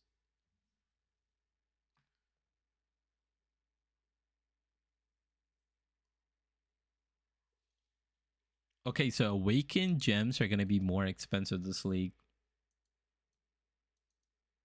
Because, yeah, this thing only adds to exceptional support gems. I still don't know if Empower, Enlighten, Enhance are considered exceptional with these new exceptional support gems. So that's something to look into. Betrayal, I don't really care. Delve, we can take a look. It's short. Map owner gains 150% more sulfite. have been increased, getting to roughly double. Okay, so you get double sulfite. Fossils are going to be huge because it seems like they are making it so that fossils only drop from Dell pretty much as possible. If this is the case, you know, second week of the league, doing delve will be kind of fun. You'll be delving this league. Yeah, I think our build should be able to handle delving. We do a ton of damage, and splitting projectiles is going to absolutely destroy delve. So I think delve could be very interesting.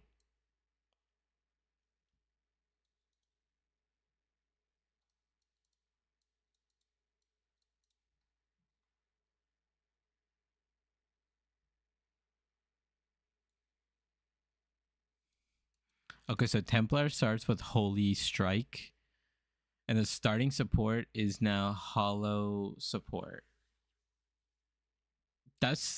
This actually kind of interferes with our Rolling Magma. The support, but it's fine. Rolling Magma is strong enough where you don't need a support gem.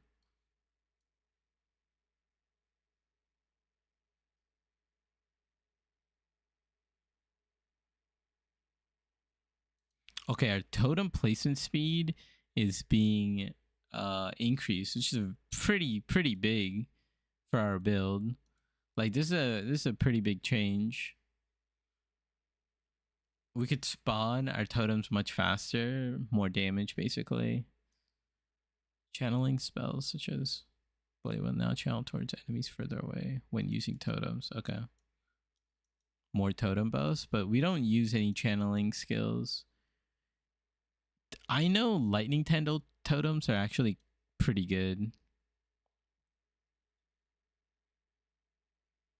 Wow, they nerfed the energy shield.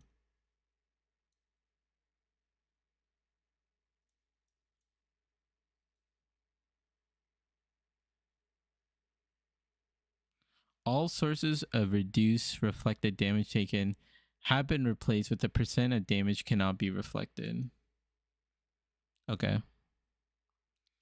I wonder if this still works on totems though, because previously it did not work on totems. They're changing some skills. Let me just see if any of these Holy Flame totems, you know, like we gotta just look at the ones that we care about. Now fires 3 to 6 projectiles at gem levels 1 through 20. Previously 3 at all levels. Oh my god, so we're getting buffed. Our leveling is getting buffed. 3 to 6 projectiles? That's crazy. Holy Flame Totem of Irie now deals 20% more damage at all levels and has an effectiveness of added damage of 40%. What was it before? Let me see if I look it up.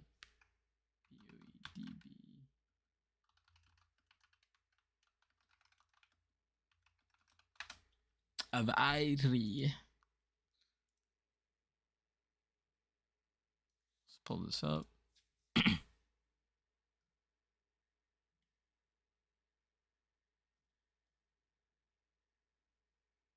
It now has the AoE tag. Wait, which one? Wait, hold up. Wait, let me read that again. Now has the AoE tag. Now has the AoE tag. Does that matter? Hold up. Let me pull up. Let me pull up Path of Building.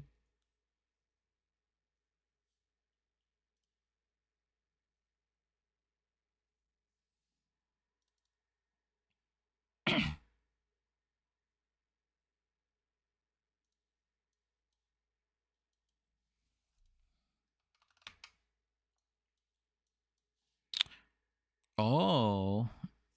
If it has the AoE tag, we could get a bunch of damage from these nodes. And area of effect.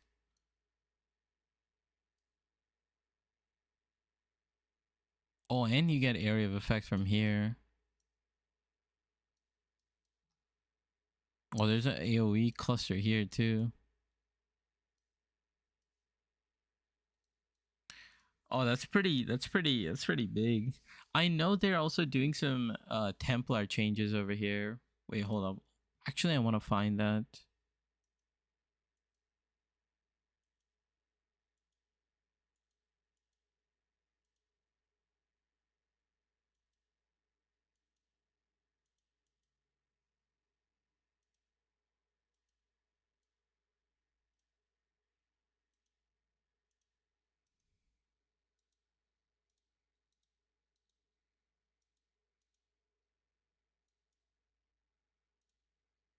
Where did they talk about the Templar change?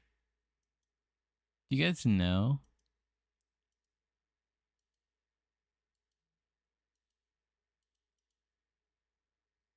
You gain AoE on multiple places on the living tree. It's almost 70% buff for Hierophant totems for leveling with Flamewood. That's pretty crazy.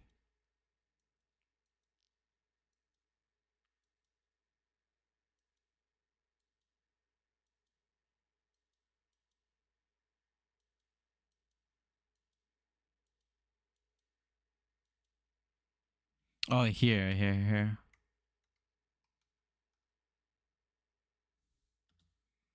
Okay.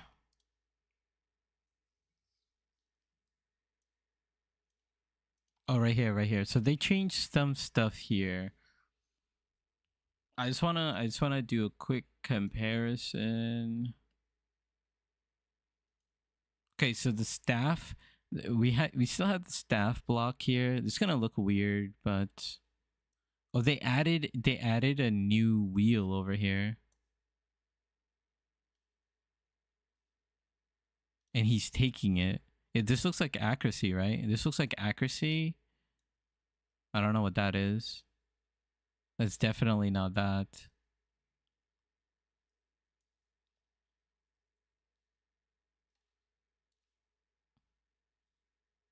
This was the retaliation stuff. He took a bunch of retaliation. And then there's a new wheel over here too. I have no idea what this wheel is going to be.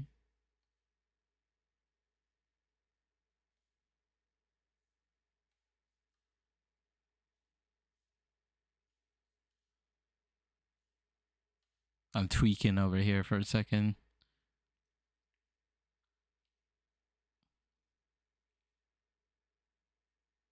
Okay, so we got 2 new wheels on our passive tree.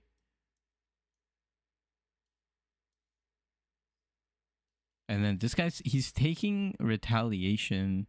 Not sure why, but he is playing Guardian. He's not playing Hierophant. Okay. But what is this over here? 20% more damage at all levels. What did it have before? 50% convert to fire.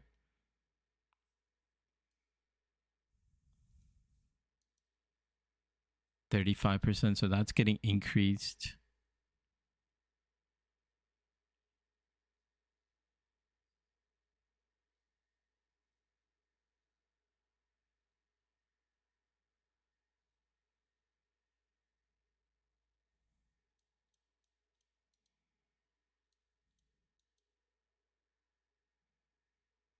Modifiers to the number of projectiles do not affect the skill. Wow, really?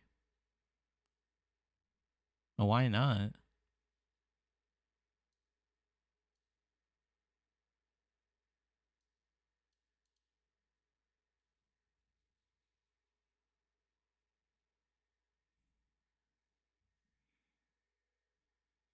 I have actually no idea, but 20% more damage.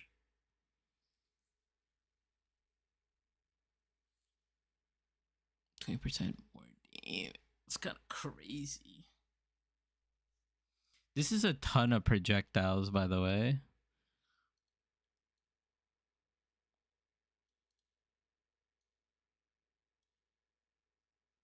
It's literally double. And we're not gonna hit level 20, of course. Like, I'd have to see exactly. Wait, actually, I can see exactly.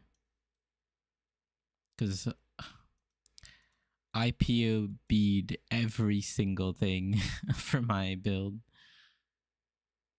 Yeah, and that's without GMP, LMP. Yeah. Let's look at skills. Okay, so we get to 16. So we're definitely guaranteed like 5 projectiles, and then on top of that we'll get like GMP. We're gonna be cruising this campaign. Like, we're gonna be like, you know, like we add in GMP as our 4th link. I think GMP is gonna do really well based on everything I've looked at. That's like one thing I learned. GMP is kind of really, really strong.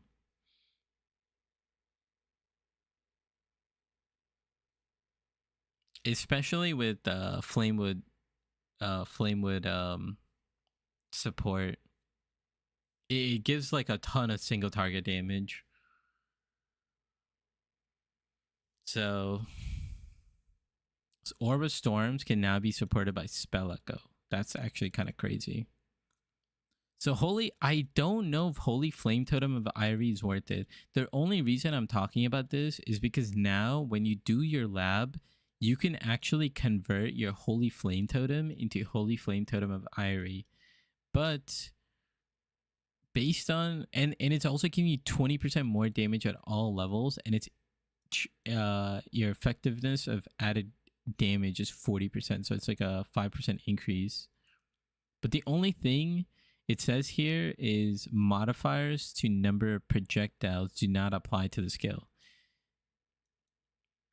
Because if they did, and we could put like GMP on this thing would go absolutely nuclear.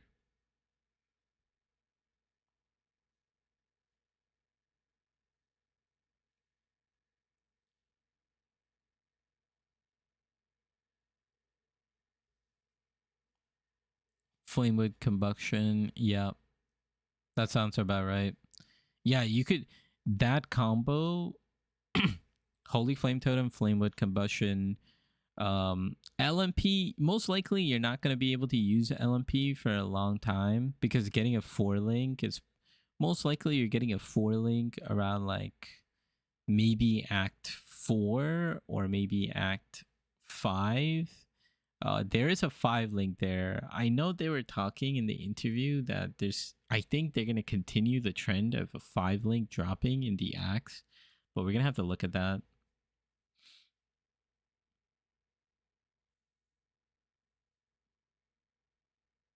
You always farm your 4 links in docks, yeah. Yeah, then you could get like LMP.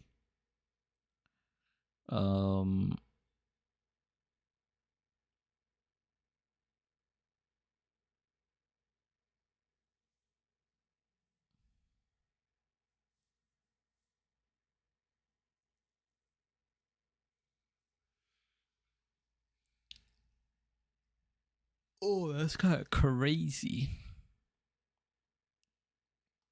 Yeah, I actually think you don't do Totem of Irie because here's the thing, right? You're getting more projectiles. I don't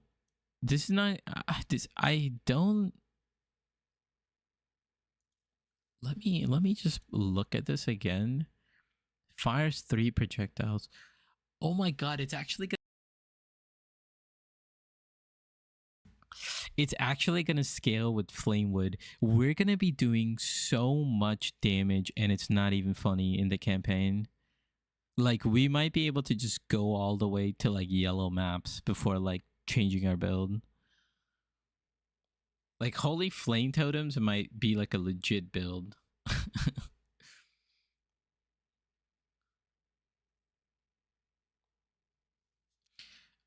Oh my god, and then actually we would also probably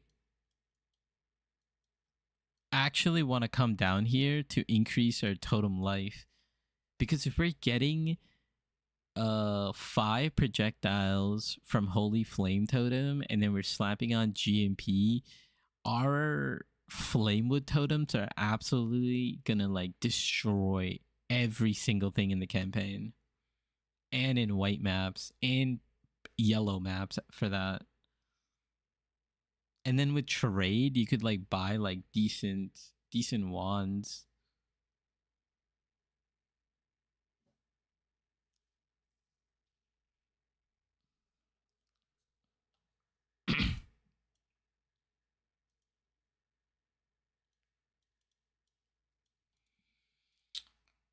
That's pretty crazy.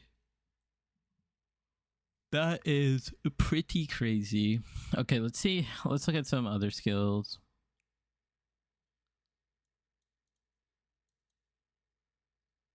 I'm just gonna like gloss over them. Summon Holy Relic, Sweep, Thunderstorm. Winter Aura. Projectile speed modifiers now affect the time it takes for projectiles to impact ground. Previously, projectile speed had no effect. Okay, that could maybe be really good. Well, changes.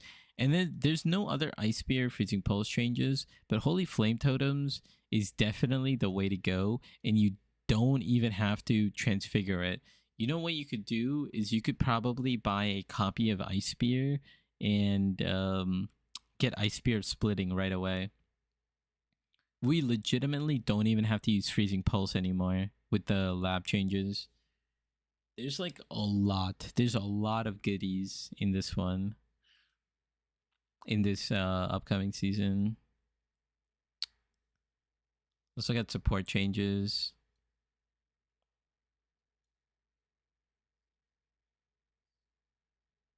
Wait, what? All awakened support gems can no longer be obtained? Wait, what? What? Am I reading this correctly? All awakened support gems can no longer be obtained.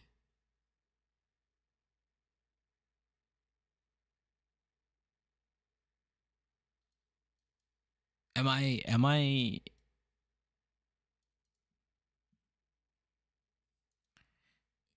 except for awaken, empower, enlighten, and enhance, there's no way. Are they getting rid of awaken GMP?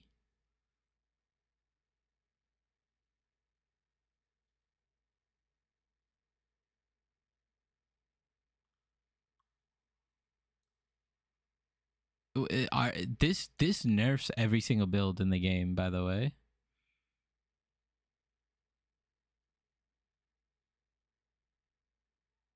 Awaken GMP is just out of here. What do you even run? Oh my god, actually we might have to like think about this more. Falling Dominic cheater, okay.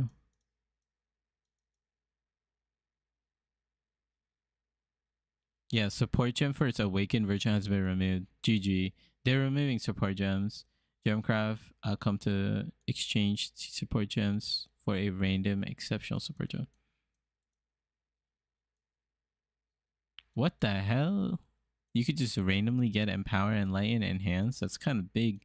Lab runners? Lab runners are gonna go crazy.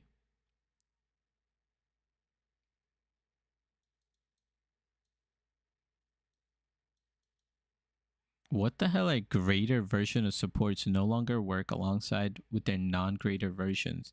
In a similar way, how awakened supports do not work with their corresponding non-awakened version of support. In the case of both versions of support, our greater takes priority. What? What the hell is greater versions of support? Existing supports affected by this change include multiple projectiles, greater multiple projectiles, volley, greater volley. I need to think about this. Lesser multiple projectile has been renamed to multiple projectile. Okay.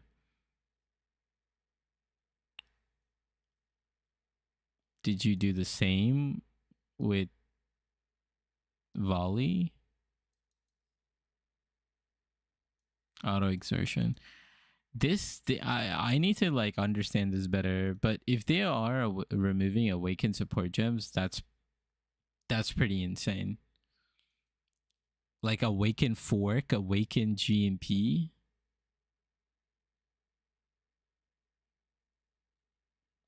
You get your Empower, Enlighten, Enhance from Delve. Gotcha. But yeah, it looks like they're removing awakened support gems because I did see the beast recipe being changed, but this is kind of crazy. Ascendancy changes. Let's take a look. Okay, we're good. Guardian is getting some changes. We could look at Guardian just in case if we see something that we like. Minions, don't care. Oh, this is a shrine one. Okay.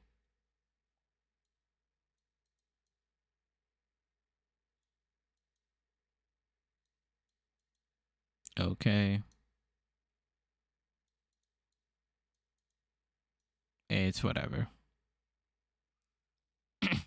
Yeah, the beast altar recipe for leveling your awakened gems, they removed it. Where is it? Beast crafting. Yeah, right here.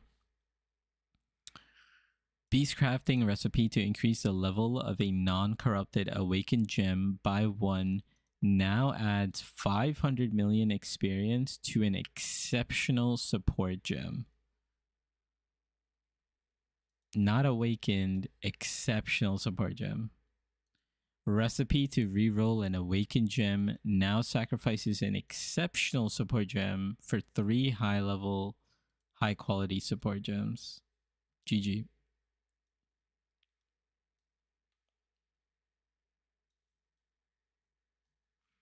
Let's look at bloodline changes. This could be kind of decent.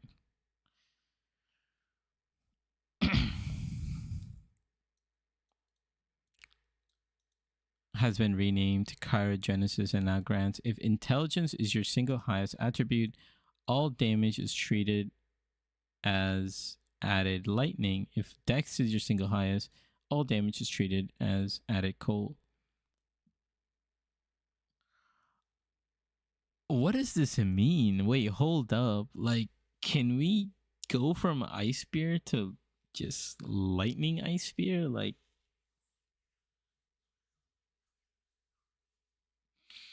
I don't know. Something to look into. Instacking looks strong. Yeah, the new Ascendancy gives you a free Astramentus. And you could get Astramentus for early game, and then you just go crazy, and then you could swap it for that amulet that gives you percent attributes. It's pretty attribute stacking is always just insane. Maybe we do like an attribute stacker build for late game or something.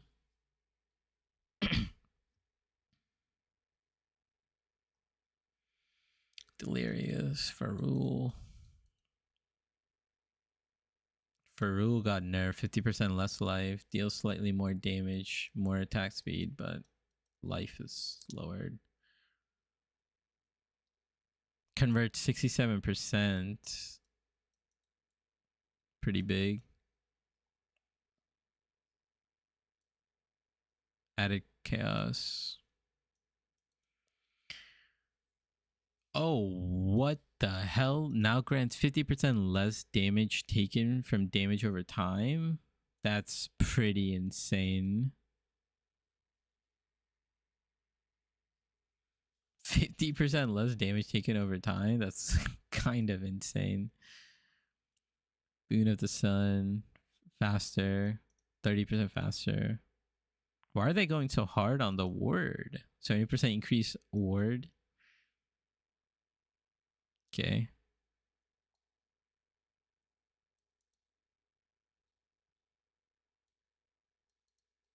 Oh, this is the cluster or the passive tree changes. Accuracy, consecrated ground, accuracy, attack area of effect. Okay, so it doesn't matter. The The new wheels don't really do anything.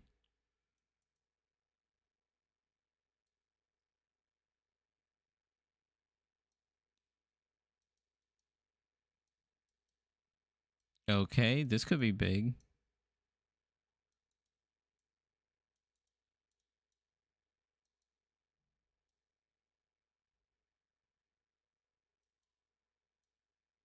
Oh yeah, they nerfed energy shield.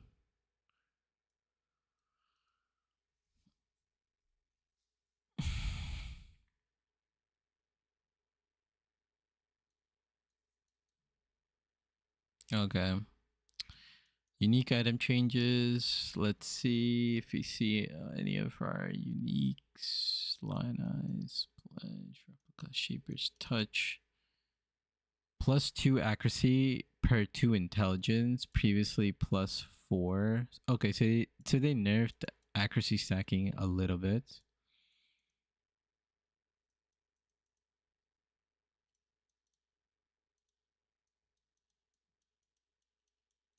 Okay, so we don't have to worry about unique item changes.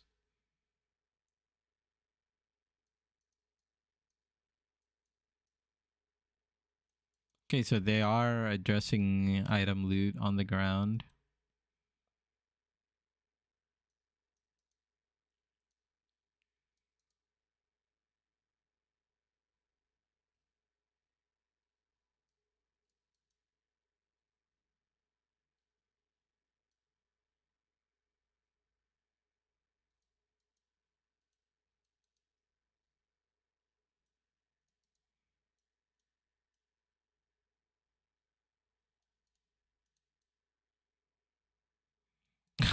All essences now have a maximum stack size of 10, previously 9. Finally, bro. Like, what is with this 9, bro? Like, yep.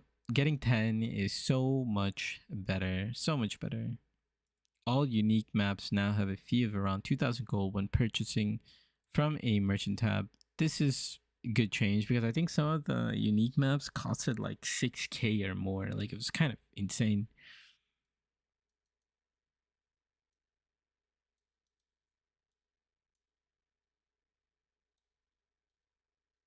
Ruthless, whatever.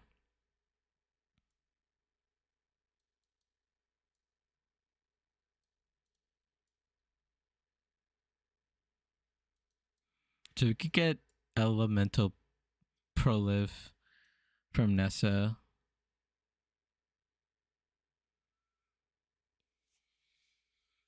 Okay.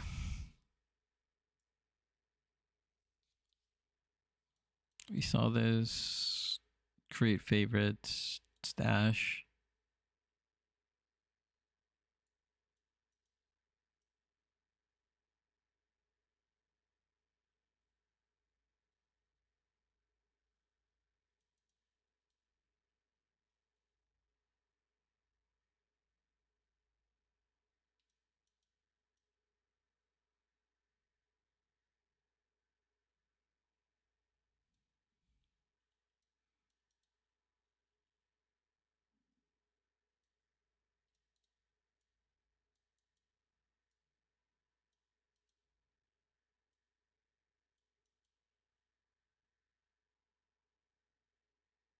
Oh, thank you.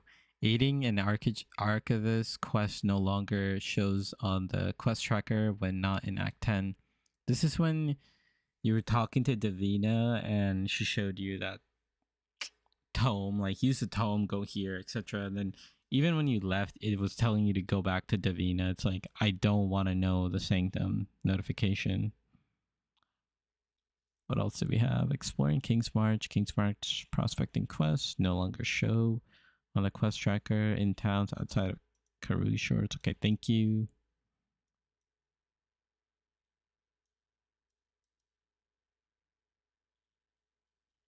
Okay. And Blessor, which is pretty insane.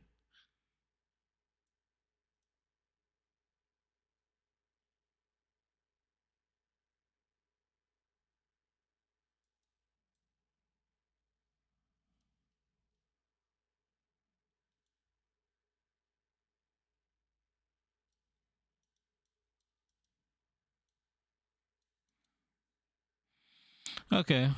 Microtransactions and then a bunch of bug fixes.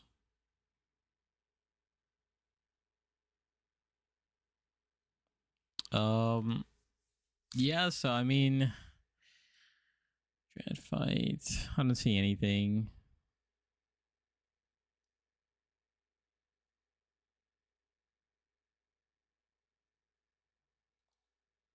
Fix a bug where critical strikes dealing cold damage could not stun targets immune to freeze, or targets that had critical strikes against you do not inherently inflict. I want the M. It's okay. Oh man, I'm so tired.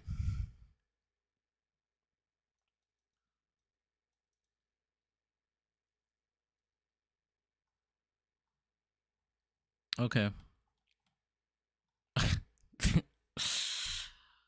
Oh my god, I can't believe someone made this so fast. And they were the first one. Like, they just showed this trailer. They got a picture of this and they were ready to like get this out there.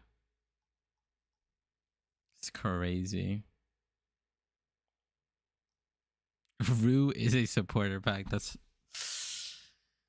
dude, people are so funny, bro. All right, I think that is gonna be it. Let's just do like a quick TLDR. It seems like our leveling is gonna be buffed. It seems like endgame everything's gonna be fine, but every character is getting nerfed because awakened gems are being removed. At least awakened support gems. So we'll have to see. But everything in terms of our build is completely fine. Like, our build's gonna be completely fine. Our campaign's gonna be omega smooth, and then we're gonna have some like really fun like invitation farming, etc. So that looks fun. That's what I'm kind of like cooking up.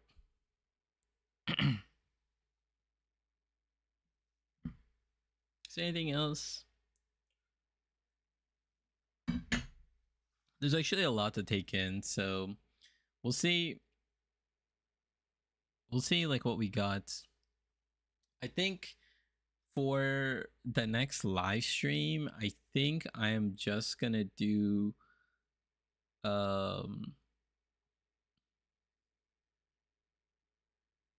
we'll see. I mean, I'll see when I could do the next live stream, but I do want to maybe do like a test run of like me going like really fast, and then see what we can do with it.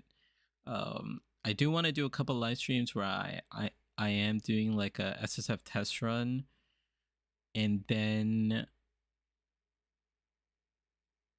what I want to plan to do is make the build update video for 3.28. That's going to be the #1 priority.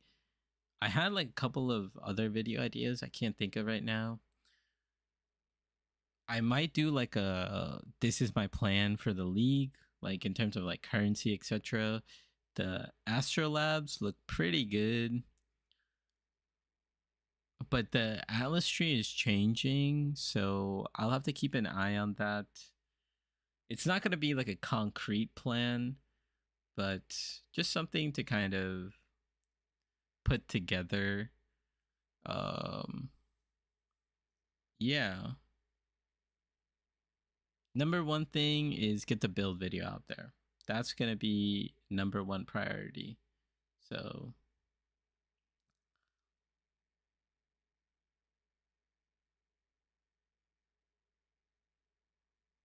anything else?